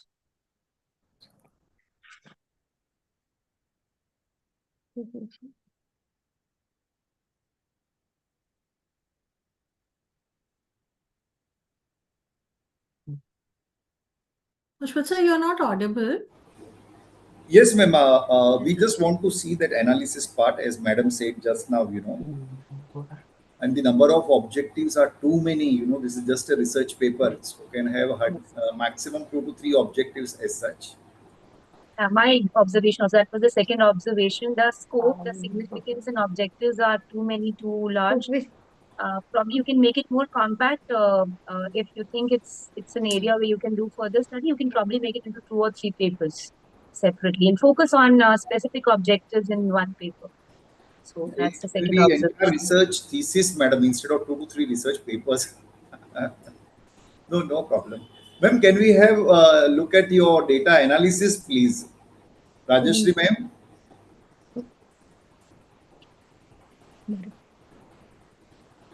No need to present. You can just show us like how you have achieved all these objectives and what Sir, are. please, मैं share my PDF PPT में वो नहीं है, तो मैं अपना वो paper कर सकती हूँ? हाँ, पेपर प्रेजेंट दिखाइए यहाँ ना पे? मैडम, पेपर दिखाइए। Okay, thank you sir.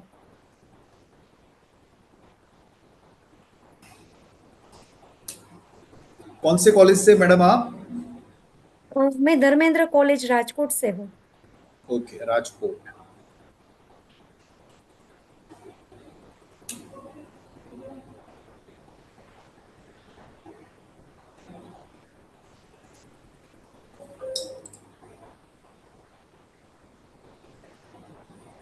Rajashri ma'am, are you sharing?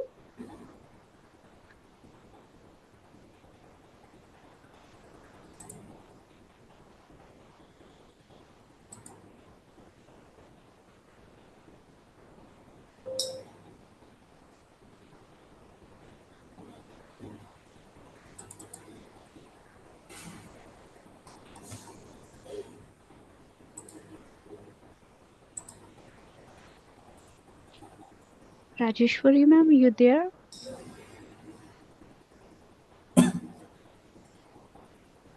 Rajeshwari madam unmute करिए, आप म्यूट पे है, शायद बोल रहे होंगे but you are not Audible.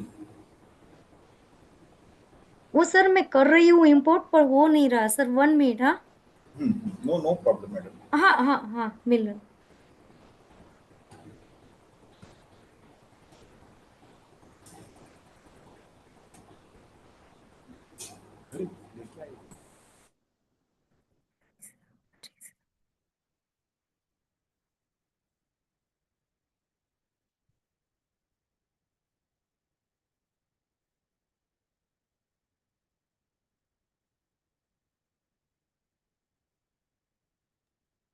Ma'am, can we do something that we move on to the next participant, and then Rajashri ma'am can share her paper with me and I can share it with you.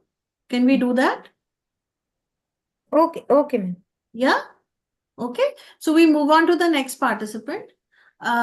So now I would call upon Ms. Insha Mirza and Khushbu Wadhwani.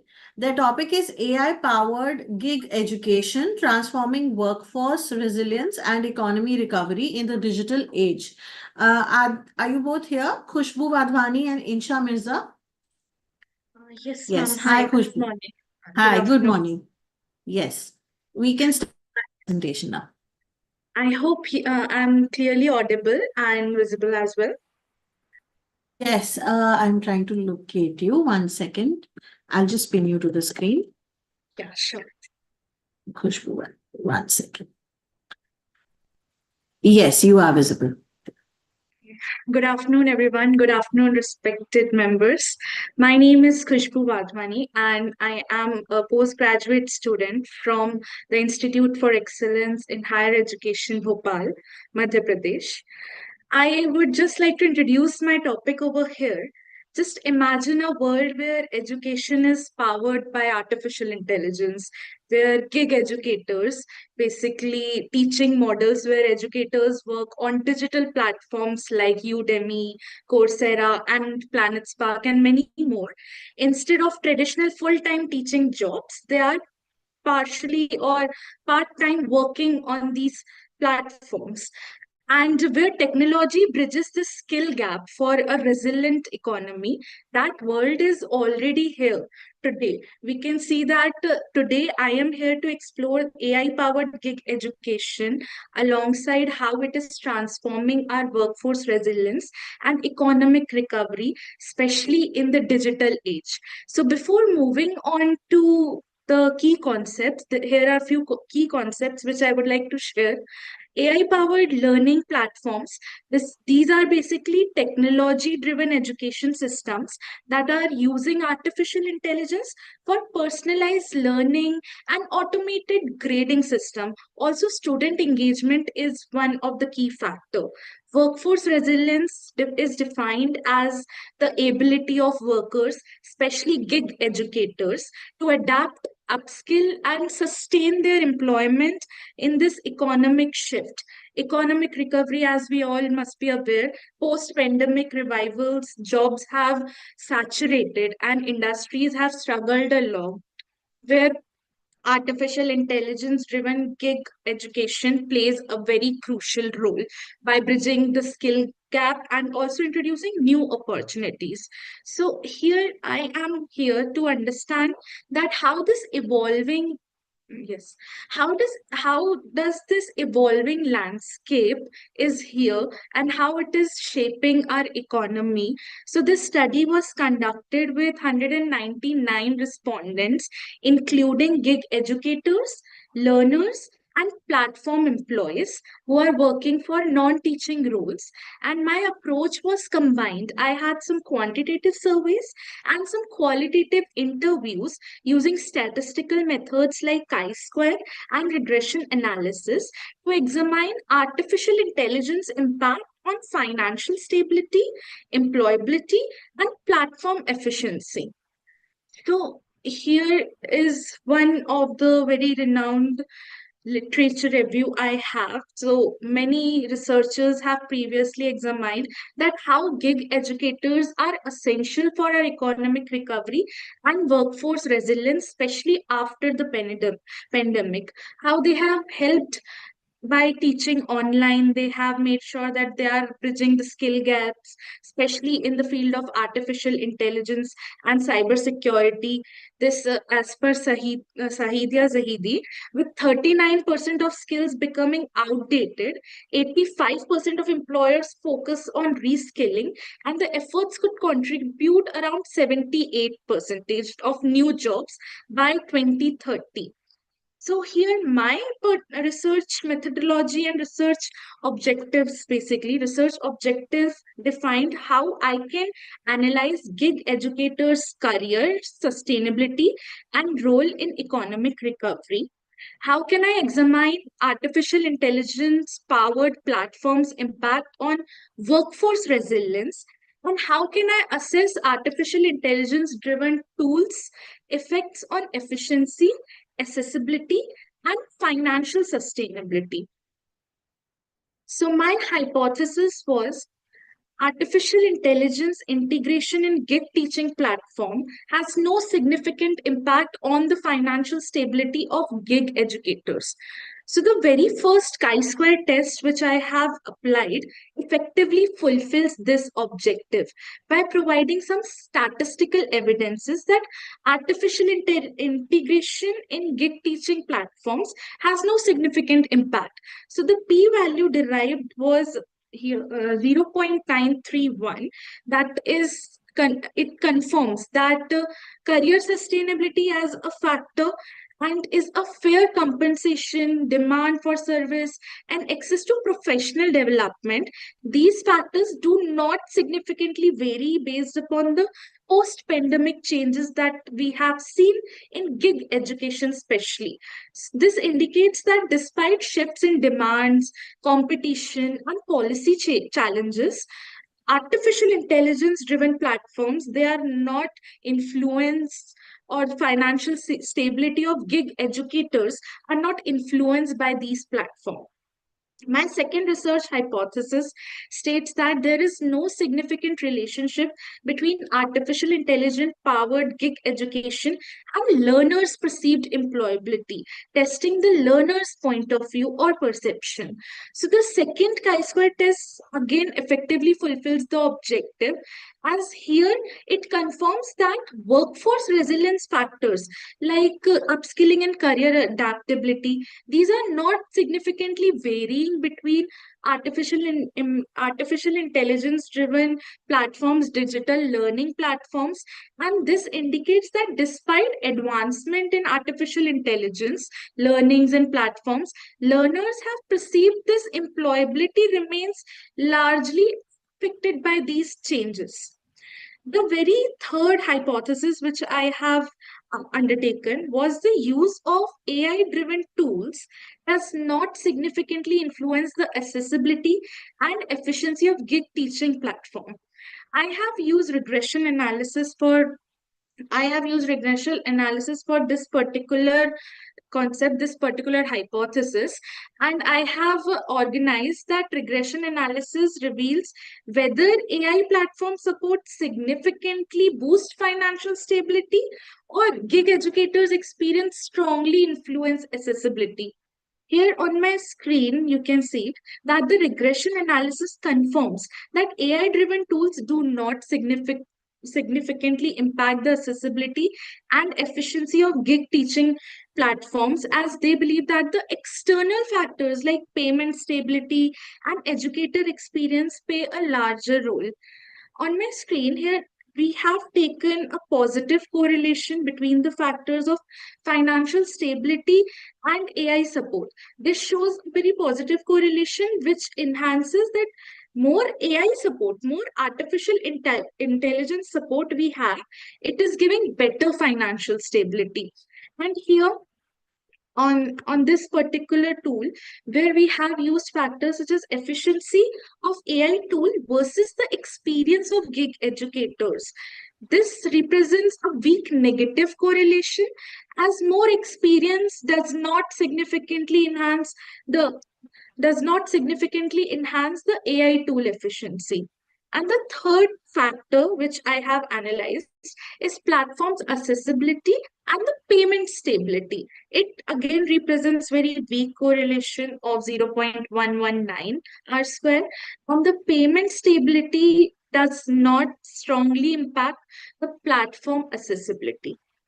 Apart from these statistical tools to understand the quantitative insights upon my study, I have used some thematic analysis to understand how the qualitativeness or perceptions of actual population working in the environment varies or are using. So I have taken some representative statements from gig educators, learners, and platform employees, and their experiences provided me a real world insight into the opportunities and challenges of artificial intelligence powered gig education.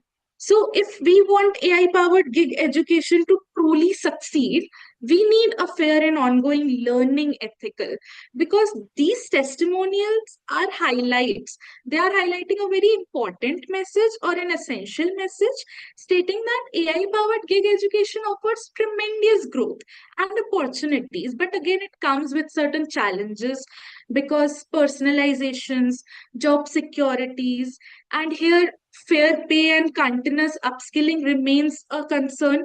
Also, most of the external factors are also affecting this particular advancement.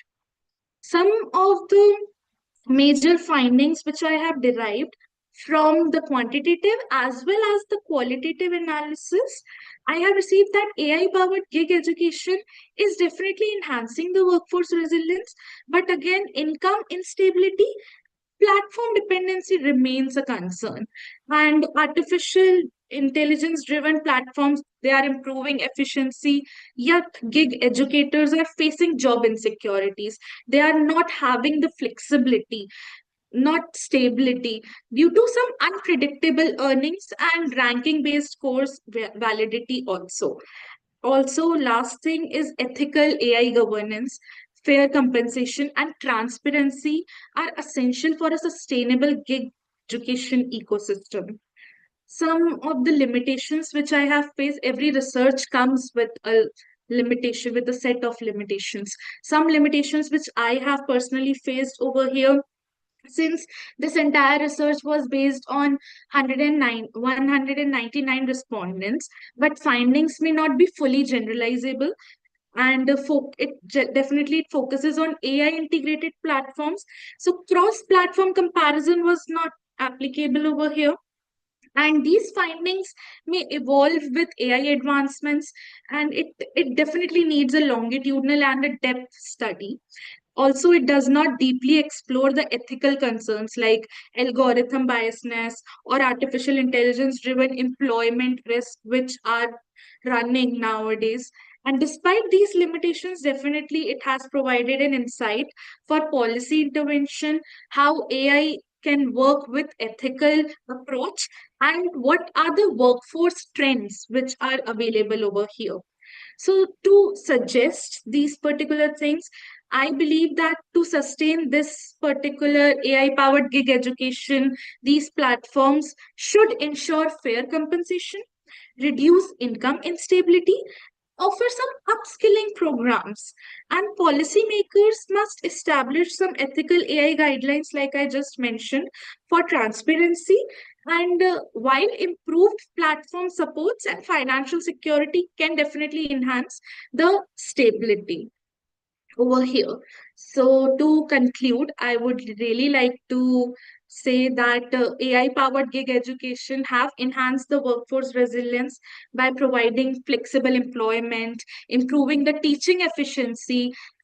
It has also given wider access to learners, but income instability, platform dependency, and some ethical challenges are again on the path of competing or overcoming these challenges.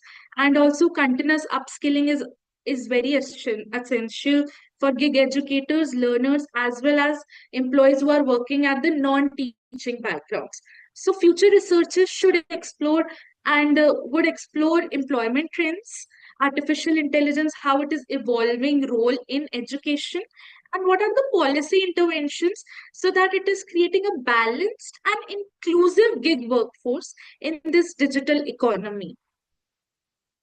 Thank you so much for your kind attention, and thank you so much for granting me this opportunity to present my thoughts in this esteemed platform, on this esteemed platform. Over to you, sir. Pushpata and Kusuma.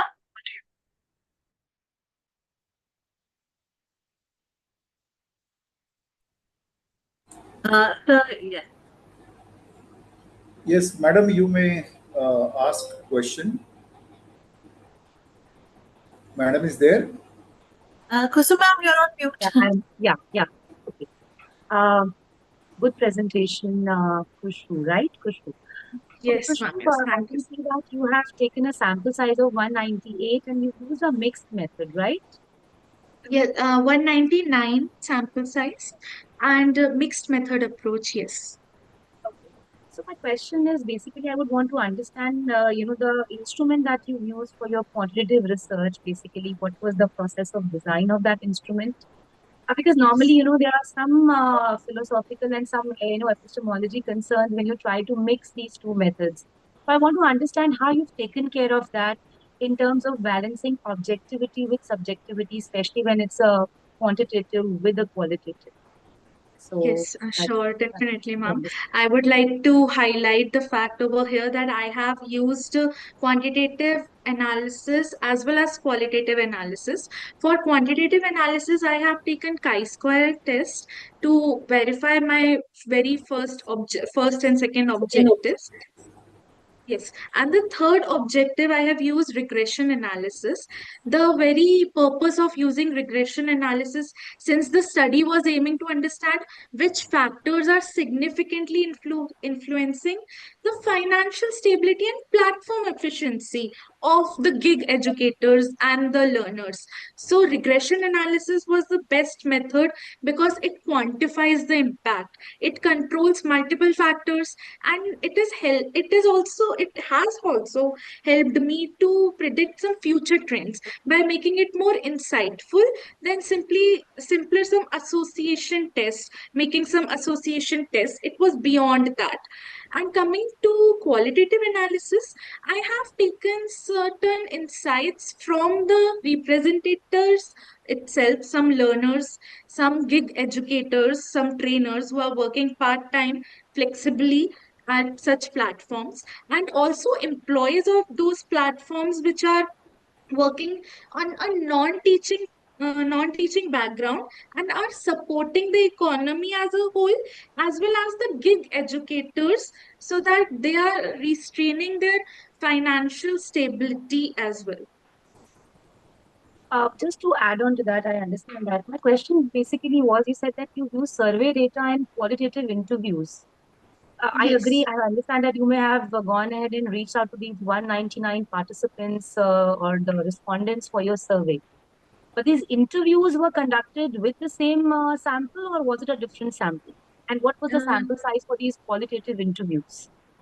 Yes, see, coming to that, as a gig educator itself, I have chosen qualitative analysis from the firm in which I am currently placed, and this research was a product of curiosity to actually know how these platforms are enhancing the workforce resilience. So I have taken these qualitative analysis from my colleagues itself, and the sample size 199, the question survey method was circulated in the city of Bhopal, some educational institutions, and at the same time people from all around the world, because the platform in which I am placed currently is working with the students all around the world. So the learners were from all around the world. They were also part of this survey, as well as trainers and educators are also part of the survey, which are also from all around the world.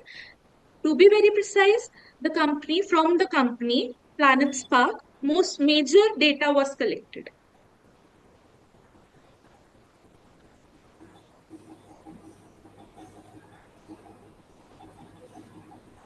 So, ma'am, unmute yourself. We can't hear you. Yeah. So that means these 199, majority of them are from the same company, you're saying, right? Yes, Or yes, maybe and the that company or the other connected. So that's what, in terms of the scope, I guess probably would have defined that the scope is then in that case limited to a particular service yes. provider or a particular company probably active in the gig space. One more question is there in terms of the questionnaire that you may have circulated for this survey. How did you design it? Was it an already validated and tested questionnaire instrument, or did you design it on your own? Ma'am, I have designed that on your own, and I'll definitely come to that particular part. Coming to the previous one, I have definitely added this limitation in my study that cross-sectional analysis was not conducted and it was based on one particular Yes. organization. And now towards the recent question, the questionnaire was designed by me, and it was designed on the basis of three separate population: gig educators, learners, and employees who are working on a non-teaching aspect on these platforms. So I have collected and taken some qualitative possible responses, probable responses, and made a close-ended question with limited open insights from the participants. I'm expecting that you check the reliability also of your questionnaire before you went ahead Yes. with the answer. Yes, Khushbu. Well, Good you have afternoon. structured your paper very nicely. In fact, whatever components are required in a research paper, they most of them are present in the paper. I have a small question. Why do you do research? Like, what is the objective in your mind when you write a research paper or you undertake any research study? Sure. So that's really interesting question. And we have been learning about research. If I talk about this particular research conduction, this was totally based out of curiosity to know how actually this platform is working, in which I am investing my time. And to conduct this study, I have used my guidance, my peer guidance, my organizational support was there, my institutional mentor support was there. Miss Insha ma'am was with me throughout the session, throughout the research, to guide me. So it was really helpful, and this was totally based upon curiosity to know, is it actually impacting or is it actually helpful? Is this investment right? What could be the future of it? Are people going to shut down their works and just sit at the comfort of their home and ready to earn money, and ready to earn money with their comfort, and are ready to leave the physical job and socialize as well? No, no. My question is in general. Okay, you might have done this study in order to learn something new, right? Yes, sir. Isn't it? In general, why do we do research? What is the objective of research? So, one is definitely this curiosity. Second, to enhance your knowledge, to enhance your capabilities. Third, for some theoretical work, some quantitative credibility, recognition. People adopt research methodology, researches, and also at the same time to gain hands-on experience on the field research, on the field research particularly Don't, for don't their you professional don't you insights. think so that people do research so that it can benefit society at large? Yes, that is also one of the objective of That is not one of conducting a research. the most important Yes, objective of any most research study. exactly. Yes, that is one of Don't the do it most for personal important. growth, for personal satisfaction as such. Yes, Ultimately, the objective of research is that the society should benefit, isn't yes, it? So, whenever you do any research, or henceforth, whenever you publish any paper, keep in mind that you include social implications of your research in the research paper as well as research study as well. That is one thing. Other thing is that, like when I look at your entire research paper, it looks too complicated. See, it is always meant for society at large. So even if a layman is going through your research paper, okay, you should be able to understand, because I see there are so many parameters. You are talking about recovery of economy as a whole, okay, by yes, using yes. some AI platforms. You Mhm. have tried to correlate AI with financial stability. May I know, Yes. like, what all parameters have you used in order to gauge financial stability, and which financial stability you are talking about? And how have you gauged online platforms? What all things have you used in order to quantify these abstract terms? Financial stability is quite abstract, and it's a relative term. Yes, Correct? yes, sir. AI platforms, you can't measure. You can measure the effectiveness, how effective a platform is. But the parameters Yes. which you have taken, how you have quantified, that is what I want to know. Yes, so I have represented financial stability and AI support. I have uses the comparison and versus how they are reflecting each other, and also efficiency of AI How do you tools. measure financial stability? What have you used to measure that term financial stability? Because you are correlating, right? Yes, yes, I am So you must correlating. have some numerical number in order Yes, to so say the that you question. are financially stable to the extent of 96, I am stable to the extent of 50, somebody else is stable to the extent of 12. So how you have quantified that? To quantify that, I have used chi-square, the questionnaire which was forwarded Chi-square is a based test on the data. responses. Based on the responses, the numbers were quantified like 50% or among the 102 respondent, if 40 percentage of them believe that yes, their financial stability has improved after joining the platform, it has significantly improved, there's no change, or it has significantly worse, and to my surprise no one opted for significantly worsened. That means they have experienced either no change, or most 90% of them have opted for it has significantly improved. So the questionnaire, the responses which I have received, those were utilized to quantify the data. ठीक है, no problem. You are a student, right? Yes. Yeah, good efforts you have made. You have got good knowledge of research and everything. Gradually, I feel that definitely things will improve when you will be critically evaluated by somebody. It's a good attempt. Wish you all the Thank best you. for your future endeavors. Yeah, thank you. Thank you so much. Thank An you. interesting Thank you topic, so and I guess just Thank keep you in so mind much, what the Khushbu. are giving. We can now move on to Thank you so much. the next participant, and I would request all participants to please take care of the time. We have until 5 o'clock for these presentations, so please make sure that you are under the time limit. So next Madam, participant how is many Sachin presentations are Gupte. there total? Sir, Sachin, we have about 13 people. 13 people. So we need to give around 10 minutes to each. In fact, Yes. 7 to 8 minutes. Yeah. Yes, yes. So that's why I am requesting all participants to please time their presentations, keep it short so that we can hear to the reviews also. Yeah.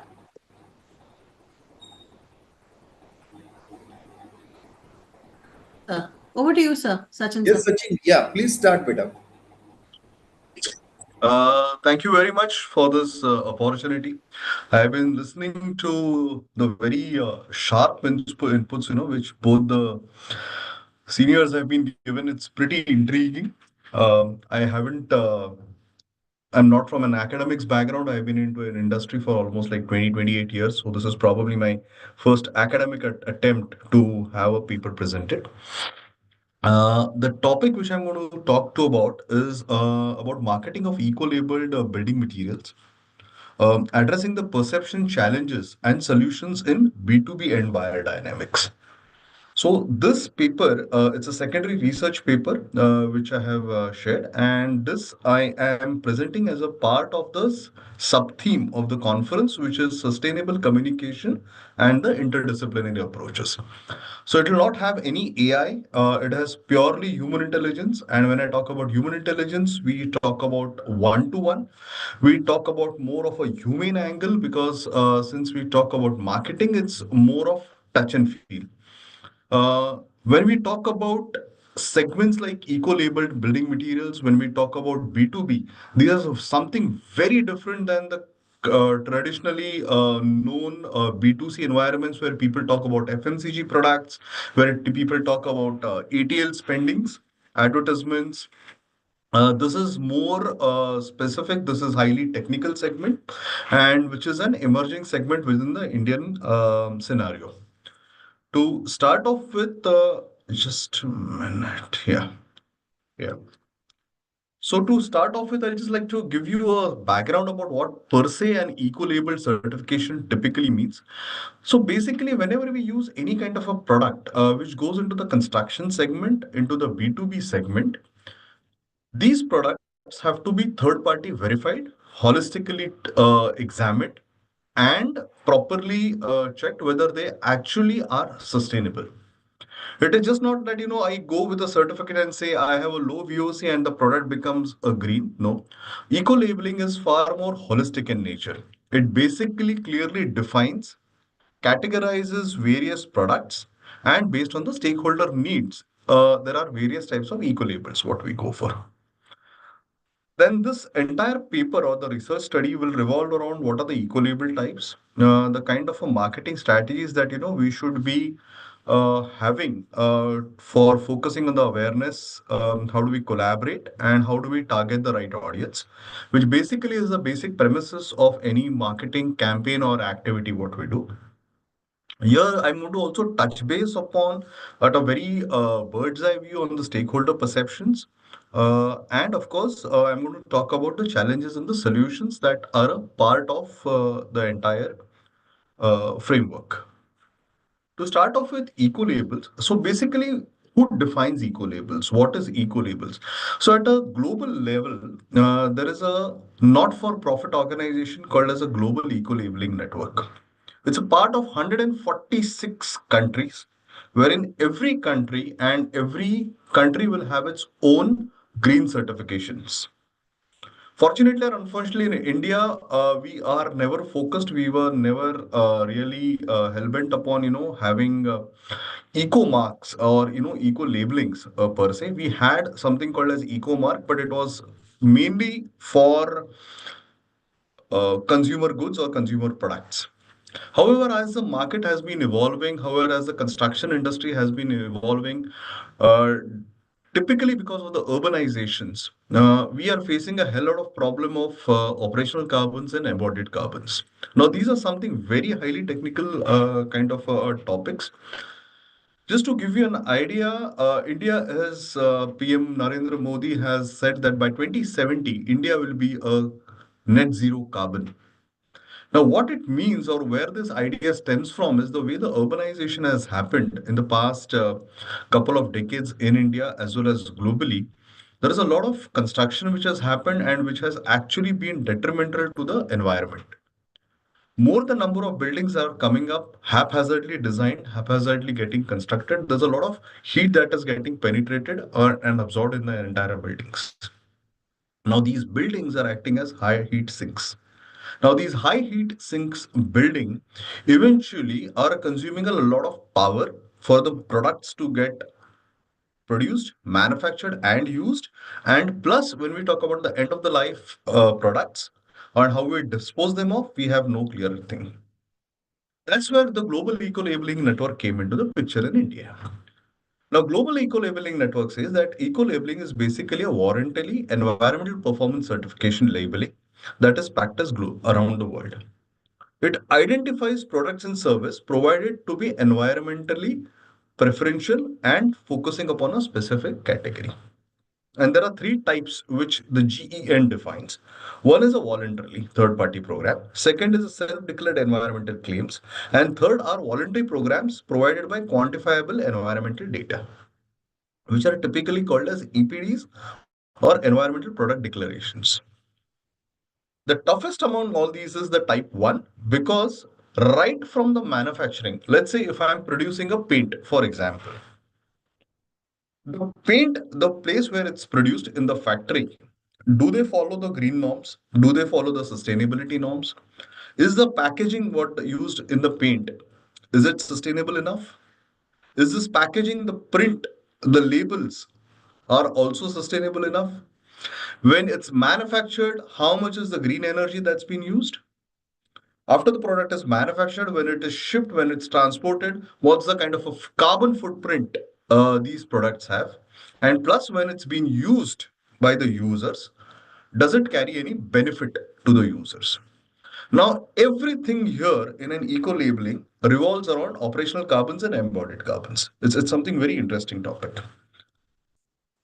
Now, at a very broad scale, just to start this topic or to connect with the larger audience, there are multiple categories of products which are which we can say there are examples of eco-label products.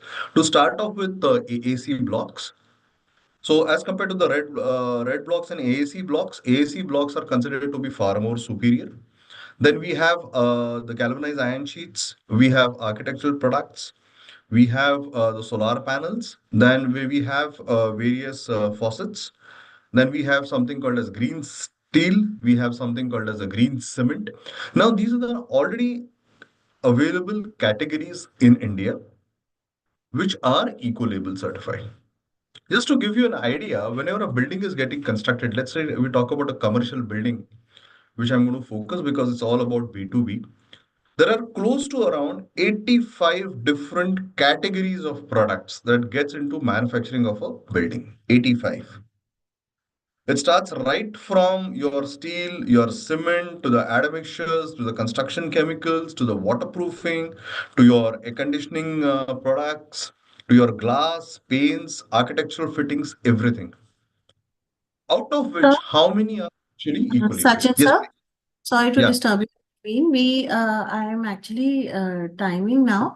So can we move to your research findings and your conclusions so that we have Sure. time for all other participants? No worries, no worries. Thank you very much. Thank I you. could do that. So I'll just be a bit fast into this. So there are benefits of the eco-labeled products. One is environmental, economical, and social. Uh, Now, there are some challenges as a part of the study which I did. Basically, this was being a secondary study. I relied more on the literature reviews which are existingly available. So there's definitely an awareness gap which has been there because even if I'm an architect or if I'm a builder or even if I'm a contractor who's supposed to use or specify or buy the products, I have a very limited understanding of the eco-label certifications. So if I'm as a manufacturer, if I go to these people and say, okay, so my product is eco-labeled, they are just like blank. Oh, it's a green product? No, it's not a green product. It's an eco-labeled product. That's the kind of a difference. There are cost perceptions where people find that eco-friendly products or eco-labeled products are far more expensive and they are inaccessible. It's more of a fancy word that which has been circulating, and that's the kind of a perception that's carried out. Definitely, there's a cultural resistance also. Now, the urbanization that's happening or the construction that's happening, it's mainly urban centric. However, over a period of time, we are seeing tier two, tier three cities like Indore, Bhopal, Vizag, or probably for that matter, these are the areas which are actually started developing. Here, the technology is yet to reach. Forget the green technology. Eco-labeled products itself, it's a completely different animal for them. These people are still comfortable using the traditional materials which they are locally available. And this may not be eco-friendly, but they have been using that. And of course, one of the key areas which I could identify was on the supply chain. The supply chain in the tier two, tier three cities are not very high, which is actually a great limitation for the eco-label products promotion and the penetration which is happening. Now, when we are talking about, since we have now some kind of a basic understanding, and of course, when we informally, formally talk with the stakeholders, there's some kind of a strategies as a marketeer which I feel that can contribute to the success. First and foremost is education at a community level is extremely important. So when I'm talking about a community level, we are not again looking at a community from an FMCG perspective, but here we are talking about community mainly from industry forums or industry bodies.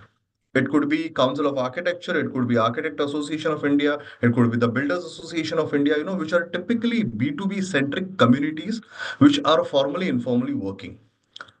I work very closely with the CII, I work very closely with ASSOCHAM, and these are large communities which are there, and wherein we see that yes, if we go and talk about or have some workshops or demonstrations on the eco-labeled, when we talk about carbon embodied carbons, when we talk about operation carbon, people want to listen. They are pretty receptive about all these things. Then secondly, when we talk about success stories from local communities, when we talk again about local communities, we are not talking FMCG perspective, or we talking about a local, let's say for example, Pune or Mumbai. You'll be surprised the highest green footprint in India in terms of the city and in terms of the population is in Pune, but not in Delhi, not in Bangalore, not in Hyderabad, not in Mumbai. There are a set of local builders who want to go ahead, who want to differentiate their products or their end products to call themselves green or sustainable. Since we work very closely with the government also through our interactions with DST, Ministry of Environment and Forest, here we see that yes, there is a lot of opportunities and windows open for policies promoting financial incentives and subsidies, and more importantly, mandates for sustainable practices. There was a ECSBC which was launched about a month back, the Environmental Sustainable Code and Building Design Codes, which acts as a kind of a mandates for sustainable practices. We also have green building ratings by IGBC, by GRIHA, by USGBC, by TERI, everything, but they're not mandated, they're still voluntary. And secondly, localization campaigns. So the challenges of construction in Mumbai are very different than what you have in Gurgaon or probably what you have in Bangalore or even the tier 2, tier 3 cities also. So culturally sensitive marketing strategies will have to resonate. We have seen people developing eco villages. Now that's something really very great that's happening. So a localization of the campaigns is also needed. Now, there are some of the case studies which we have seen. Ambuja Cement, I mean, a pretty established name. Now, they have come up with low carbon cements, tailored especially for rural housing, because the kind of a developments that's happening in the rural India, the consumption, rural India is actually going to drive your consumptions. Tata Steel, earlier, something which was recycled was considered to be a taboo. Now people are taking pride that yes, my steel, my rebars which I'm going to use are made of recycled steel. It's sustainably focused because the kind of a production that I've been using, it's mainly related with the green things. Solar Mission India, again a very PM Kusum, which also has, they have started giving financial incentives for rural, renewable energy for, increasing the adoption in rural things. And conclusion and visions that yes, marketing strategies now have to be really centric over green marketing strategies. We can't go in a typical way, of ATLs and BTLs. There is a different kind of a churning that would be needed. A cultural sensitization has to be done. A financial and infrastructural support is needed. Especially, we have been working with the World Bank. Especially, I have been interacting with them through their edge kind of a thing. There are housing finance companies like Aadhar, which have got into financial and infrastructural support to come up with green buildings and eco-label products. I think again I've mentioned out here rural aspirations because that's where the development is happening. And this is all for a sustainable, culturally respectful approach to urban development, which will foster an eco-conscious consumption. Thank you very much. Thank you, sir. Pushpat sir, over to you. Yes, thank you, madam. Sachin sir, it is a good attempt which you have made to write an academic paper. I Thank you very much. appreciate the knowledge, the practical knowledge which you have. I have a small suggestion with respect to what you have presented just now. You have identified certain challenges, sir. Okay, and you have given suggestions for the improvement from your own perspective, or maybe like you might have read about all this somewhere in some published sources. So if you can take up one or two of these problems, sir, and if you can take wider perspective on this, maybe from industry or from the consumer point of view, that your this research paper will really become a research paper in true sense. Otherwise, it is a wonderful work which you have done, sir. I must congratulate you for this presentation, sir. Power, Thank you very madam. much. Yes, I Kusum? think I agree to that. I think your technical expertise, I think you are an expert on that. So I don't think we can say anything like that. It's amazing, and it was very nice to hear all the information that you shared. It was a learning experience. I would like to ask, there are no objectives. So though you can conduct a secondary research without objectives, which is mostly exploratory in nature. So was that the premise with which you have done this research? To just explore the topic broadly, conduct more of exploratory literature review, so that you can probably get into another paper where there'll be more informal insights or a hypothesis will be there. Was that the intent? You're hitting the bullseye. I mean, that was basically the intent. Because, see, I've been working in this green scenario for the last 16 odd years, right? Through various platforms of CII, IGBC, through ASSOCHAM. I'm the executive member of ASSOCHAM for the Western region, executive member. I have been working with CII IGBC right since 2006 and 7. Uh, if we talk, I mean, I've been invited as subject matter experts also on the green buildings and the rating systems. I have been involved into a lot of writing specifications and standards, which are adopted by the government of India also. It's very painful to see, madam, that whenever somebody is talking about green, people just shoo away that, okay, it's a low VOC product. It doesn't start that way. I have been interacting with multiple academic institutions, HEIs especially, with Council of Architecture, with management colleges, with civil engineering colleges, wherein the kind of a penetration of this knowledge, people have now started exploring the idea of having catch them young. So that, I have started and going and speaking in colleges, right?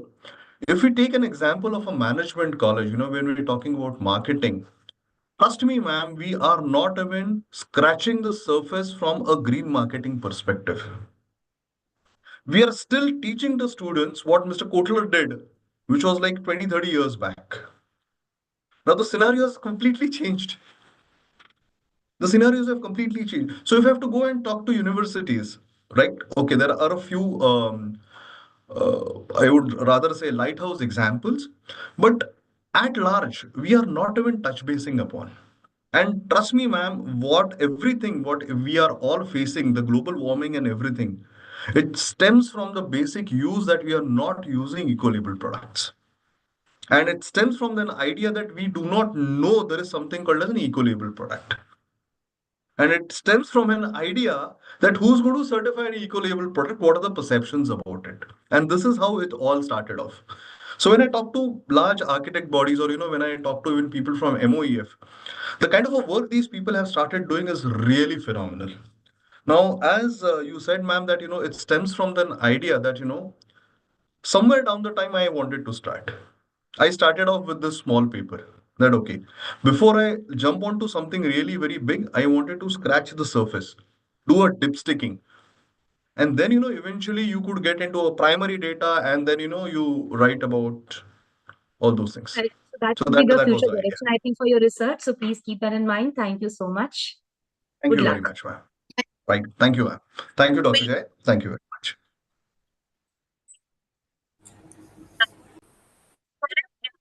AI tools and investment decisions of individuals. Swapna ma'am, are you here?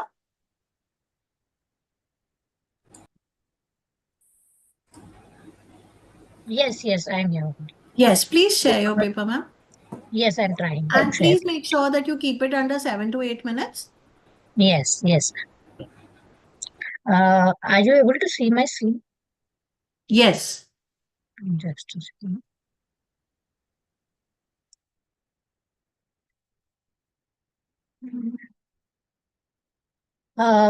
Good afternoon, good evening, one and all present here. My topic is impact of AI tools on investment decision of an individuals.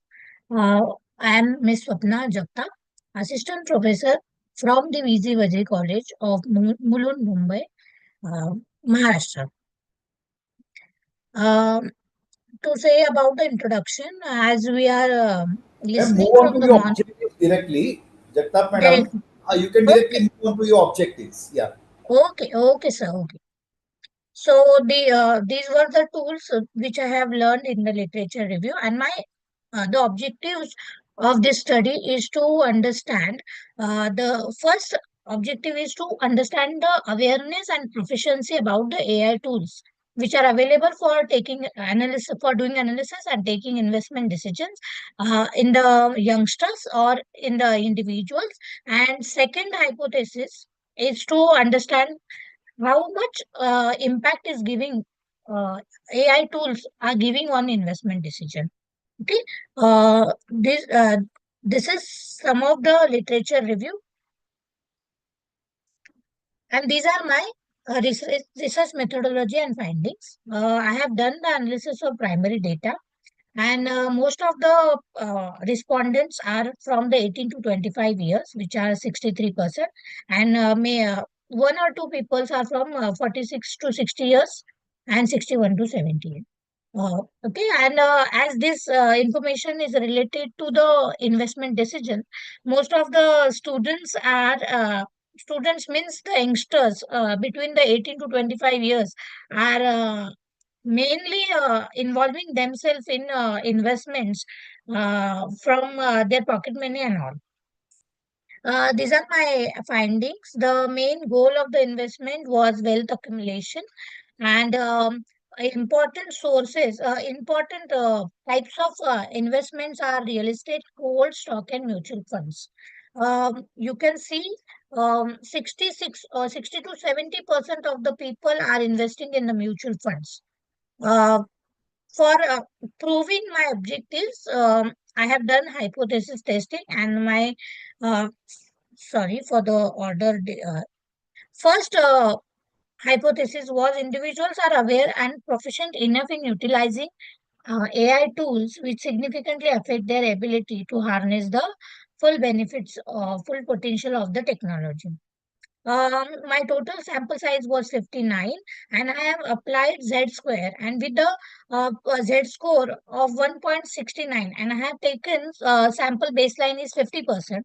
So, which is more than 50%. Um, the null hypothesis has been rejected, and there are sufficient data to prove my hypothesis. First hypothesis. So 1 second. 8.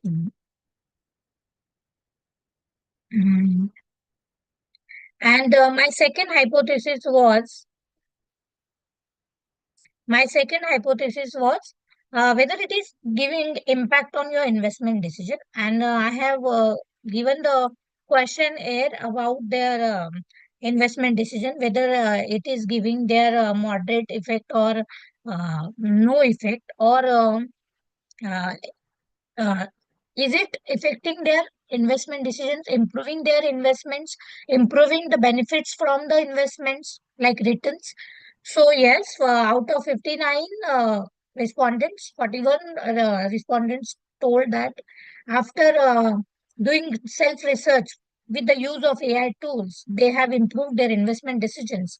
And again, the null hypothesis was rejected. The conclusion is the exploration of the impact of AI tools for investment decision of individuals given in today's modern technology era, the youths are also updating themselves with emerging technology called artificial intelligence. Most of the investors are making them proficient enough to use the technology for their needs. Also, they are well equipped with the knowledge of using the AI technology.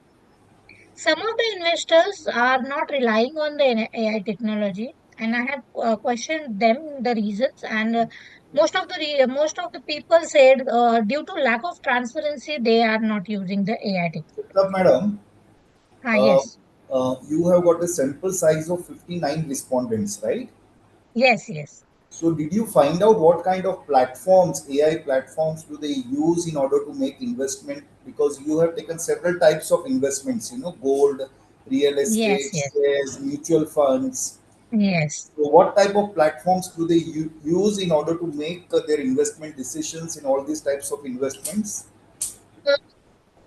They use robo advisors, and they use like chatbots, which are available on the apps of the uh, uh, DMAT securities apps.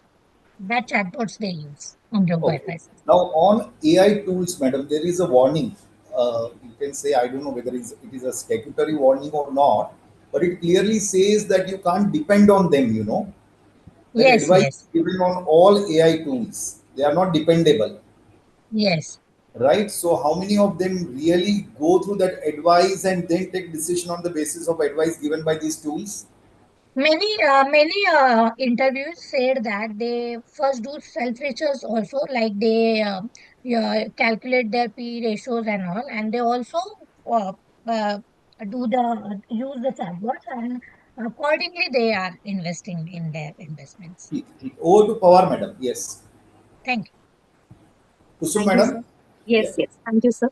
So I just wanted to understand, ma'am, did you try to perform any generational comparison or analysis based on the sample? The sample sizes are a little low for my comfort. Yes. The topic is very interesting, and I think the insights that you're trying to generate are really commendable. But I think a larger sample size would do more justice with such a topic. That's one.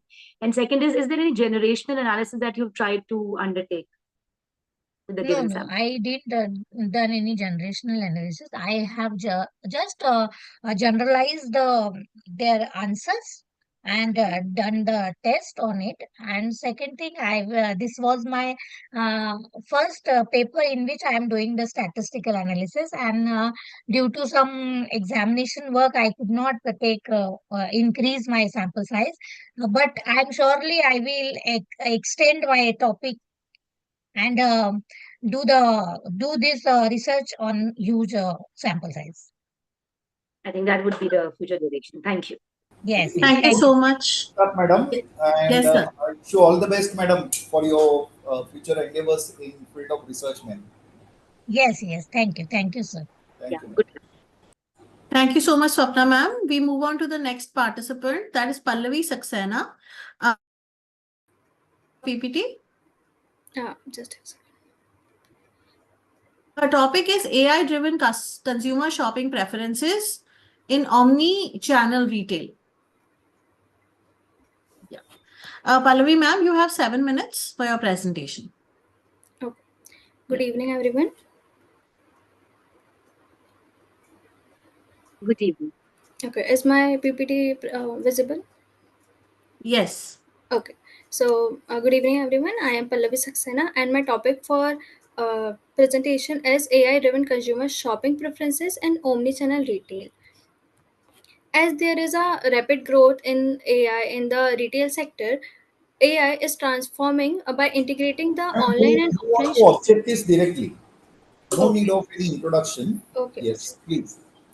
So, to fill the gap, I have my research around two research objectives. The first one is how AI-driven personalization, predictive analytics, and chatbot influence the consumer choices between the online and offline retail. The second objective is the emerging AI application in omni-channel retail, along with the key challenges such as data privacy, algorithm biases, and trust issues. Examine the choices of offline and online in the behavior of consumers. My first hypothesis was to that whether AI-driven personalization influences the shopping preferences.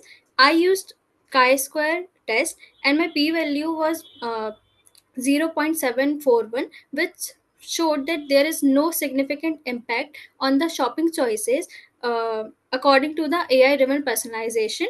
My second hypothesis was whether the AI application is related with the trust related concerns such as data privacy and biasness affect the AI application. My p value was 0.029, and it confirmed that AI related trust issues impact the consumer choices. The major finding of my research are 42.3% consumers think that their purchase decision is influenced by the AI.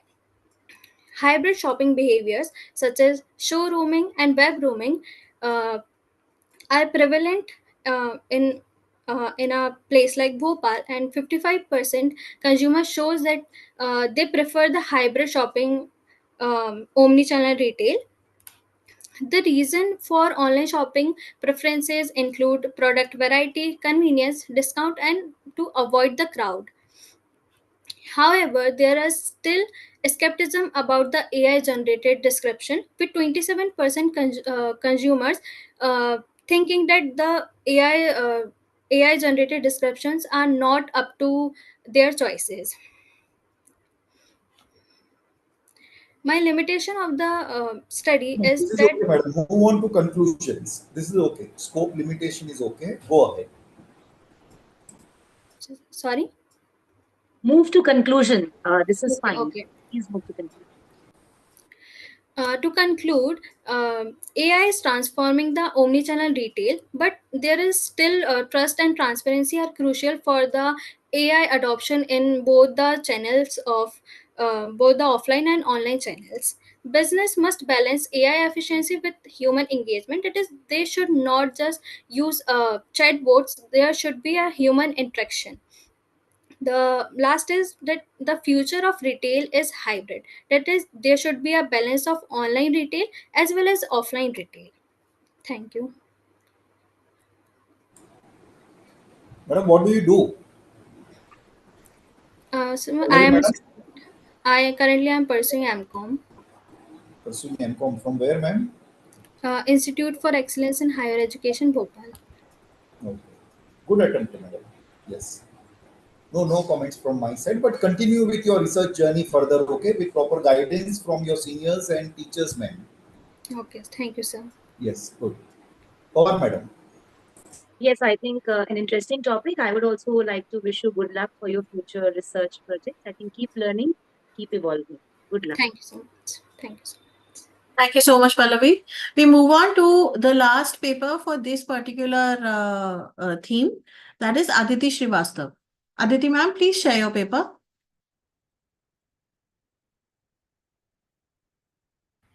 Yeah, just a second. I'm trying to figure it out. Introduce yourself, Aditi Pallavi madam. ma'am, you can stop sharing. Sorry, sir. Aditi ma'am may introduce herself and then Yes. start with the presentation, please. Yes. Hello, everyone. I am Aditi, and I am currently pursuing my first year of my PhD. I just joined, and this is my first paper presentation. Just a All the second. best, madam. All the best. Thank you so Where are you much. pursuing your PhD from? Manipal Institute of Communications, MIC Manipal. Great, great. Yes, start. Are you able to share? Is it visible? Yes, yes, it is. Please start. 1 second. Start with the objectives, huh, madam. After your title, you may directly move on to objectives. Okay, got it. Just a second. I'm just facing some issue. The screen has frozen. Yes, is my screen visible? Am I audible? Yes. Okay, great. So imagine that one day you wake up and find an image of yourself that is circulating online, an image that looks like you, but it is something you never consented to. It's not real, yet thousands believe that it is. This is the reality of AI deepfake technology, and today we are going to unpack its dangerous implications through this paper I've been working on. I am Aditi Srivastav, and as I already introduced myself, so I think I can go on to the next slide. Deepfakes are AI generated modifications that manipulate images and videos, often without consent. While the technology has creative potential, it has also been weaponized, especially against women. In our study, we've taken the posts which focus on Tamanna Bhatia, Janvi Kapoor, and Rashmika Mandana. Their images have been altered and hypersexualized through deepfakes. The Rashmika Mandana case is a very common example of the phenomena. In November 2023, a realistic deepfake video of her went viral, and many users bashed her for her intentions and boldness to participate in a video like that. Many news channels also picked it up, further amplifying the deepfake's reach. The case highlighted how AI generated hypersexualization is not just an invasion of privacy, but a full scale attack on a woman's digital autonomy. The key questions that we explored in this study are: how do deepfakes exploit gender biases in digital culture? And how does AI explore role in non-consensual sexualization by placing them on an engaging social media platform like Instagram? To understand this, we ground our research in feminist and AI ethics theories. We looked at Martha Nussbaum, where she discusses the idea of objectification, Go that on to is, objectives, madam. Go ahead. Literature review is okay. okay, great, I'll do that. Yes, a research question you may include. Yes, please. Yes. So this study is structured around three core questions, which is: how do deepfake technologies reinforce patriarchal control over women's digital representation? What are the socio-cultural and psychological consequences of deepfake hypersexualization on women's digital agency? And how do existing legal and ethical frameworks fail to address deepfake objectification? To investigate these, we used qualitative methods, critical discourse analysis, multimodal discourse analysis, and digital ethnography. One of the biggest dangers that we noticed through looking at the comments, since we used digital ethnography for this, so we looked at the images and we looked at how people have responded to these comments. So one of the biggest dangers was that people believed these images to be real. There was a deepfake image of Janvi Kapoor, which was posted with the caption "hot or not." It received 302 comments. Many users engaged with it as if it was an authentic image, reducing her to an AI manipulated fantasy.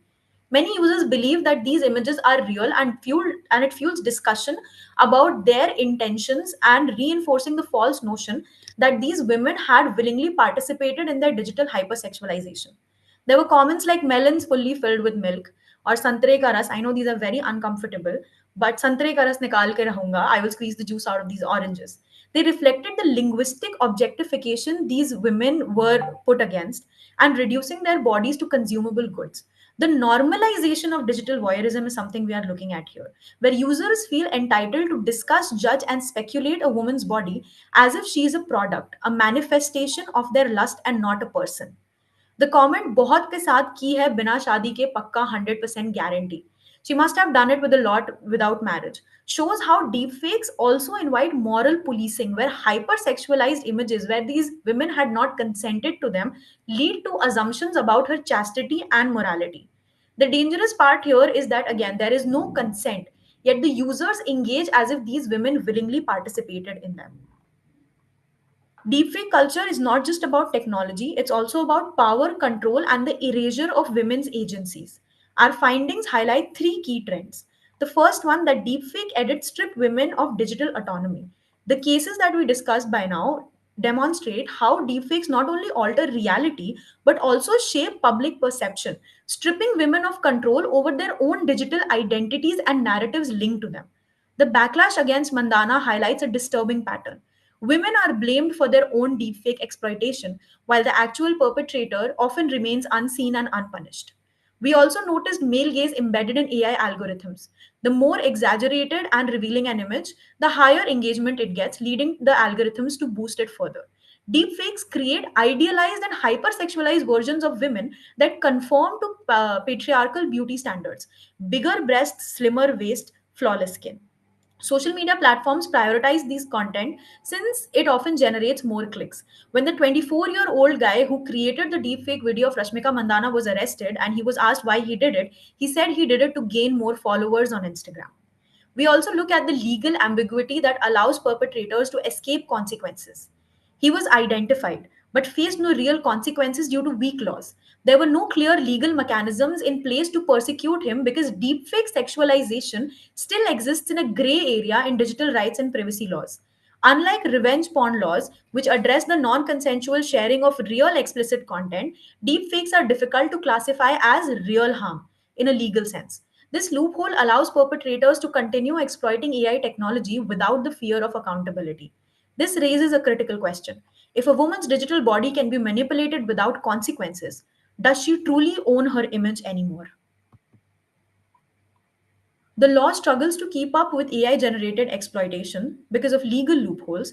The existing laws do not define deepfake sexualization as a form of digital gender based violence yet. Most privacy laws protect against real image videos but do not account for AI generated falsehood. There are many ethical concerns involved. The illusion of consent comes in the picture. The seamless nature of deepfake makes it hard for women to prove what is real versus what is fake. And a lot of time, people who engage with these videos take it a given that the woman has herself posed for a picture like that. It is a true image and she wants to be sexualized. She wants them to fetishize her. The psychological impact. Victims often experience anxiety, reputational harm, and digital fear. Platforms also avoid responsibility. Instagram, Twitter, and Reddit profit from engagement driven misogyny, yet they do not take aggressive action to remove deepfake content. To conclude, I'd like to assert that deepfake technology is not neutral. It is a digital weapon reinforcing patriarchal control over women's bodies. It's not just a tool, it's a reflection of digital culture that thrives on control, manipulation, and the erosion of consent. AI, when used in a malicious fashion, does not reflect misogyny. It also amplifies, automates, and legitimizes it. When an algorithm decides that a hypersexualized deepfake should be shown in your feed, it's not just technology at work. It's a way of reinforcing the power dynamics, which is actively stripping women of their autonomy. Without urgent AI governance, legal reforms, and ethical accountability, deepfake sexualization will continue to grow unchecked. Right now, for this paper, we are looking at female celebrities who are already at a pedestal where it is easy for them to get help. But the issue is impacting many and more who do not have the same luxuries.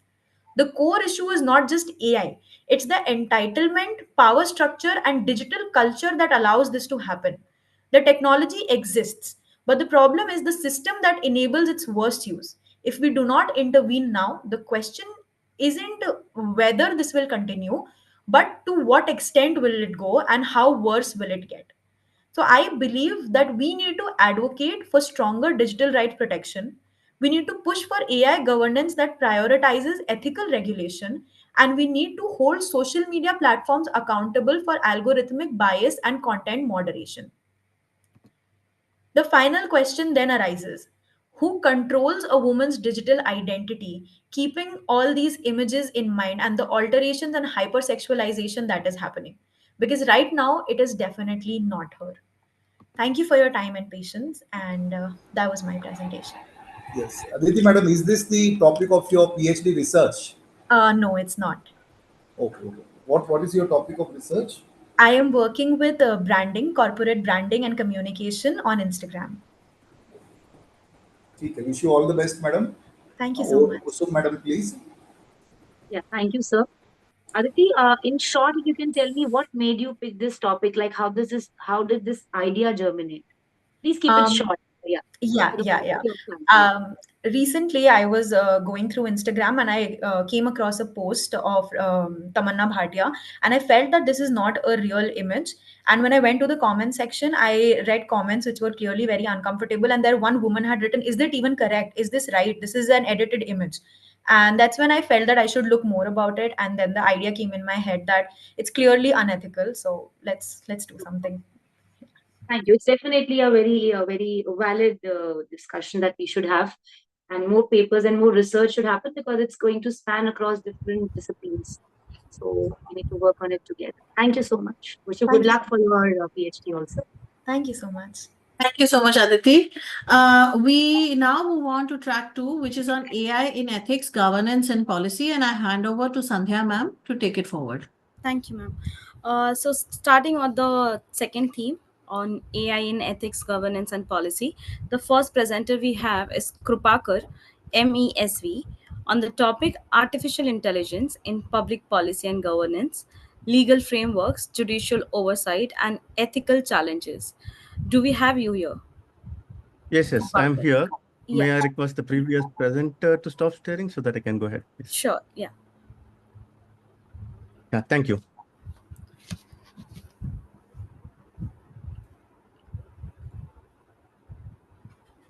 Please I'm confide your unable, I'm presentation in unable, 7 minutes, sir. yeah, I'm unable to share, ma'am. Okay.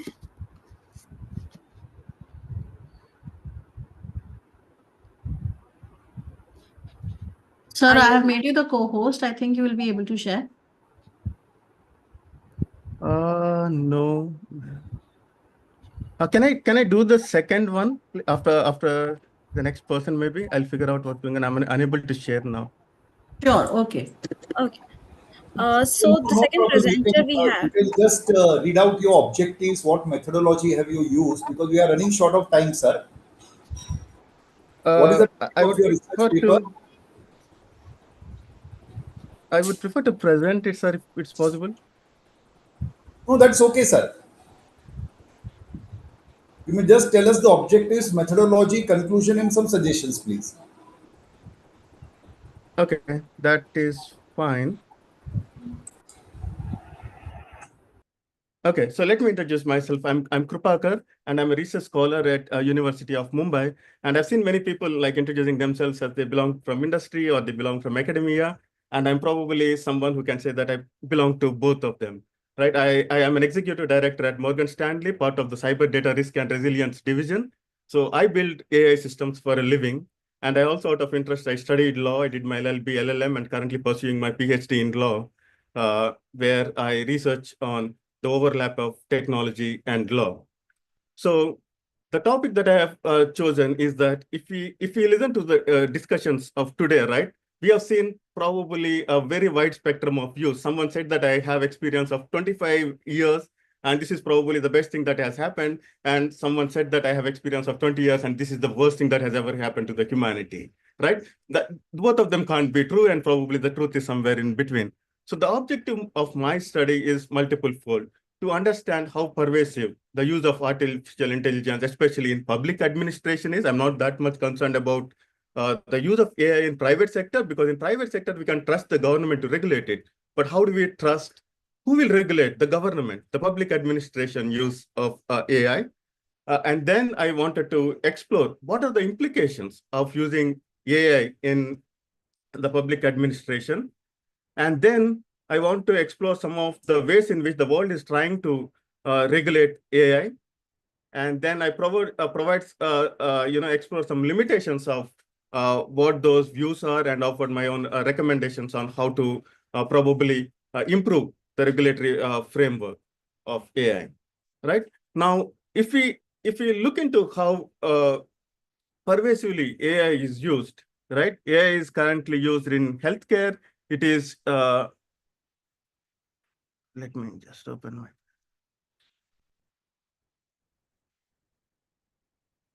Yeah, it is used in healthcare. It is used in finance. We make investment decisions based on that. It is used in retail and commerce. We keep getting suggestions of, do you want to buy this? Do you want to buy that? It is being used in manufacturing, automation, and various things. It is being used in education. It is used in transportation and logistics, entertainment, media, name anything. AI is being used everywhere, right? Even in terms of public administration, we keep hearing AI about smart policing, predictive policing, and also calculating some things called credit scores, where we get to where the government gets to decide the credit worthiness, whether you should be given loan or not, whether you are entitled to some social security schemes or not, based on a lot of complicated algorithms, right? And then again, law enforcement, whether it is the police or whether it is the judiciary, AI is probably there everywhere. Even in the traffic regulation, the fraud detection in banking sector, it is very pervasively used, right? And there are some consequences of such a pervasive use, right? What happens with this kind of use of AI? The one thing is that bias and discrimination, right? The AI models that have been trained on data that is generated by us, and by us in the sense that society historically has held many of the biases. Some of the biases, if we reflect back, are pretty loathsome, and we don't even want to hear that, our own past generations have held these kind of views, right? So we are using that kind of data to train algorithms, and any predictions are likely to reflect that kind of bias and discrimination. Transparency and accountability. One of the fundamental features of democracy is that public authorities must be accountable for their decisions. And if you are not satisfied by those decisions, you can litigate. You can take those authorities to court and litigate. If you don't know how the algorithms are even working, right? If they remain as black boxes, the reasoning is not clear on what basis and who will you even take to court. Right? And privacy and surveillance, and a previous participant has already spoken on this, right? The amount of data that it is being using, the amount of data it is used to overlap and project on our own choices, right? On our own images, and make it as real, right? There are some threats to privacy and even surveillance posed by some of these technologies. Right? And job displacement and and workforce impact, because AI can automate a lot of things, right? There is a threat to job displacement, etc. So I tried to do a comparison. I mean, I really wish I could have shared it, but I shared some. I have given some examples with images of, like, the examples of how IIT Madras claims that it can offer AI-based technology to detect stone pelter in Kashmir.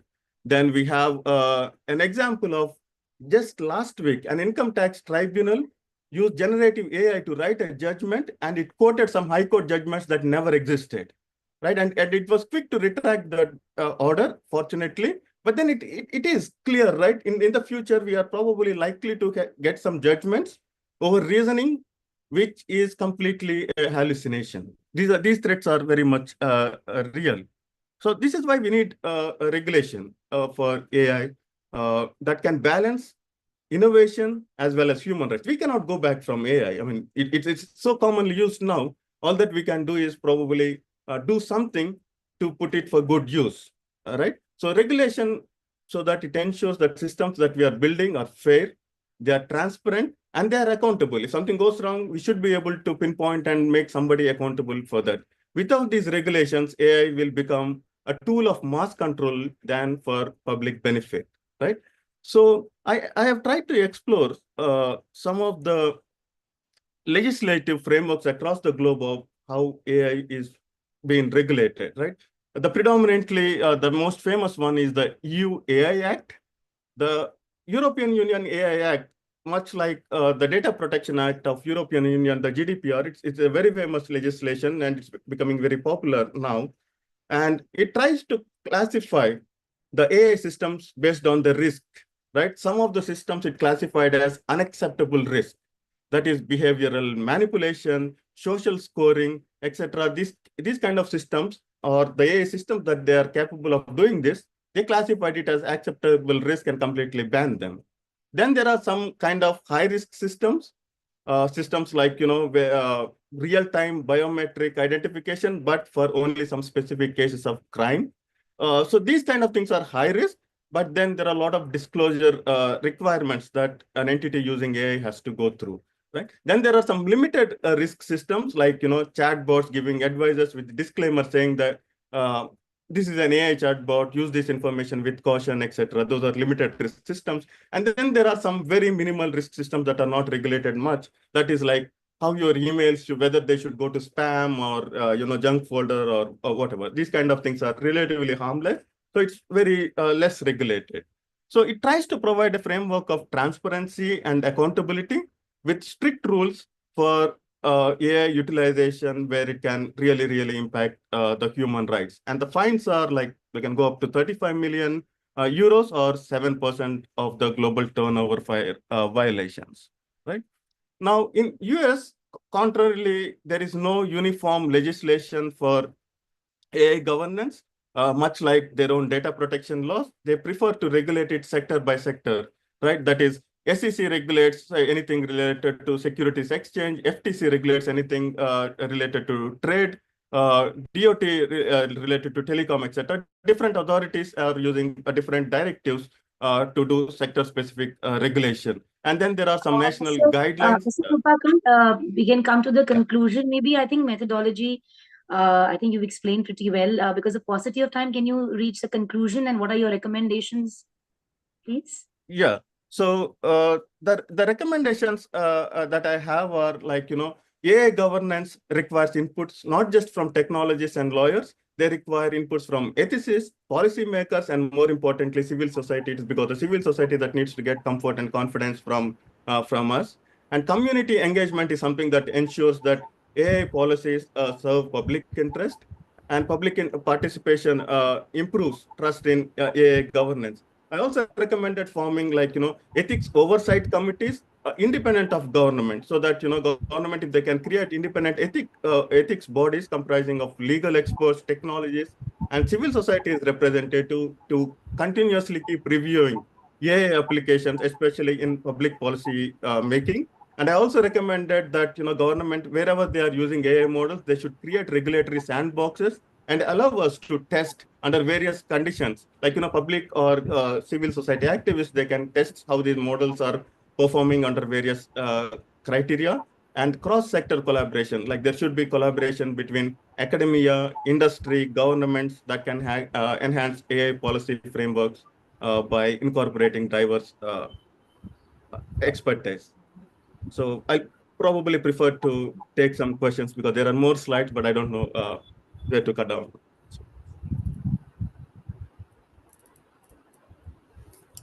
Any questions? Kusum ma'am, answer. No, no question, sir. You are pursuing your PhD, right, from Mumbai University on the same topic? No. My topic is on actually cross-border implications of data transfers. I'm not covering AI. Who is your In guide, fact, sir? we have a rule in the University of Mumbai, you should not be presenting anything on your PhD topic. Correct. And who is your guide, sir? Asmita Vaidya, madam, government law college principal. Government law college. Yes. All the best, sir. All the best. Thank you very much. Thank you. Also, sir, I also don't have any questions. It's definitely a very deeply debated topic right now. Very, I think there's a lot of debate going on. So good topic. I think keep doing this research and wish you good luck for your PhD program. Thank you so much. Yeah. So the next presenter we have here is Shefali Chaturvedi and Dr. Meeta Ujjain on the topic systematic review of literature, the role of AI in combating misinformation during humanitarian crisis. Do we have you here, Shefali Chaturvedi or Dr. Meeta Ujjain? Yes, I'm here, and I guess Dr. Mehta is also here. Yeah. Can I share? Yeah, sure, ma'am. You can proceed with the presentation. Is it visible? Not yet, ma'am. Now? Is it visible now? Yes. Please go ahead. So the topic is systematic review of literature, role of AI in combating rumors. Along with me is my co-guide, Dr. Meeta Ujjain from IMC.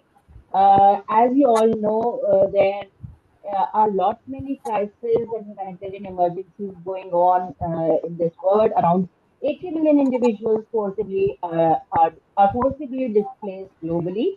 May it be an armed conflict or a natural disaster. And communication plays a vital role during these emergencies. But there is a threat. And because of these AI, social media, digital platforms, WHO was compelled to um, like express the threat by the term infodemic. That there is a pandemic and then there is an Shefali ji, infodemic. can we move over to objectives, please? Yeah, sir. Please, ma'am, because we are So, short of. because Please. I know, sir, I know.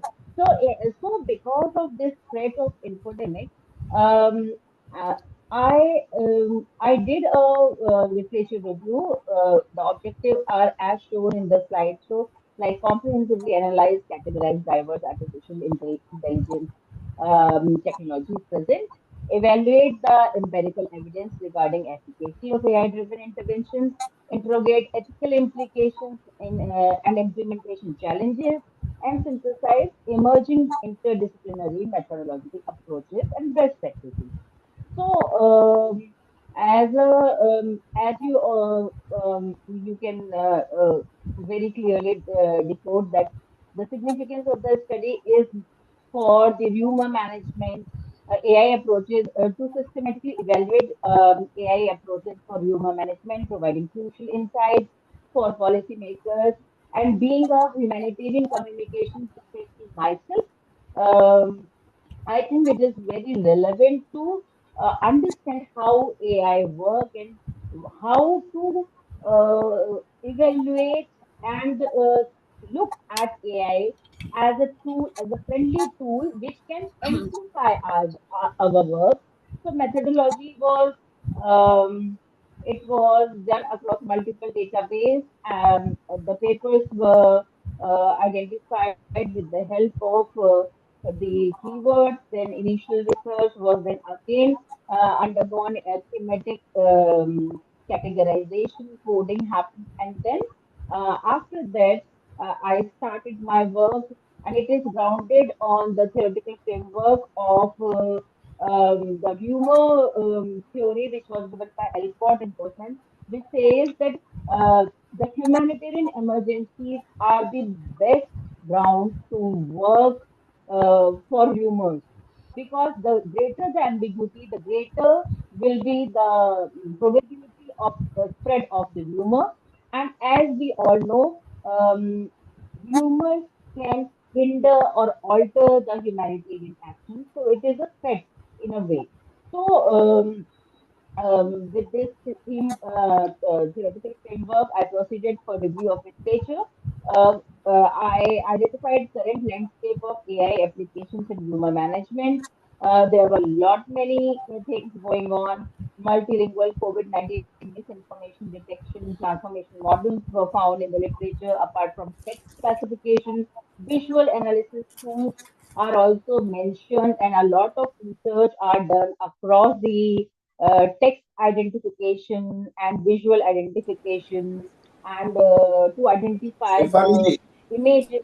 Yeah. Shefali ji, actually you are not clearly audible. We are Oh, convinced about like the topic which you have taken and why have you taken it. Could you please just conclude by giving some recommendations as to how AI can be effectively used to cut down rumors during emergencies? yes, yes, of course. Just give me 1 second because the system is working very slow. Just a second. So, conclusion. The systematic review reveals a rapidly evolving landscape for AI applications. Am I audible? Because suddenly everything Yes, You you are are. you To are some audible, but there's a yeah. static, there's a constant, static sound that is some disturbance that is observed. But it is not from my end, I guess. I am all alone here. So, Okay. the most, I think it's a I'm network continuing. It's probably a getting network installed. issue. Yes. Okay. So, the conclusion says that most sophisticated AI systems still face challenges in cultural adaptation, contextual understanding, and balancing automation with the human touch. The most successful implementation are those that position AI as one component within broader socio-technical systems. And studies constantly highlight those ethical issues, like particularly around privacy, safeguards, cultural awareness, and system transparency. The most promising direction emerging from this review, which I have done, is to develop a collaborative, adaptive approach that combines human expertise and community involvement together. Because the review says wherever AI was used along with the human centric approach, it worked really well. Thank you. Any review to give, sir and ma'am? no, madam. Thank you. Thank Yeah. you from my Okay. side, and all the best. Kusum, madam. Thank you so much. Yes. Thank you from my side. It's a very intriguing topic, ma'am. Please do continue to pursue it and wish you good luck for your future research Thank you projects. so much. And thank you for such an interesting conference. I'm deeply enriched from morning till now. Thank you so much. Thank you so much, ma'am. Thank you Yeah. so much for this.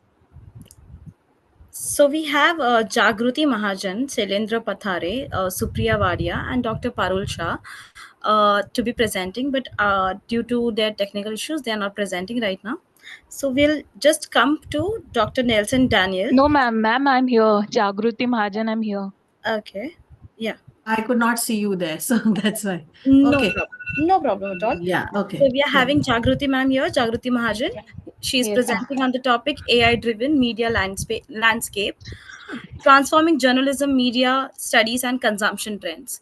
Over Yes, to you, hello. ma'am. Yes. Hello, everyone. Myself, Jagruti Mahajan. I'm assistant professor in mass media. So, as we have seen different topics of how AI is actually being included in different fields. So, here is my study about how AI is actually now officially a part of news media, journalism, and mass media as a whole. So, a basic observational, exploratory study and qualitative research was done to collect information about how exactly AI is operating in journalism and mass media as a whole. So, a qualitative and observational study from 13th of Feb till 27th of Feb was done during the prime time shows of every mainstream news channels like Republic TV, Aaj Tak, in India Today, and Z News. So various data was collected based on the text that they use, especially the headlines and all the mainstream targeted wordings that they use for their news channels. And a personal interview of a journalist working in a renowned Republic TV channel has been collected through it, which I got to know that there are several agendas through which they utilize AI as an assistant tool. So there are many such mainstream medias which makes use of this AI technology, which focuses on as an assistant for it. Like they use it as a tool for the assistant, and they don't completely rely on AI as a tool for the data collection, as she mentioned. And I've done a comparative analysis about how when actually AI generated news operates versus how human generated or human created news operates. So what is the exact target algorithm, like when the news is generated through humans versus when the news is generated through AI? So how the algorithms works and how the clickbait journalism in digital era works.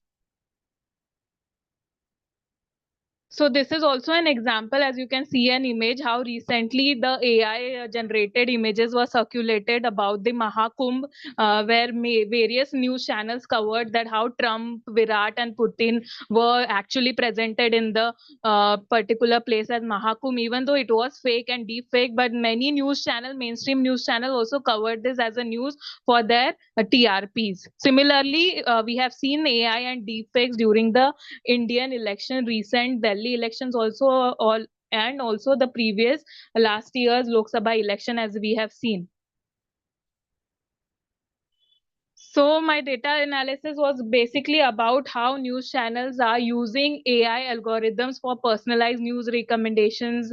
And there are certain news channels which have started using AI anchors for their broadcasting purposes, as we have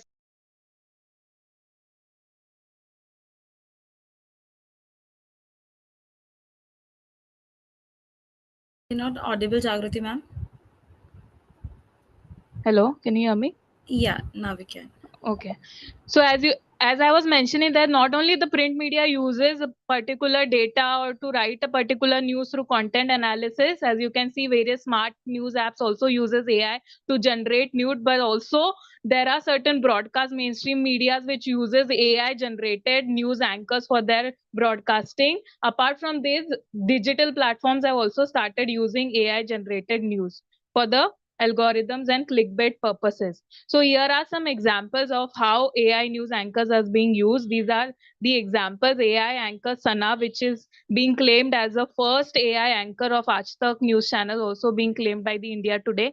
Then not only the mainstream or national purposes, national targeted news channel, but also regional journalism, regional focus media have also started using AI. As you can see, AI anchor Lisa is a regional anchor for the Odisha TV. Similarly, we have anchor Xenia for Z Media.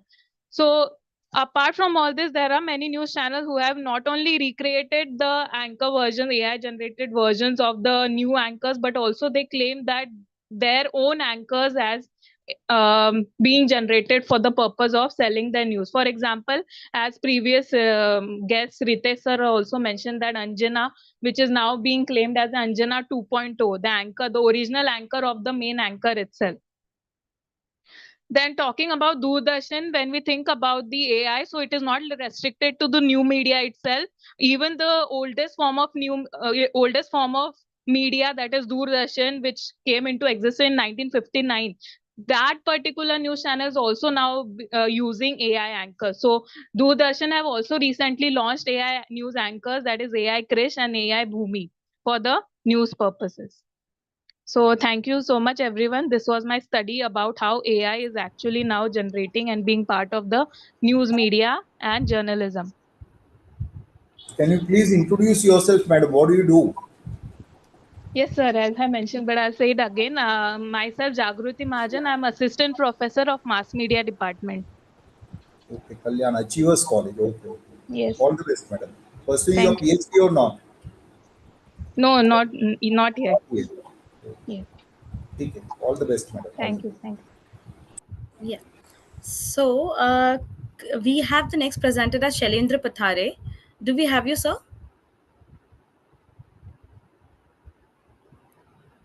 Yes, I don't think he's there. No, he's not there. Supriya Vadia. No, I don't think so. Yeah, and the next would be Dr. Parul Shah. So we don't have her as well. So the last presenter for the session and for the conference day one we have for the technical session one is Dr. Nelson Daniel on the topic linguistic, cultural, and psychological barriers to communication due to artificial intelligence. Do we have Nelson sir here? Yeah, good Can you evening. present? Yeah. Good evening, everyone. Good evening, sir. Good evening, You can sir. proceed with Good your. evening. Good evening. Yeah, I'll just present my slide. Yeah, please share your screen, sir. Yes, ma'am.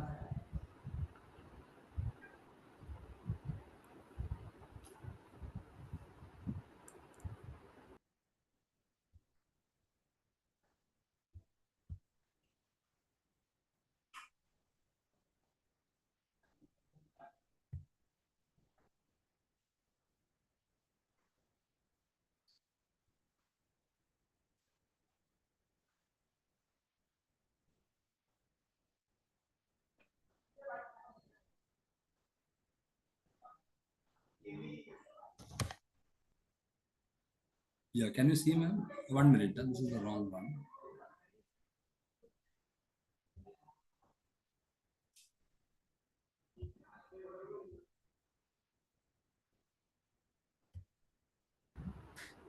Yes.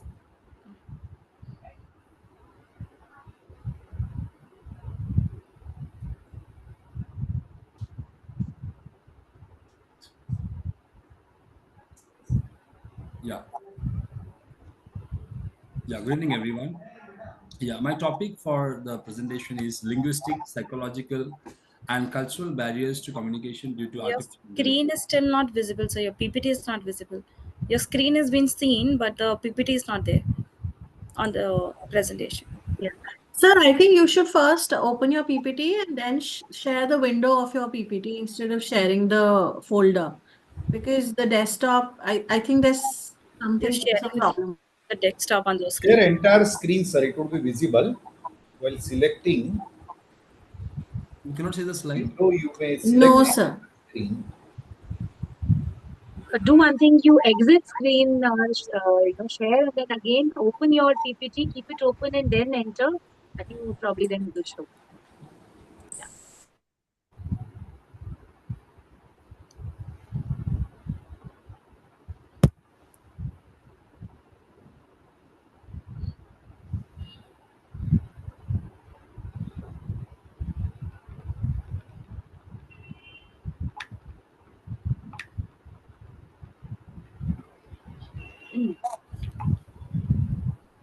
Can we have your presentation, sir? Yeah, ma'am. 1 minute. Can you see it now? No.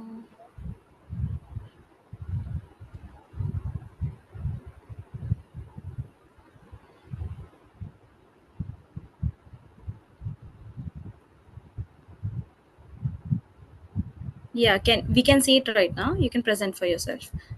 Okay. Please confide with the timings. Yeah.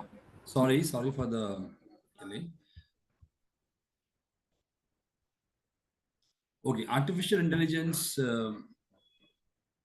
has emerged as a vital component of contemporary communication, enabling Nelson, due to paucity of time, can we skip the introduction and straight away move to objectives, methodology, and then the conclusion recommendations?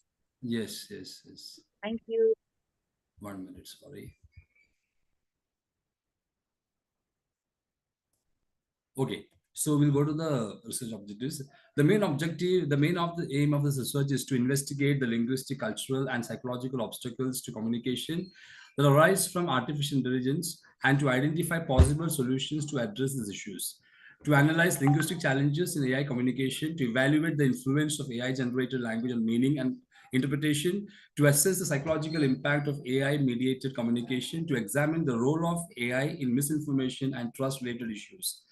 I'll be focusing on three aspects: linguistic, cultural, and psychological challenges in communication due to the use of AI.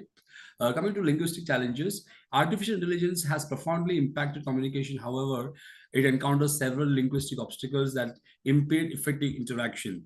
Contextual ambiguity. AI models analyze language based on data patterns than genuine comprehension.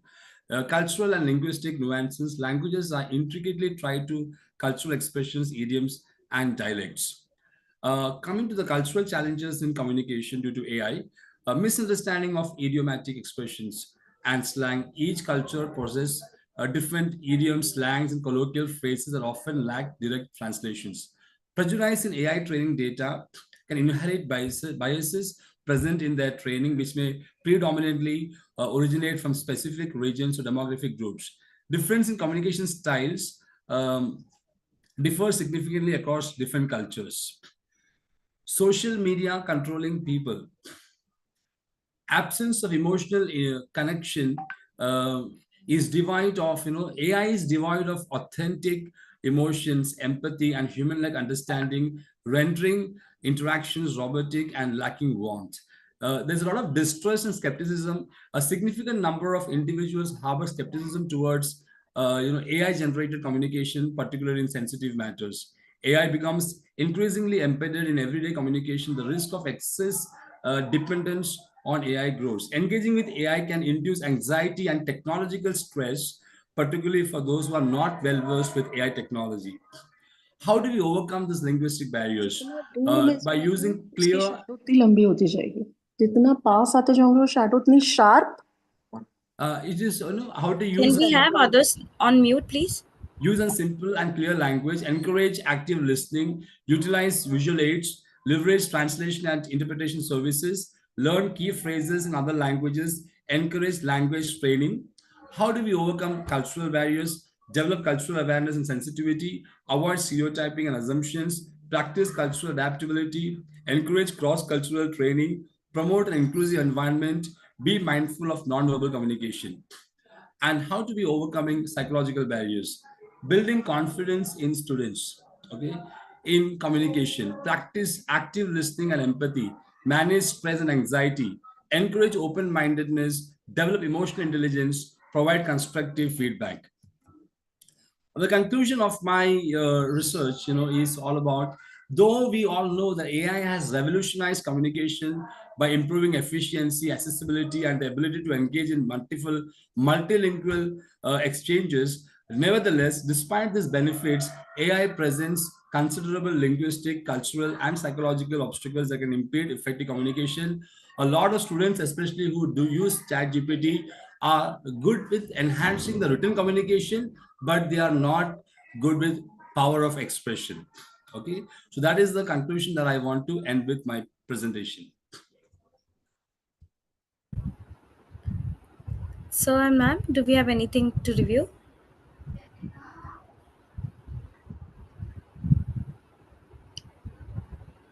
Kushpat sir and Kushtum ma'am. Dr. Hassan, I would, so again, a very intriguing and interesting topic.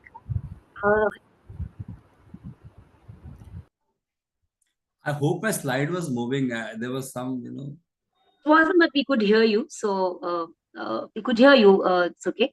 Again, a very intriguing and a very interesting topic.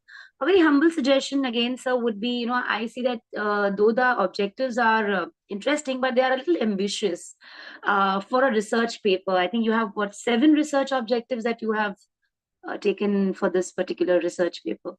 So I would recommend that you relook at probably reducing the number of objectives and then doing a more deeper research based on those limited number of research objectives. Yes, ma'am. Thank you, ma'am, for the feedback. Pushpat sir, anything?